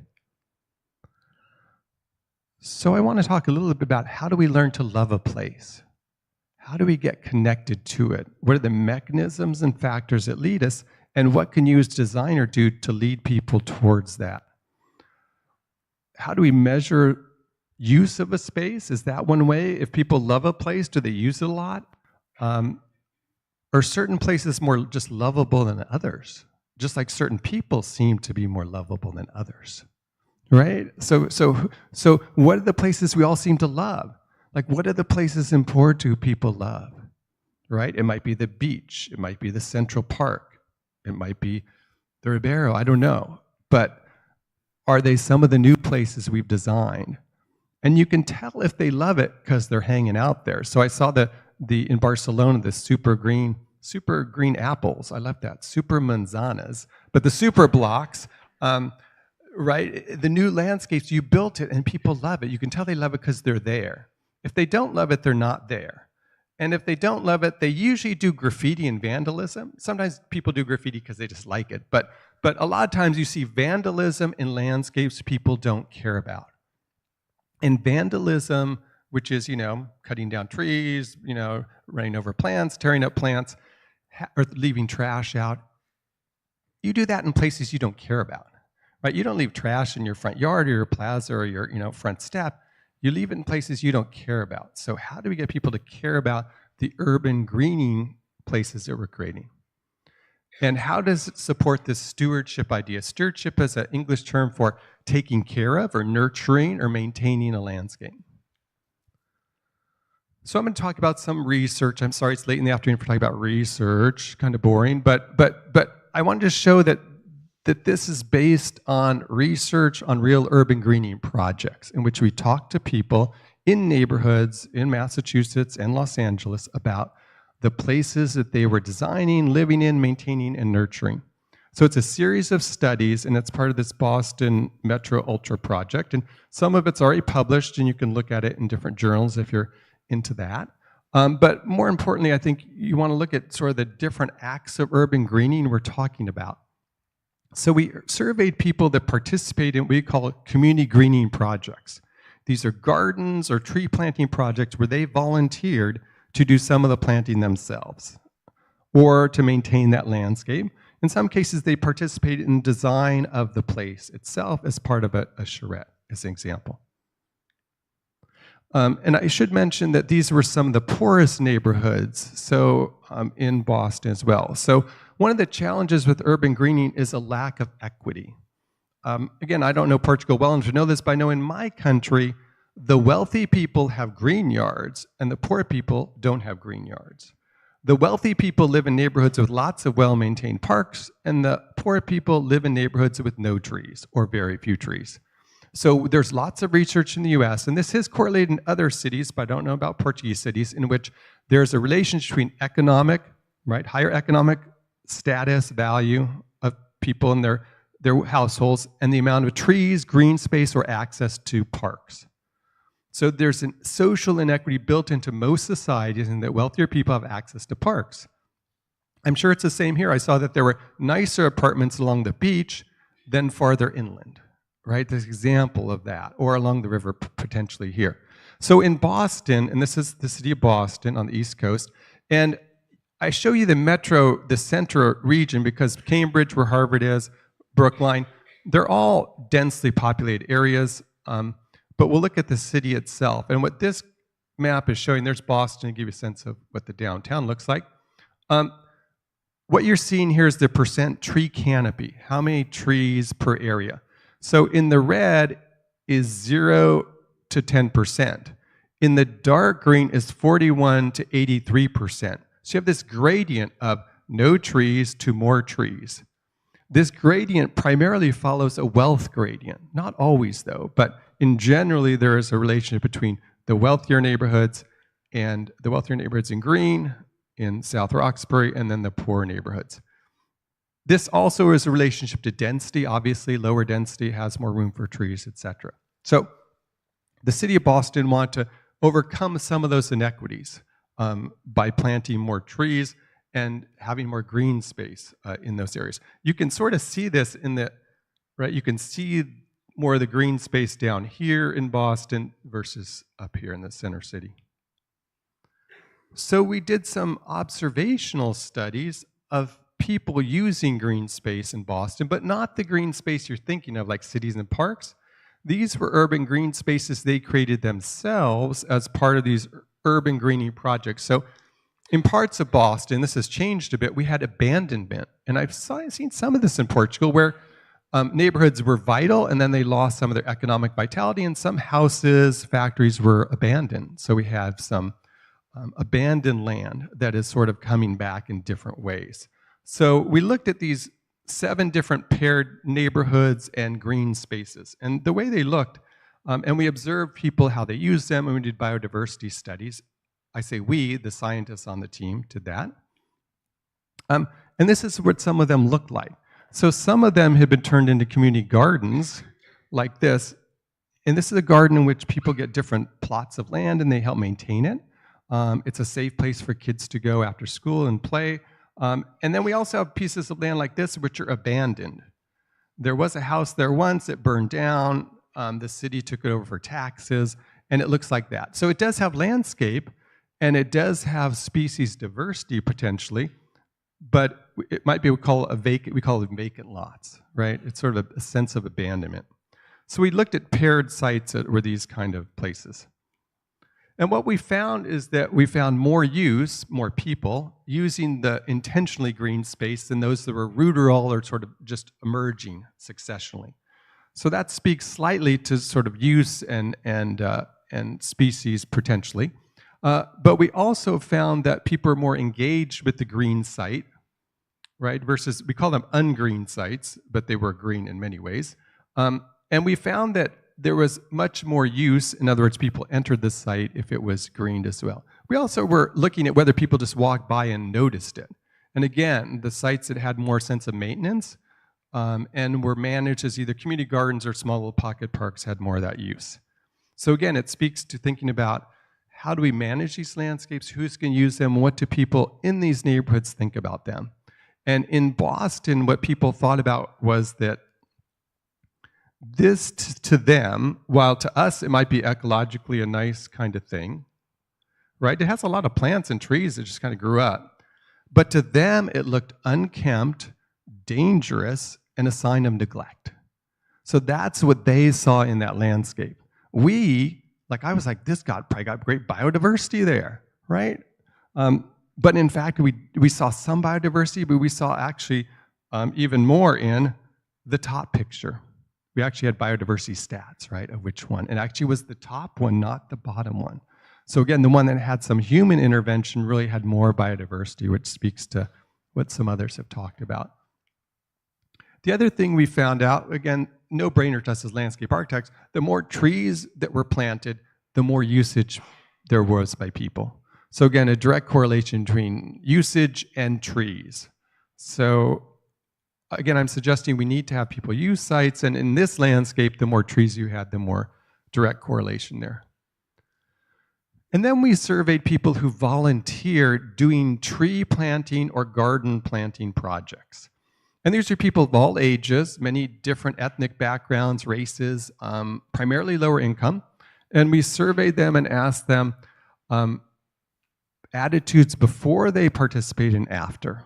And so some of the things we found of people that participate in these kind of planting projects was that after they had participated, they were more socially and politically engaged as citizens. They were more likely to go to a community meeting, even if it was about a different topic. So that act of greening, so this is where the people are doing the greening, not us, not the public officials and hired staff, the people are doing the greening here. So when they're doing the greening of their neighborhood, they are becoming politically empowered by doing that. But also, which is really like my area, is they also increase their attachment to place. So sometimes increasing connection to place is by doing the act of gardening itself, or the act of planting, or creating landscape. So instead of thinking this is a bad thing, we're making people in their neighborhoods plant their own shrubs and trees, it actually connects you to place. Anyone who has a garden knows that you love your garden because you're part of that garden. You're planting things there, or if you have a farm or another landscape. So connecting people to place can involve them in active greening activity. And this isn't greening in their own yard, this is greening in some publicly or quasi-publicly owned space, either street trees or other activities. So these are just statistics before and after. 5's really high, 1's low. So not only do they have a sense of pride in their neighborhood, they consider the place they volunteered a favorite place, they have an attachment to trees and parks, and they like to show other people this landscape. Having a sense of pride or wanting to show someone a place is another example of a connection to it. So I'm just trying to give you some clues about, like, you don't have to ask people, what's your attachment to place? Like, that's really awkward. Even in English, that doesn't work. What places do you like to show other people? Where do you have fun? Where do you relax? Those are the questions you got to ask, really. So another thing we learned about is the stewards of the urban forest. So these are some young people planting trees in Boston. And they said that now I know how to confidently plant and prune and maintain my yard, or I water or prune the trees on my street. So they also learned about maintaining and managing that landscape. And that's an important thing because we don't have the funds in our country to maintain all that landscape. We don't have the number of people or the money to do it. It has to be people that are there, that are part of doing that activity.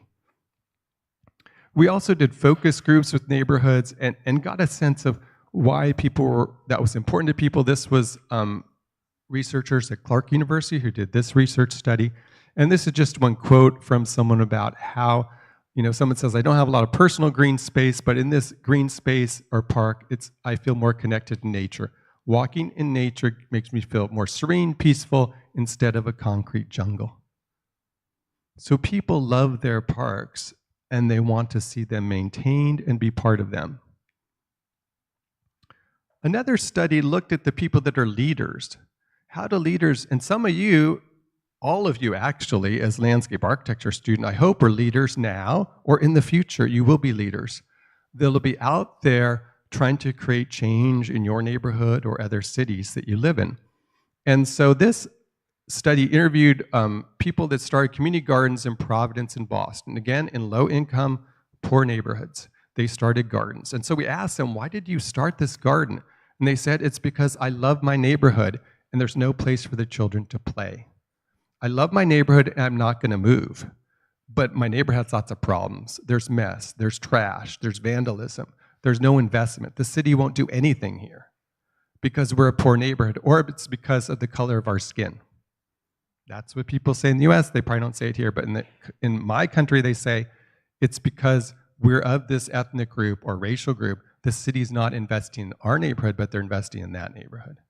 And so they began to develop parks and things, and they learned from one another about how to do that, and also how to get grants from foundations to build these parks and things.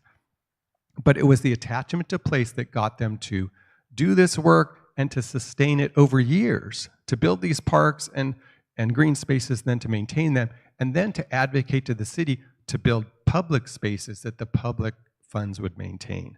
So this is only part of a larger progression of trying to make action in a neighborhood. And again, these are all publications you can look at if you want details. And this one, which is one of the more recent studies, looked at urban forests. And I should have showed some pictures, but Springfield's about the size of Coimbra, I think, for the city, about 200,000 people. But it has these pocket forests that are left over amongst the city in steep areas and other wet areas that lots of the people there don't even know exist. I didn't know they exist. I did this study. And some of the ornithologists, the bird people in my university, were studying birds. And they found that in these forest patches were some birds that you'd expect in wild kind of pristine nature reserves. But they were here in the city. And we wanted to look at who knew about these places, what they thought about them, and what they wanted the city to do and manage about them. And so we interviewed local residents, and then these are my bird folks. They're the bird folks. I walked through that forest with them, and they could identify every single bird by its song. We're there in spring, they're like, that's that, that's that. And all they had to do was listen, and they could tell me every bird. And again, they did, detailed urban tree surveys, and we did bird surveys, and we found incredible diversity of bird species in the middle of a city. Birds that you would expect in a national park or a state forest, some sort of out in the country place. But so these patches of urban green have a lot of biodiversity potential, but do people know about them? Do they care about them? Do they want to have access to them? So that's what this study was about. And interesting, we found that the places that had more use actually had more biodiversity. And that's not what the ecologists expected. They thought if we have more people there, it's going to be less biodiverse, the birds are going to get disturbed or whatever. But no, it was the places more people used that had more biodiversity.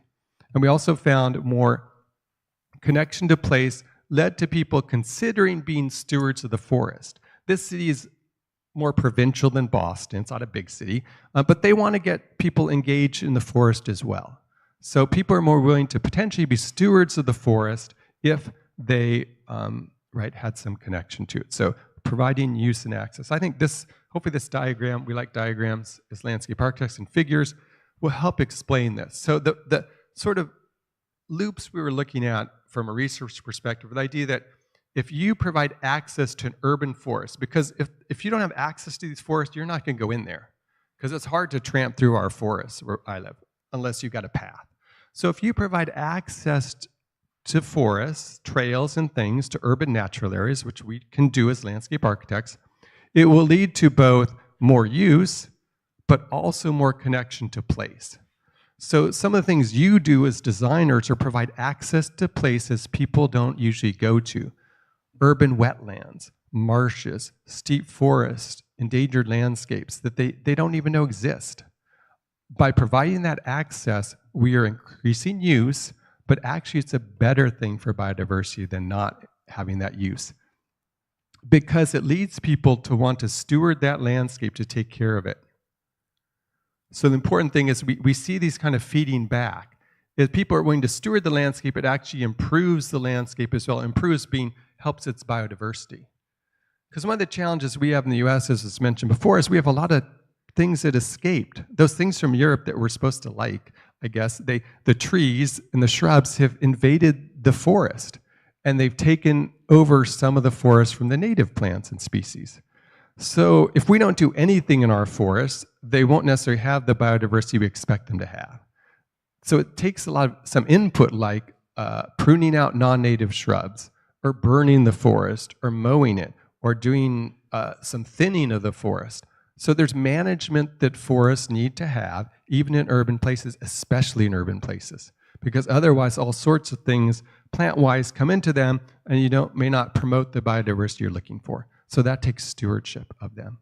The other thing we have in our urban area, especially here, is people dump trash in them, right? So if people don't like the forest, they're going to bring their car and dump trash. I mean like refrigerators and mattresses, not just little garbage. So that's a problem in this city, and it's a problem where there's less access, not more access. So we're trying to deal with some of that vandalism as well. So finally, a study from my hometown of Los Angeles, just to show that this translates across culture, because culture in Los Angeles is very different than the East Coast. So again, this looks a little more like Portugal. This is a view of a regional park south of Los Angeles near the airport. And we surveyed park users in this regional park system.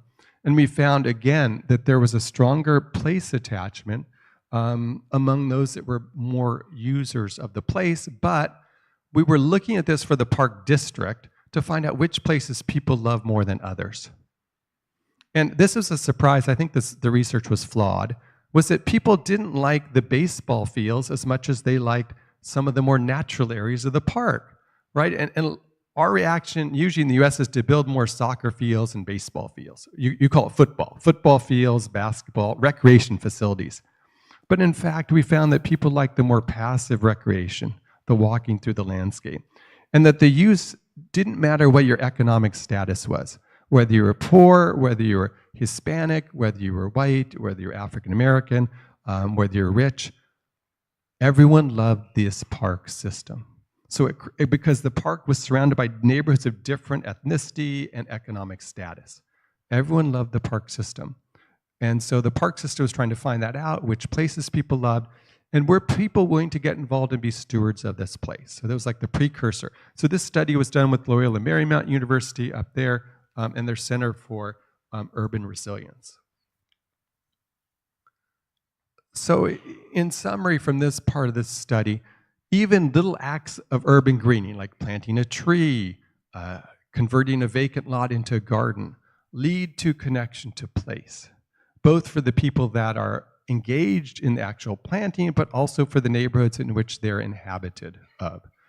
An increase in stewardship, I argue, is vital. Even here in Europe, where you seem to have a history of governments doing things, even here you've got fiscal crises, right? Left and right, we've got fiscal crises, right? Everywhere, we always seem to have those. And that means we have to figure out how to take the power of everyone to help maintain and manage urban green space. It also builds stewardship and activism. So if climate change is something we all agree is imminent and something to address, we need to help people organize and become activists. And become activists in the tools we know of. And the tools we know of are urban greening. So using it as a hook, which means a connection to making change. So it's one way to empower people. It could be they're very concerned about climate change, or maybe they're their apartment's too hot in the summer. Well, having your apartment too hot in the summer is a great reason to have a tree planted in front of your apartment building, right? People understand that directly. They could actually disagree that climate change is even happening, but they don't like a hot apartment because it's just too hot, right? So getting to people where they're at is really critical in this. Of course, design and aesthetics matter. It's not all about the social science, but I think we need to really think about the motivation behind people. I think I've got, I guess you're done. Wait, I think I have more slides. I thought I did. So what can you do as landscape architects? So first of all, I would say think about creating projects and taking on projects that are community initiated. I never work in a community unless they come to me at the university or consulting and say, we want to make some change. We want to do something. We want a quiet place for kids to play. We want a place to ride bikes. We're worried about noise or pollution. Because if I come to them with the idea, right, it's my idea, and it's not going to go very far. So look for community-initiated projects or partner with communities early on to plan those projects. And when you start to plan those projects or design them, you should understand what are the things people have connection to now. No site is empty. Even a parking lot has history. Some people love parking lots, right? Some people have connection. I could tell you, people have connection to where they park their car. And when you get rid of that parking space, they get really angry. Very, very, very angry. So you need to know, like, what's behind that? Is it convenience? Is it safety? Like, what is that? So you need to understand what are the attachments, connections that people have now to the landscape, to the place, to the history. It may be to the place, it may be to the kinds of plants, but you need to sort of get at that by talking to them. And you need to think about how I can foster attachment to place. And it's really about partnership with communities. So I'm going to talk about some strategies to do that. This is one example that we had in Boston doing some community participation. So I've worked on a new project, which this is my newest work. I presented at the American Society of Landscape Architects. It's about reimagining community participation in landscape architecture and planning. It's a website, and it takes best practices for community engagement throughout the design and planning process. And it looks at case studies and tools and techniques you can use in your projects now. And it takes examples that have been tried and tested by some of the largest firms in the country. So this is the web page. There's the URL, but you can just Google Reimagine Community Participation. But I want to talk about the framework a little bit. The URL is still down there. And some of the sort of techniques about engaging people are about creating environments that allow collaborative learning. The learning is not just about, right, I'm a landscape architect, I'm educated. It's about what can you learn from people about their place? What can they tell you about it? They can tell you about the plants and animals that live there. They can talk about the birds. They can tell you about if the place floods or not, because they've lived there for a long time. So it's about collaborative learning. It's about using information that's simple and easy to understand when dealing with the public or local citizens. It's a providing structure and organization participation activities. Now I could talk for an hour on this, so you could look at the webpage, but the idea that doing good participation takes planning, energy, and creativity. And it's not something you should just like launch into. Secondly, we need to value that local expertise, and by engaging people, not only are they teaching us about the place, we're teaching them about the place as well. We're teaching them about design, about landscape architecture, about possibilities.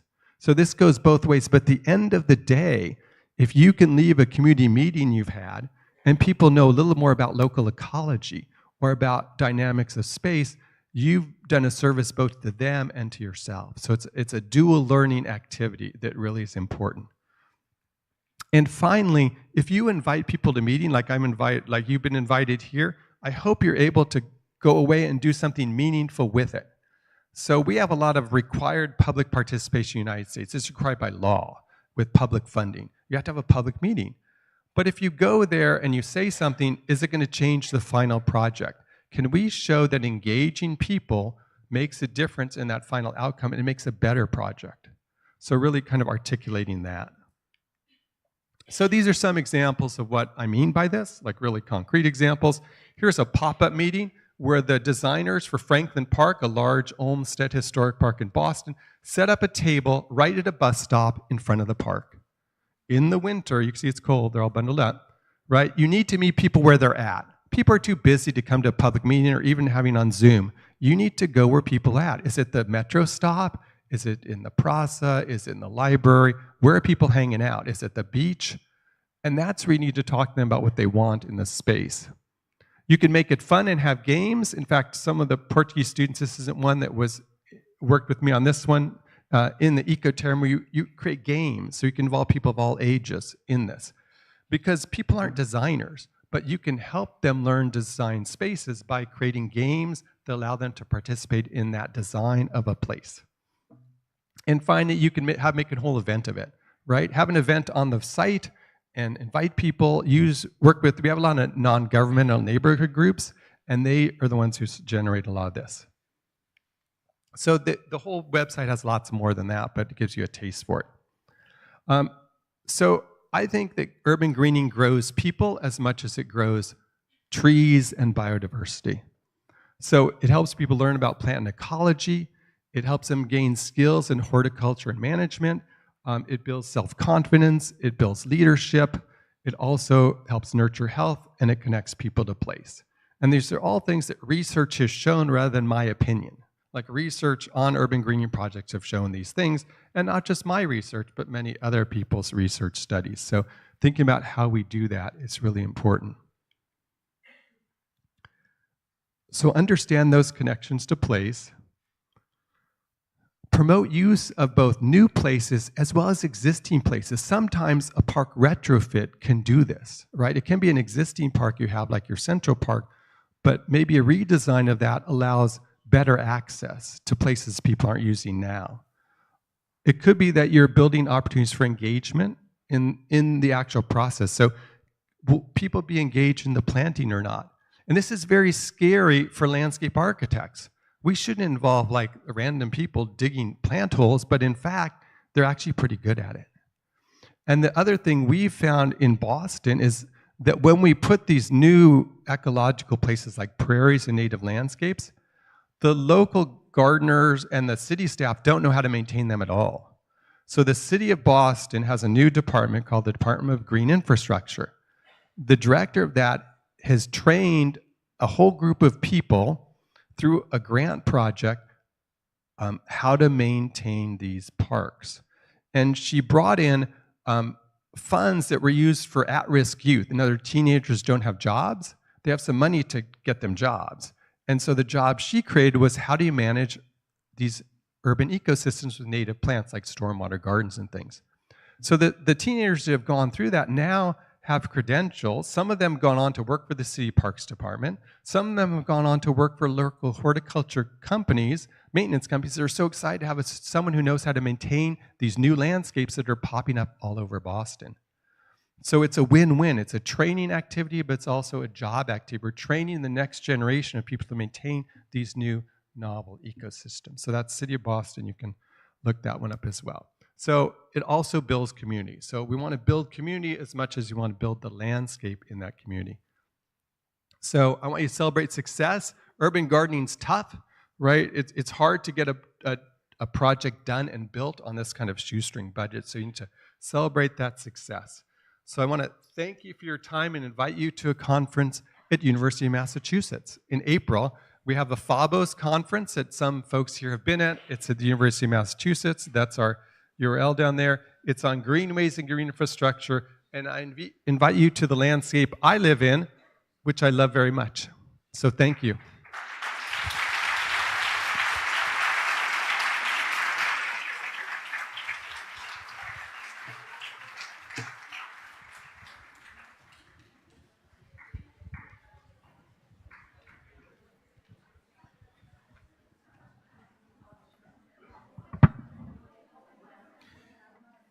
Thank you, Robert, for your insights on the connection of people and the the place through urban green spaces. So our next speaker is going to be online. I will introduce it. We are honored to welcome Joan as a pioneer landscape architect and professor. Yes, we have Joan Nassauer with us. Can you hear us? Okay, thank you. Joan is a pioneer landscape architect and professor at the University of Michigan.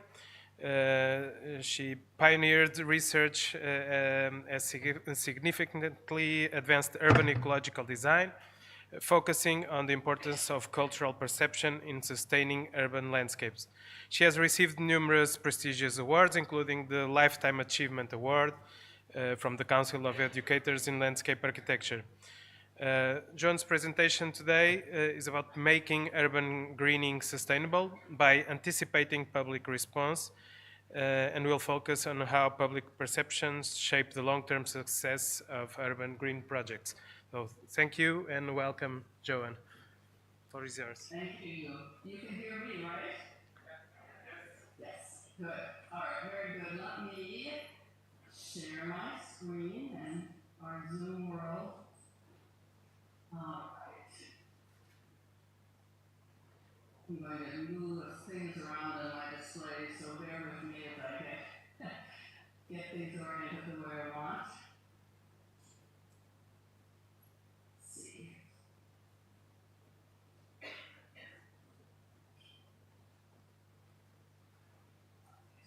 I think we're good now.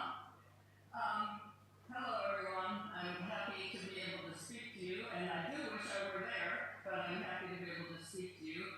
It's also a pleasure to be able to follow Robert. I think you'll feel like this, what I'm about to say is merely, I hope it's a conversation with all of you, but on some level it's a conversation with Robert. Yes, so this work is very complimentary.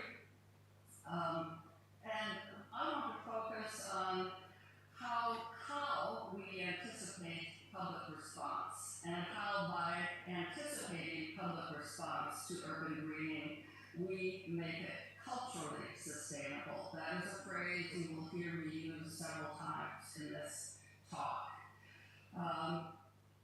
Something I want to point out, because I have this nice opportunity to follow Robert's talk, is that the work I'm going to show today focuses not on what makes biodiversity, though that's really important, or what makes ecosystem services, though that's really important. And also, it really doesn't focus on who does the greening, which I think was central to Robert's talk. Instead, I want you to consider that the product of urban greening, that is the way the landscape is experienced after it is greened, is a place for vernacular, everyday aesthetic experiences. That is a key word, aesthetic experiences. So we want to think about what is the landscape that's achieved as a product of urban greening, and how do the characteristics of that landscape perpetuate it so that the benefits can go on. The experience, this aesthetic experience of urban greening, is one of what we smell, what we hear very much. Robert talked about birdsong, and very much what we see. So when I talk about experience or perception, I'm talking about that full set of perceptual experiences. If you look at the images at the top of this slide, we can think about public response in spaces that we would characterize as the places where we reside, where we live. Going further to the left as interventions in places that have value as habitat inside the city. This is in Sheffield, UK. We can think, going further to the right, of how urban greening is requires action by people and what actions are elicited. We can think further to the right in Berlin about how, again, I'm going to use Robert's words here because these are very connected ideas, how people are attached to the trees that they become familiar with in their neighborhood. What we see here in the banners that were hung from the apartments in Berlin were people objecting to the removal of invasive species, but large trees in their neighborhood in Berlin. And last of all, we can anticipate public response to landscapes that either are agrarian, that is gardening spaces, or spaces that where we expect to see the landscape look tended, and we expect to see the imprint of the tending that occurs there. So the public values, and I'm going to use this phrase frequently, recognizable landscape care. Landscape care in and of itself as an activity is important. But when the caretaker is gone, and ultimately all of us as caretakers are gone, it is the landscape that continues. So the public values recognizable landscape care. And that looks different in different places. It looks different in the Luxembourg Gardens than it does in this redeveloped neighborhood on a former brownfield site in Cleveland, Ohio, than it does among these volunteer stewards in the lower left in Flint, Michigan. All of these places look different, but they all include these recognizable aspects, features of landscape care. And these features operate as a reassuring sign of the recurring presence of the caretaker or steward. Keyword there is recurring. The fact that these landscapes look tended is partly a product that we know that the landscape is dynamic and that consequently they look tended because people keep going back there to take care of them. That's reassuring to us. The public values recognizable landscape care as an everyday aesthetic experience. An everyday aesthetic experience. It doesn't have to be special places. It really must be everywhere that offers these aesthetic experiences in the landscape. And lastly, the public values recognizable landscape care as landscape features that connote care and that, as I emphasized at the start, vary with the cultural, social, and land use context. They are not the same everywhere. So urban greening is culturally sustainable when design employs recognizable cues to care.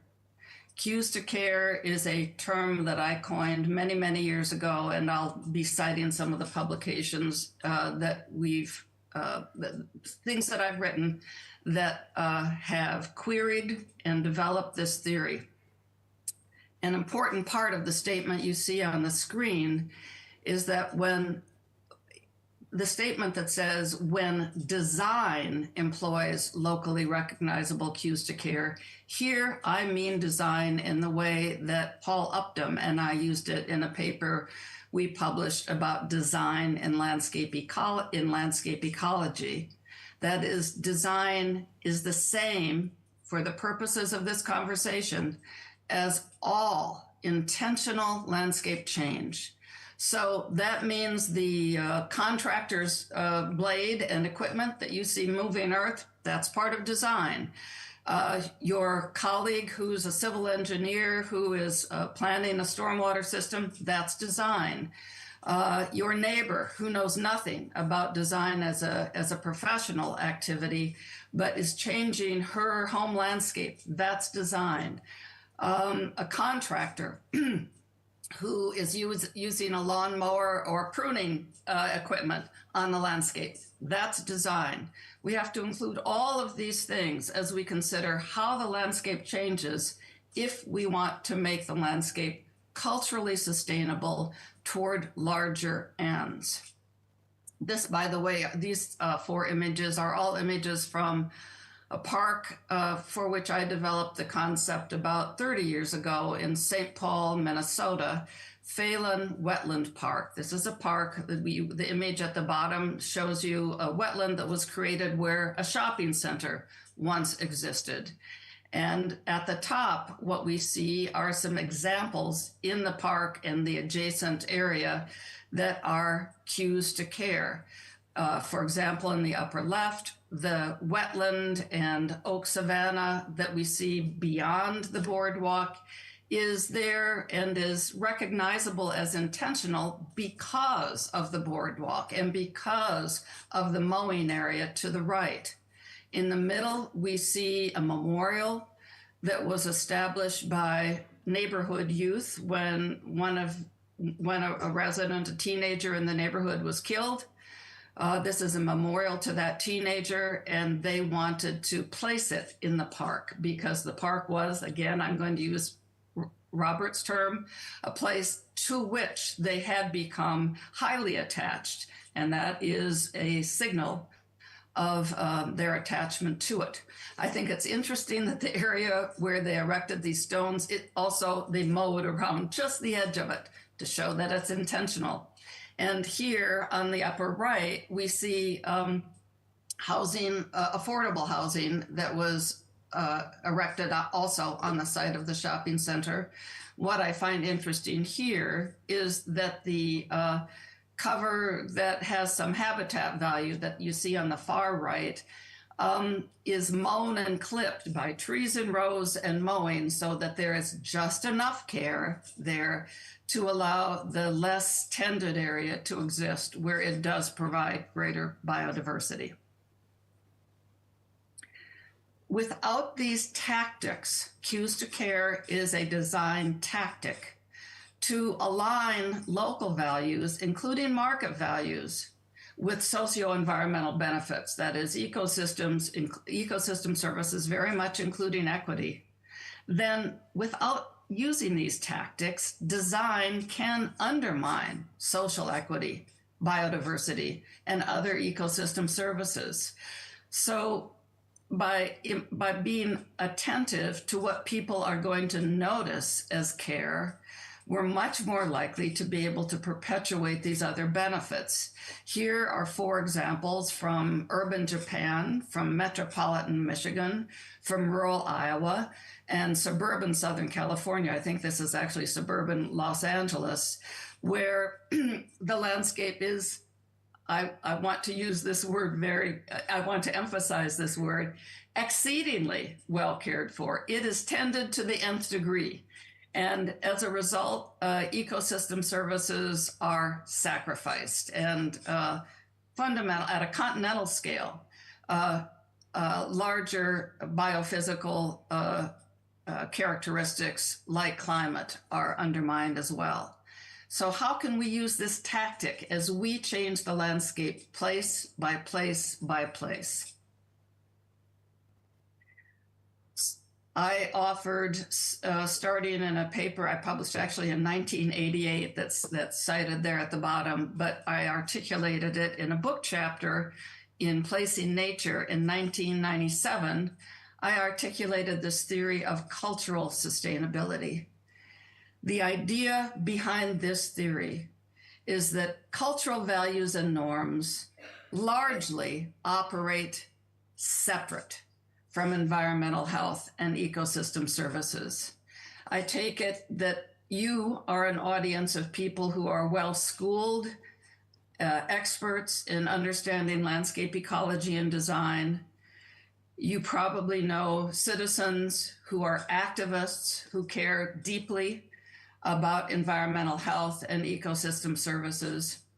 But let's be realistic and be empowered by our pragmatism in understanding, largely in the world we live in 2024, cultural values and norms for landscapes are detached from a deep and important knowledge of environmental health and ecosystem services.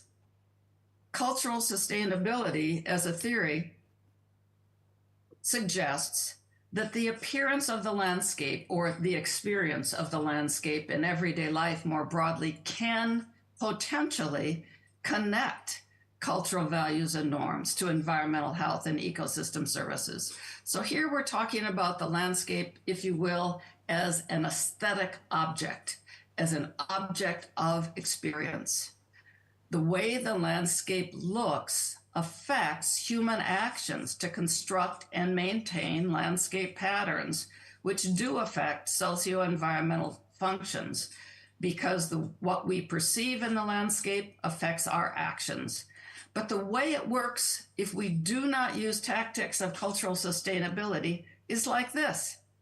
That is, cultural norms and cultural values kind of perpetuate themselves locally and globally, so that what we think the landscape is supposed to look like is what we keep doing. And we just keep doing that in a way that may be, and we have ample examples to prove, is oblivious to effects on environmental health and ecosystem services. What we can do using ecological design tactics like cues to care is to intentionally use landscape appearance to support environmental health and biodiversity and other ecosystem services. So this is our tactic, to think about how perceptions here that are consistent with cultural values and cultural norms lead to actions if the landscape appearance appears to support those cultural values and norms. This is really a formula not for perpetuating the past, but for innovation, to innovate in a way that local people can immediately recognize as what they want. I then introduced, or at about the same time, introduced more specifically cues to care in orderly frames theory. And I want, for those of you who have heard of cues to care, or I believe the paper that I wrote to talk about this called Messy Ecosystems, Orderly Frames, may have been read by many of you. I want to emphasize that orderly frames is a metaphor. It's not a prescription for design. It is a metaphor for what cues signal that a landscape is cared for, that people return to it, that we can be reassured that there is a caring presence there. And the reason we want to do this is so that cues to care connote, first of all, provide these everyday aesthetic experiences. Because they provide everyday experiences, people like these places. And it can be something as small as a geranium on your front step. It really can be that. And because these reflect norms and values for orderliness, cleanliness, and just enough control, just enough, not control its dominance, but just enough to control. Together, these cues convey engaged human presence or civility, safety, and I've learned that from several studies I've done in legacy cities, deindustrialized cities in the United States. This middle image is a home in in Detroit, Michigan, that neighbors suggested to me as an example of a place that displays care. And finally, of marketability or productivity. In an agrarian landscape, care looks like productivity. It actually may not be that productive, but it looks like productivity. And in a larger urban sense, a well cared for place is more marketable as real estate. And by the way, I've heard from farmers across the United States that if their places, their farms and the homes where they live, if they live on their farms, if they look more cared for, their banker is willing to loan them more money. It is also about marketability. So in these three foundational papers on cues to care, the 1988 paper, the 1995 paper on messy ecosystems, and the 1997 paper on cultural sustainability, I talked about mechanisms, the underlying mechanisms that signal care. And Joan, Lee, and I felt that sometimes, while I'm very pleased that people are employing cues to care as an idea, I felt that sometimes it would be helpful for people to better understand the underlying mechanisms that allow landscape features to be understood as cues to care. And so this paper, which I have to recommend to you, I think it summarizes things quite nicely. This paper that appeared in Landscape and Urban Planning in 2020 identifies the underlying mechanisms as immediate recognizability as intentional. If a landscape feature is immediately recognized as intentional, that really helps the rest of the landscape, which may look less intentional, be sustainable. Another underlying mechanism is that the feature is within local social norms and broader cultural traditions. These are different things. Underlying local social norms might be as spatially specific as what happens on your block or certainly in your neighborhood.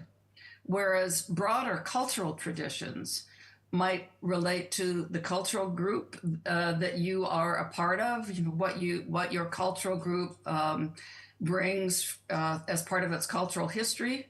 And it also relates to broader cultural traditions that have been globalized, where traditions that are sometimes described as colonization from Western Europe have been adopted across the world in certain parts of the landscape as marketable cultural traditions.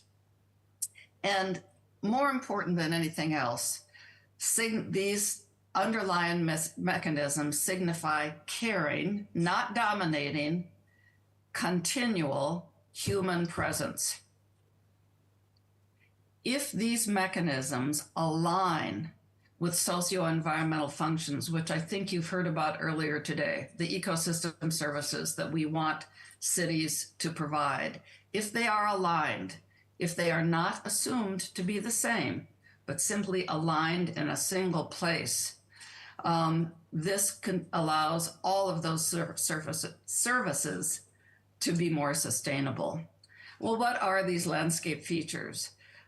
In a 2011 paper on care and stewardship, I summarized the the cues to care that I had found in studies I had done in the United States, and in specific types of cities and rural landscapes in the United States. So here you see that list on the left. On the right, you see a table that appears in the paper that Joan, Lee, and I published in 2020. I appreciate that you cannot really discern all the categories here, but what we did is that we reviewed, we did a very systematic and thorough review of all the literature that refers to cues to care. And we excluded any of the papers from my own lab or my own group. We were more interested in what other people had done using these theories. So this draws from papers all over the world. The columns in this table list the types of land uses that the scholars in the papers we reviewed were examining, and the rows look at the cues that they identified. Some things, I urge you to go to the table itself so that you can study it at length. It's really not something to absorb in a PowerPoint, but it might be either illuminating or terrifying or both to know that in nearly every land use and across nearly every culture, mowing, that is mown turf, has begun to function or is functioning as a cue to care. Trees, I have to say, function as cues to care only in some settings. And I'll say a little bit more about that when I talk briefly about some of my work in Detroit, Flint, and Saginaw. What I'm really interested in, and among the reasons I very much wish I were with you, I'm going to show this slide a couple more times in the presentation. What are the cues to care in Porto? And if you are at the Biennale and you are not from Porto, what are the cues to care in your home city or region? So I ask you to think of this, think of your own home place as I show you cues to care that I have observed. Then just in the next week, in the next 7 days, I humbly ask if you could just take some photos of some of those cues and send them to me, including your name and just a few words describing the cue so I know what you were noticing. And then what I want to do is when we put together the proceedings from this conference and I contribute to that, I want to use your photos with attribution to you in the paper. So as I show you cues I have seen, please be thinking of your own. So crisp edges between patches or ecosystems, some of which have important ecosystem services, some of which are merely an edge for its cultural cue as a cue to care. Here we see it in Wellington, New Zealand, in a shoreline wetland park. Here we see it in Duisburg Nord. Here we see it in a residence in Christchurch, New Zealand. Here we see these crisp edges in the Lurie Garden in Millennium Park in Chicago. Do you see how in each case a more biodiverse ecosystem is in some ways supported by its design articulation with a crisp edge and immediately apparent boundaries? These are complementary ideas. Here are some residential and a corporate application where edges that beyond which are patches with greater biodiversity are defined by structures that are unmistakably intentional.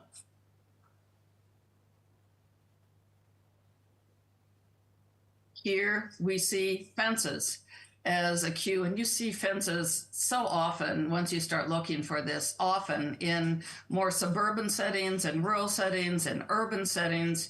You see fences that are well maintained as a cue that allows whatever is beyond it to be understood as intentional. And this is particularly relevant to larger patches that are natural areas, that whatever is beyond the fence in a city where natural areas like the parks that Robert described in Los Angeles exist, if the edge of that larger patch or natural area is clearly intentional, the likelihood that that area is mistreated by dumping, for example, is much lower. Here we see an excellent example of a crisp edge in a parking lot in Ås, Norway, but the bollards, the white bollards, the chains, the stones show that what is beyond, it has just enough control so that the parking lot and the higher biodiversity patches balance each other as a cue to care.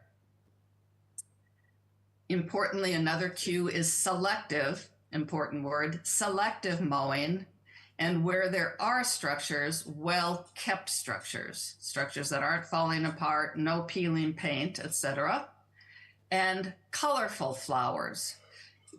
As botanists, as people who have botanical knowledge, we might think, this is a lovely little blossom on this plant. But if it isn't vivid, if people can't see it, it doesn't really count as a widely understood cue to care. This is the rainwater garden I developed, as I'll show again very briefly. We designed this in 1995 when we were developing the rainwater garden concept in Maplewood, Minnesota. We were sure to put lots of vividly flowering plants in front facing the street.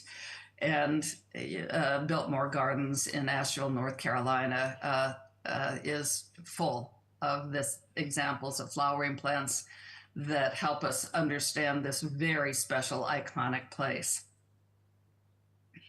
So here is a slide from a study that I've actually published a few studies from the data we gathered from about 450 ex-urban homeowners in a web survey in the late 90s. And so this is an example of conventional cue to care unchallenged. Really, the only thing you see in this conventional cue to care of a real ex-urban place in suburban Michigan is a newly planted oak tree, and its ecosystem benefits are minimal.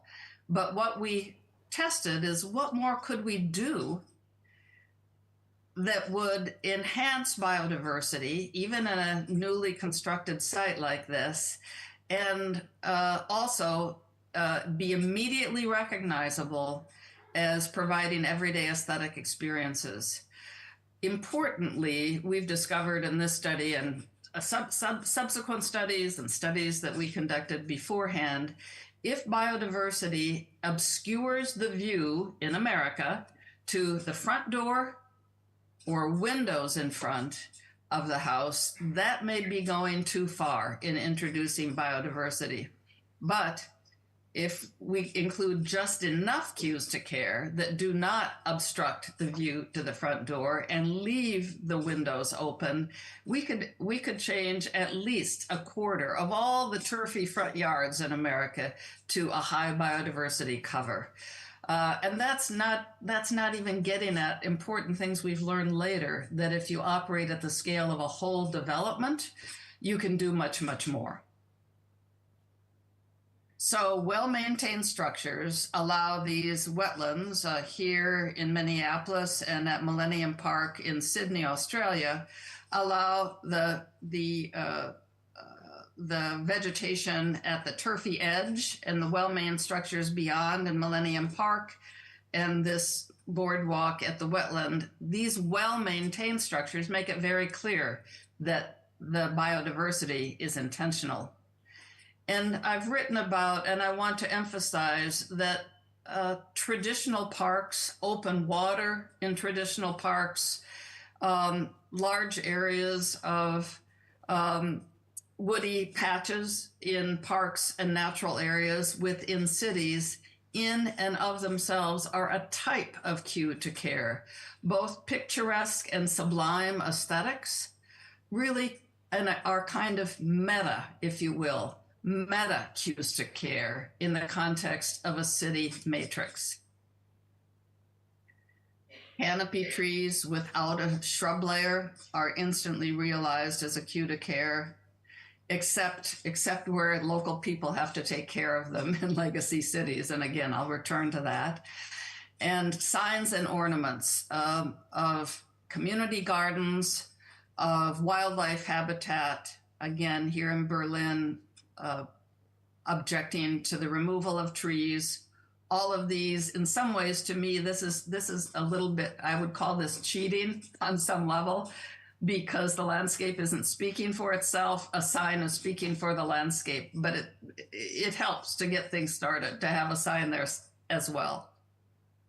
Wildlife, where people appreciate wildlife they can recognize as beautiful, and there are so many, there are more species that people cannot recognize as beautiful, cannot see, find threatening, that contribute to biodiversity than those that people can appreciate. But landscape ecology teaches us that where we can create habitat that obviously includes species that people can appreciate, or that people understand as nesting or resting areas for wildlife, those features help other forms of biodiversity and habitat to exist, even if people don't actually understand it. So this is a key slide in some ways it's so, and I talked about this in a paper that we wrote, published in 2014 on on challenges with highly vacant landscapes.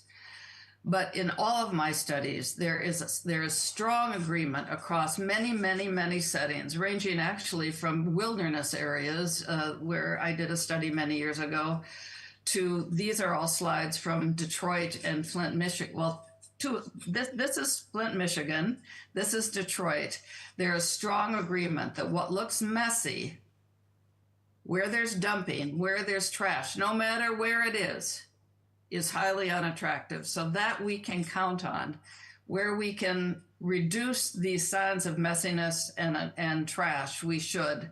I include this slide on the upper left because it looks a little bit like the slide in Flint where local residents are cleaning up a vacant site. But in fact, this house on the upper left is the home of one of my colleagues at the University of Michigan. Because the house beyond it is a very substantial house, and this prairie garden, which is pretty much fills the whole front yard, is in a neighborhood where all the houses are very large, beautiful houses. This prairie garden is understood as intentional. So this is an issue of equity, and it also underscores that context makes a huge difference in what landscape features work. So I want to remind you, I've just shown you some cues to care I've observed. What are the cues to care in Porto or your home city or region? And I'll include a slide at the end. I want to now just briefly address what good is this for biodiversity, for managing water quality, for reducing maintenance. And so I'm going to just sample some studies I've done over the years. This is a study I did for the, that was part of the U.S. Transportation Research Board. And when we did this study about 20 years ago, most highway roadsides in America were managed like this. They were mown very frequently. Some had trees, some did not. But the potentials for biodiversity were completely overlooked. The cost, as well as the carbon emissions from the mowing activity, weren't taken into account. And so we did a large survey of motorists to ask them which of these alternatives were acceptable to them. This was acceptable, and you can see there would be some gains here, less mowing, not that much biodiversity. This is basically the same species that mown much less frequently. This was unacceptable. This would have had very much higher biodiversity, but it included many species that are immediately recognized as weeds, and it had an uneven look. But this was acceptable, and this includes many native species, great for pollinators, less mowing, and this is the least mowing of all, and this was equally acceptable. So this is one of these win-win-wins where we mow less, there's more everyday aesthetic effect, and the highway department maintenance crew wins on this. Weedy species do need to be addressed in a landscape like this, and that means that maintenance crews need some extra training. And so that's another thing to keep in mind. So as you imagine the cues to care that are recognized by those who live in Porto, think about how they are used, not just to self-perpetuate, not just to make more cues to care, but to protect these ecosystem services. So this is a sample of the 2-block area that where we changed the roadside landscape, working with the city of Maplewood, Minnesota, and the public works staff there, and installed these rainwater gardens that we that we designed after a 2-year study with local citizens to understand better what they perceived as recognizable cues to care. These rainwater gardens exist today, and they've been widely emulated elsewhere. I return to these gardens as often as I can to see how they've been adapted by residents over time. And some key lessons, because these are almost 30 years old now, are that institutional memory about garden maintenance fades. And I have to say, this is a cautionary note for any garden or any planting that's implemented by volunteers, because the potential for loss of institutional memory there is even greater, and there are many examples to demonstrate that. What happens is that those who feel ownership, this is actually public land along the edge of the landscape here, public land, where we planted the rainwater gardens. Initially, they began to adapt them by including their own little cues to care, but over time, they adapted them in all kinds of different ways. And this has led me to think about different ways to design rainwater gardens so that they are resilient to the cues that residents might employ over time and still maintain their ecosystem services. That's a very important part of how we use cues. Excuse me. And if we do this right, the small patch patterns that exist, say, in this residential area or this block, then can diffuse across space. And there are a number of studies on contagion. This is one that we did that was a pretty interesting experiment that showed how people will do what their neighbors do, show that we can accomplish quite a lot if we think about operating at the scale of neighborhoods, not just individual cues on individual properties. I'm going to finish here by talking about the ecosystem services that we achieved in a project that I finished a few years ago in the city of Detroit. The city of Detroit, when I started this work about 15 years ago, had about 100,000 vacant properties, 100,000. And this map generated by an NGO showed the distribution of these vacant properties across the city of Detroit. So I work closely with neighborhood groups. When we started, I was not working with the city. I was working with a separate agency, the land bank that managed these vacant properties, to show how the demolition of vacant properties like this one could accomplish more than simply removing a hazard from the neighborhood. It could actually increase the everyday aesthetic quality of the neighborhood, and in the basement space of the existing house, create a place to absorb stormwater from the street and retain it. At that point, again, this was quite some time ago, the city of Detroit was operating under a federal order to improve the water quality it was discharging to the Great Lakes. So improving water quality at the place where water was falling was imperative to the city. So I continued to advocate for this. I continued to build coalitions of not only the Stormwater Management Utility, which was not part of the city, and the Land Bank Authority, which was not part of the city, but city government as well.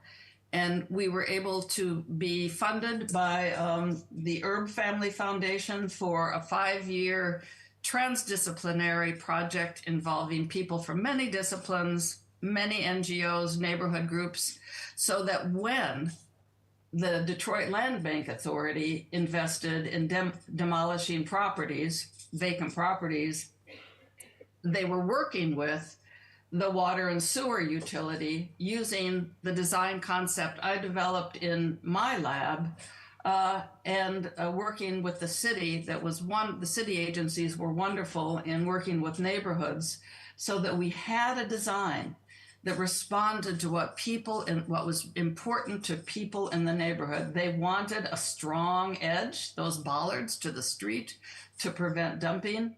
They wanted the design to very clearly indicate that this green space was to be enjoyed from the street and the sidewalk, not to be entered, to protect the privacy of the people who live next door. And the area that included the bioretention garden, which treated water from a full block of the street, was the place where we employed the strongest cues to care, not only to show returning care, but so that people wouldn't compact the stormwater, the soils that provided an important stormwater function. There is much, much, much more to be said about this project. You can download all of these publications that I show here at the top, part of the new GI project, from my lab website, which I'll show on the next, my final slide. The reason I include the spider diagram here is to show that we not only tested the designs we built, but listening to people in the neighborhood and our collaborators who were going to maintain these sites, that was the water utility, we offered alternatives after we had built the sites. These were pilot sites, to show the tweaks we could make that would make it even better. And we tested those in a large survey of about 350 households that were statistically selected to identify what was the best compromise among what works well for people's everyday aesthetic experience, what works well for maintenance, and what really provides water quality downstream. And the spider diagram includes all of these functions. I guess the way I want to summarize what we learned is that what we built was actually what people wanted. They wanted what they found most attractive, what they wanted in their neighborhoods. But in the spirit of compromise, we tested what would happen if this area only included mown turf that was regularly mown and this concrete curb to identify the bioretention area. Even that was a significant improvement over the control. So let's keep an open mind about how to keep these places going, how to improve neighborhoods as we use cues to care as a metaphor to identify what is recognizable to people in their neighborhoods as something that is that they value for an aesthetic experience in their everyday lives. And so I close with this request to you. Please do send me cues to care from your neighborhood. And if you want to download any of the publications I've referred to here for your personal use, you can go to my lab website. Thanks for your attention.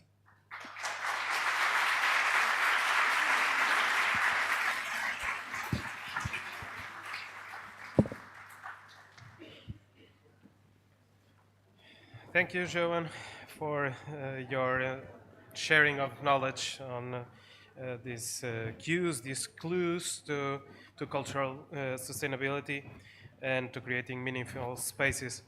So now we are moving to a questions and answers session. So I'll ask the panel to come up here to the chairs, please.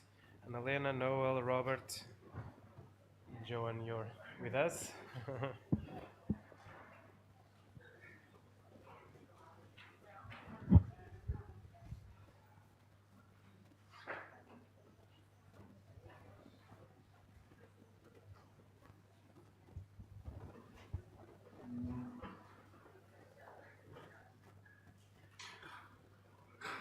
So you're welcome now to make questions. I'll just make a short saying about what we've seen. And I think all of these communications were really complementary because we are talking about change with Annalena and Noel. And now how can we do that change with people and make it more perceived? So I think it was great to listen to all of your communications. So, please. Question?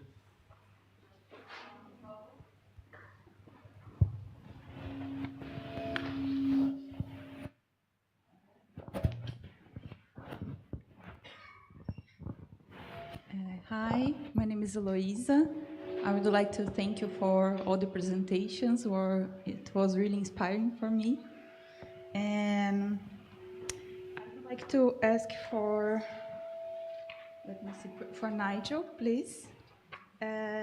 You said, Nigel, as more people use the natural spaces, sorry?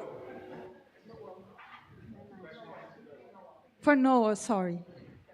As much as people use the natural spaces, green spaces, more biodiversity thrive. And I would like to understand how it works, because there is an image of a forest area and people walking through that. Yeah, sorry, I took a note. It was a little bit messy.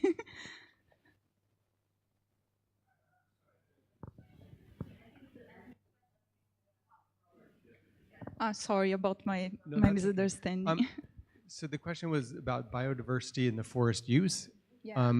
So the issue seemed to be that where there was more use, people were walking through the forest, and there were trails through the forest. And the biodiversity was measured by the ecologist, and we did vegetation transects.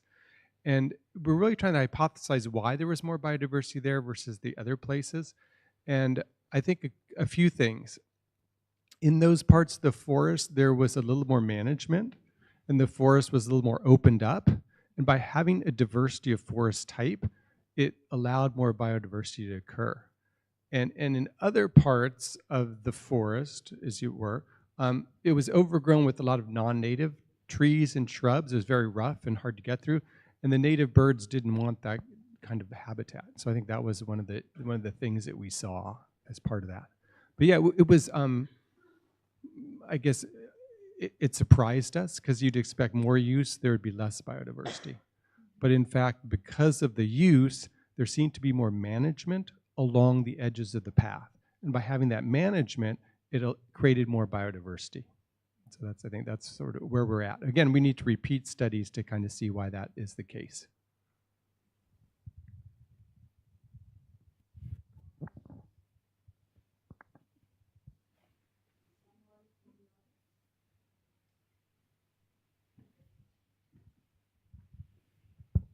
Yes, it's working. Well, I would like to ask Joan if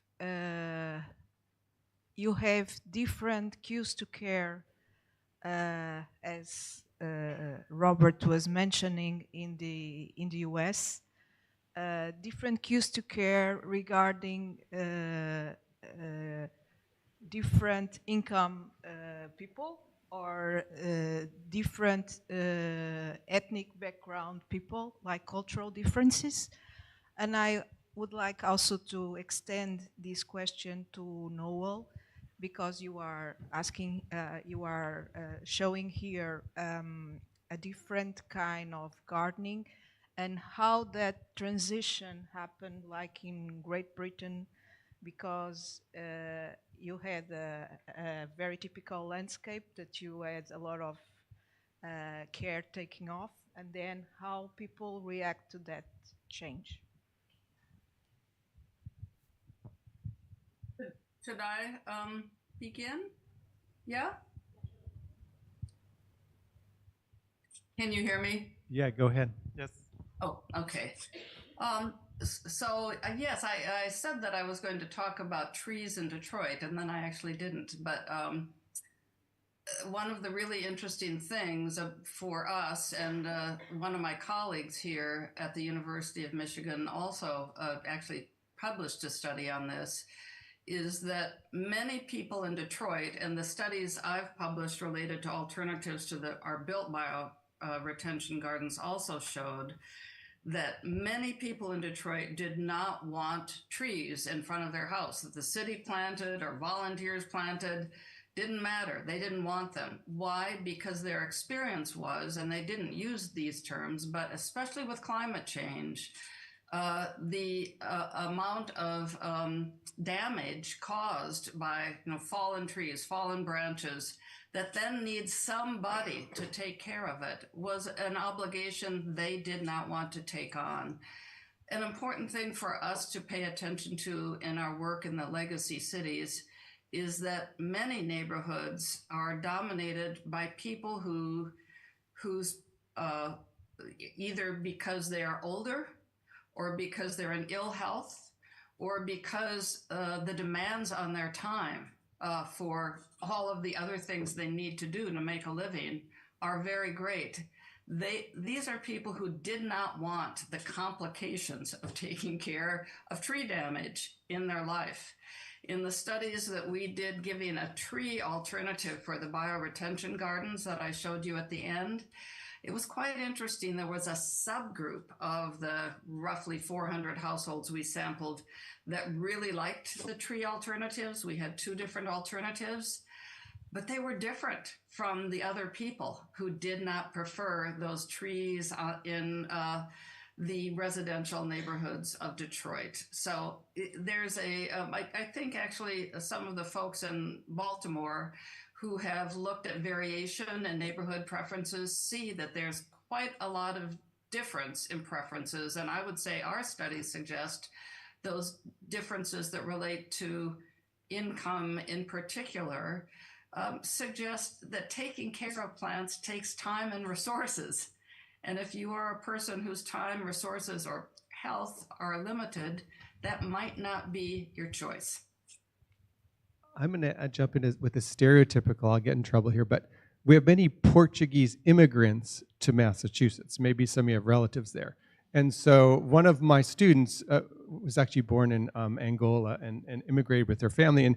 And this is her stereotype, and I found it true in the neighborhoods with Portuguese Americans or Portuguese immigrants, that they didn't want lawn. They wanted to pave their front yard. And they wanted to put up, this is her words, not mine, an arbor. And on that arbor, they would plant a grapevine. And so they didn't want to have the traditional US lawn and trees and stuff. They wanted to really either pave it or put a fence in front of it, right? They wanted the enclosure that you see here in Portugal in neighborhoods. In the US, it's very typical to have an open front yard. But of course, they didn't want that because that's not Portuguese, right? You have some enclosure to your front yard, and they wanted to pave it to make it clean and things. It was too messy with the trees and that. So that was her stereotype for sort of urban Boston. So that's why, no, it's not scientific, so that's why I didn't present anything there. It's stereotypical. Well, I think the biggest driver for change in British gardening, I think in my professional life, it was about, let's say, 30 years, has been what has been called wildlife gardening. I don't know whether you agree with me, Nigel, but the book that was written by Chris Baines in, I think, the 1980s, Wildlife Gardening, was the start of a whole movement where people see the garden as not just a place to either grow vegetables or look pretty in a kind of orderly way, but actually to be a miniature nature reserve as well, which was permission to be a bit more untidy, a permission not to remove all the weeds, permission not to prune in the way. So it's kind of knocking all the rough edges off British gardening for the benefit of wildlife. And I think that is a movement that has continued to grow. I mean, I would hazard a guess and say it basically started off as a fairly middle class interest, but I think it's become much, much more widespread now. Agree? Do you think agree, Nigel? Yeah, Nigel's nodding. Any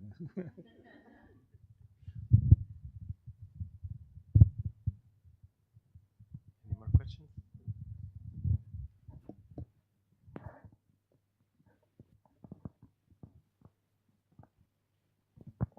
Hello. I would like to thank all the keynote speakers. I thought this part of the conference was really interesting for me, and especially the Anna Han and Joan Nassauer, because I see a really strong connection between these two conferences, that there seems to be optimal for management, biodiversity, and aesthetics, right? Like Anahan showed us a graphic with a curve where there was an optimal almost number of bisons, right? Optimal degree of disturbance that allows for biodiversity. And then Joan Nassauer adds the also aesthetic appreciation of the, well, you also mentioned that with the photograph, with the patches and all that. So the issue is, I basically done a PhD, very invested in proving this relationship. And why is it so hard to prove that there is this optimal? Because at least here in Portugal, I was studying the Douro region with the vineyards, and there were some exceptions to this rule. But most of the time, landscapes with more biodiversity are also the most aesthetically pleasing. But it was, I struggled with these. These are complicated topics to approach from a scientific point. How can we push these, to politicians if we have trouble proving these scientifically, basically? It's for both of you.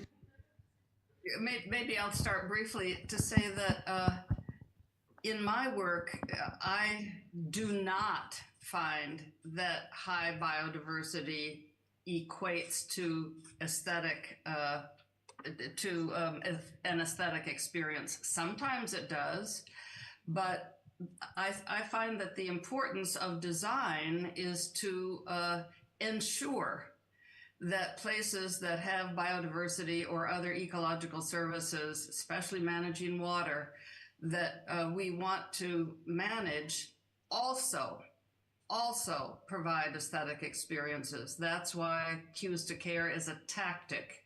It's as if, again, I use this as a metaphor, it is as if biodiversity is the gift inside the package, but we do need the wrapping on the package. We can't go without the wrapping. And there is the fact that sometimes biodiversity gives these immediate aesthetic experiences, especially in a botanic garden, especially in a wilderness area, should not be mistaken for an identity relationship. So that is my perspective. Well, to respond to your question of how can we prove that scientifically, I actually don't have an answer, but I think talks like we heard this morning that are also so visual of Claudia and also of Nigel, I think they are actually giving us really, really good arguments because they tell very visual and aesthetic stories, and that also means politicians. And I sometimes think that these meaningful stories, they are as important as quantifiable data and as quantifiable research. So I think we shouldn't underestimate these meaningful images and narratives that we have seen today. Then I also wanted to point out a connection. I've actually last year been able to visit Joan's lab, and I've been very influenced by Joan's work and read a lot of her work. And well, I guess what I found challenging when being in the lab and seeing how Joan was working was that I suddenly realized that the aesthetics that we as designers have.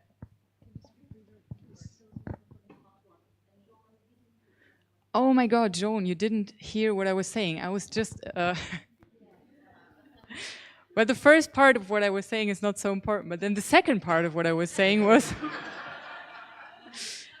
I pointed out that I visited you last year at your lab, and that influenced me a lot, and that I've been studying ever since your research. And that what I found challenging in meeting Joan and in working with Joan was that I suddenly realized that, as she said, ecological quality doesn't coincide automatically with aesthetic preferences, especially if we move out of our own green bubble that consists of plant friends and other people who like horticulture and landscape architecture. And I guess being so derooted from my own aesthetic experience and like working with Joan in Cleveland, I realized how incredibly important it is to incorporate these aesthetic cues. And I feel like this balance of like having aesthetic performance and to keep in mind the ecological quality, like this is the challenge. and to not fall for either extreme, like to not obliviate one for the other, but to constantly work with both. That's, I feel, what we're all working on. Yeah.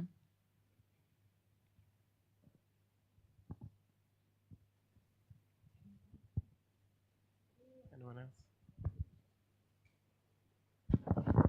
Thank you. So thank you again for accepting our invitation and being here. My question is for Noel and is regarding your garden in Vila Nova de Oliveirinha. So, and it is regarding the challenge of growing native plants, our shrubs, and what you find more difficult in cultivating our native species. And what do you think that would be the perception and the acceptance of Portuguese if we start to introducing more and more of our native vegetation in our public space?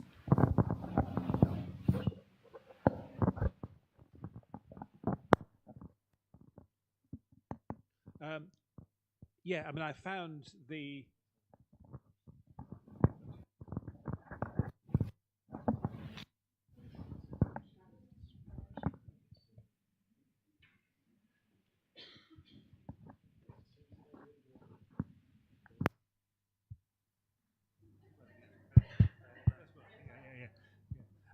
okay, so I found, I mean, all of the Portuguese natives actually very straightforward to grow. I think there's a lot of capacity to be creative. There is this key issue of plant longevity of a lot of this shrubby material, as I said in the presentation. I think there's a lot of potential for more creative use of things like Medronedo and Lentisco in terms of creating use as massed shrubs, for example.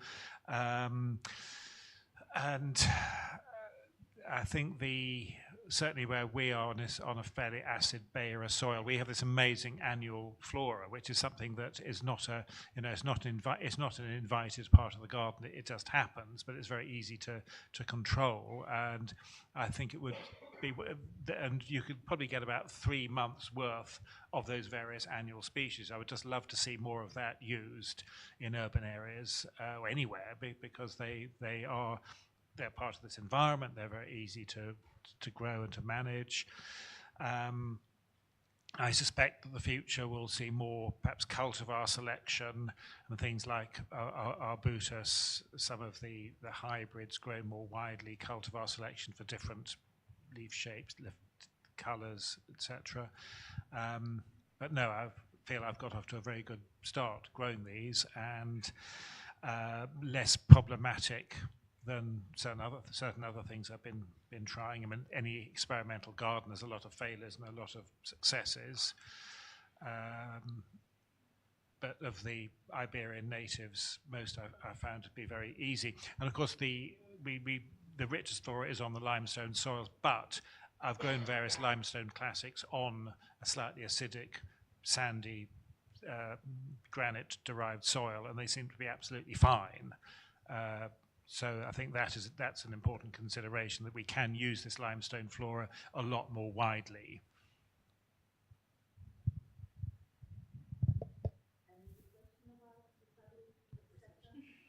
Public perception. Well, I think it's difficult. That's a difficult one. When you see the new gardens that are installed in some of the houses in the countryside, you know, the olives clipped in kind of layers, the white gravel, the plastic grass, the white Buddha statues are the ones that are particularly annoying me at the moment. I mean, I think there is a bit of a way to go, but on the other hand, that's one taste, and I am sure that there are other, more ecologically minded younger people who are much more open to something a bit wilder. pluralism in the garden.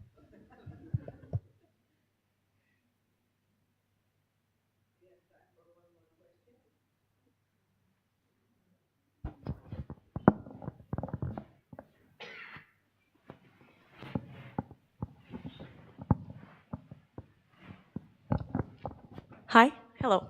So I have a bit of a more broad question, but focused on the involvement of the community, both in not just managing and being part of the design and the project itself, but also in terms of also giving value to these areas and these gardens, because I feel at least from what I experience in Portugal, we are, as a community, we don't value our green space as much. And although there are some initiatives and some programs that try to involve people, they might not be as well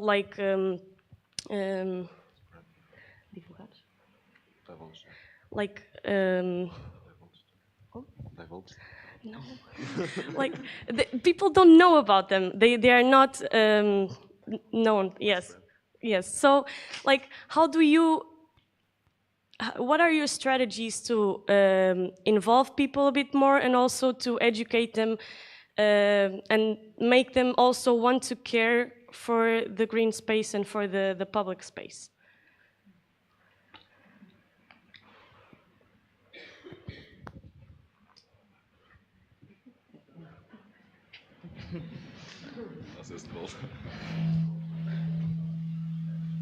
Yeah, am I on?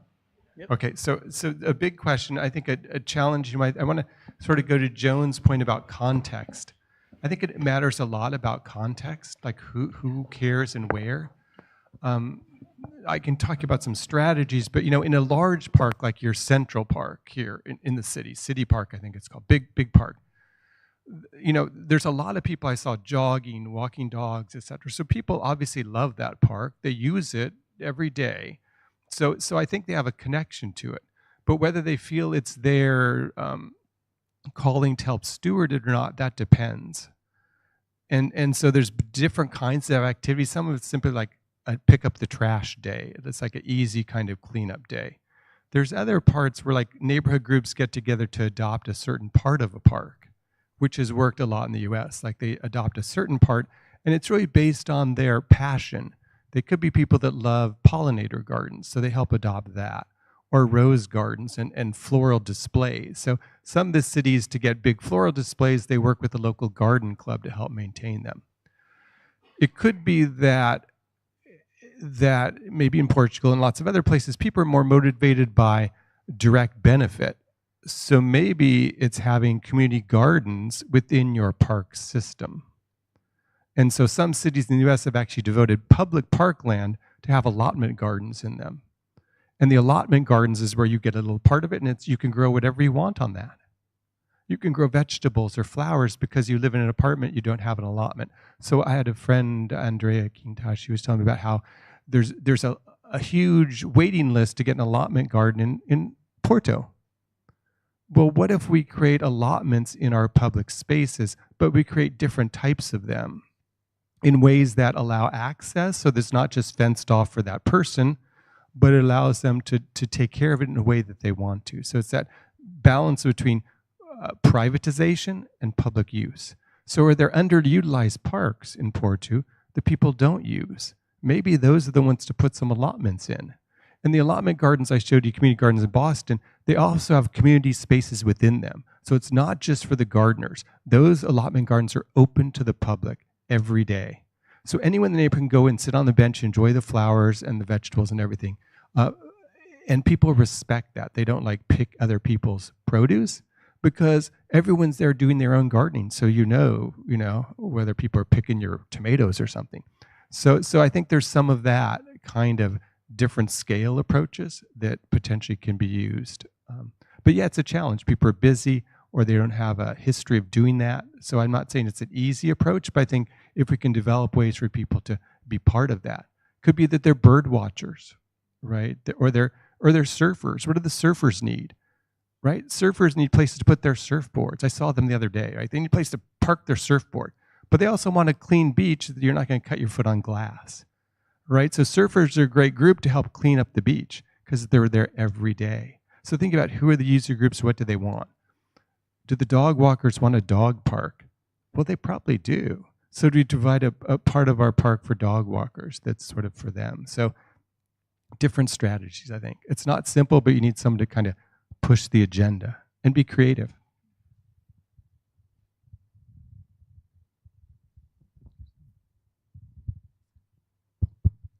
Okay, so I want to thank and Joanne. Thank you very much for being with us.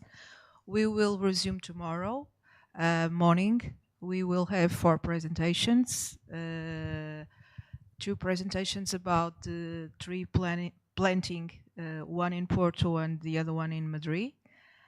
We have a presentation about an agricultural experience, an urban agricultural experience that is being developed in Almada, near Lisbon. And we also have Marty French from Barcelona, who is going to show us a little bit of his design with in Girona, right? You are. I don't know if you are going to present your Girona Park, but we will see tomorrow. So I wish you all a nice evening, and we will be back tomorrow. Thank you very much.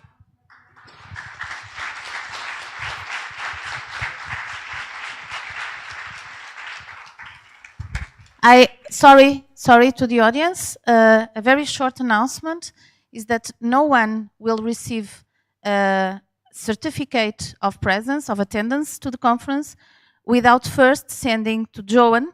She left the cues to care. Okay? So bye-bye. See you tomorrow.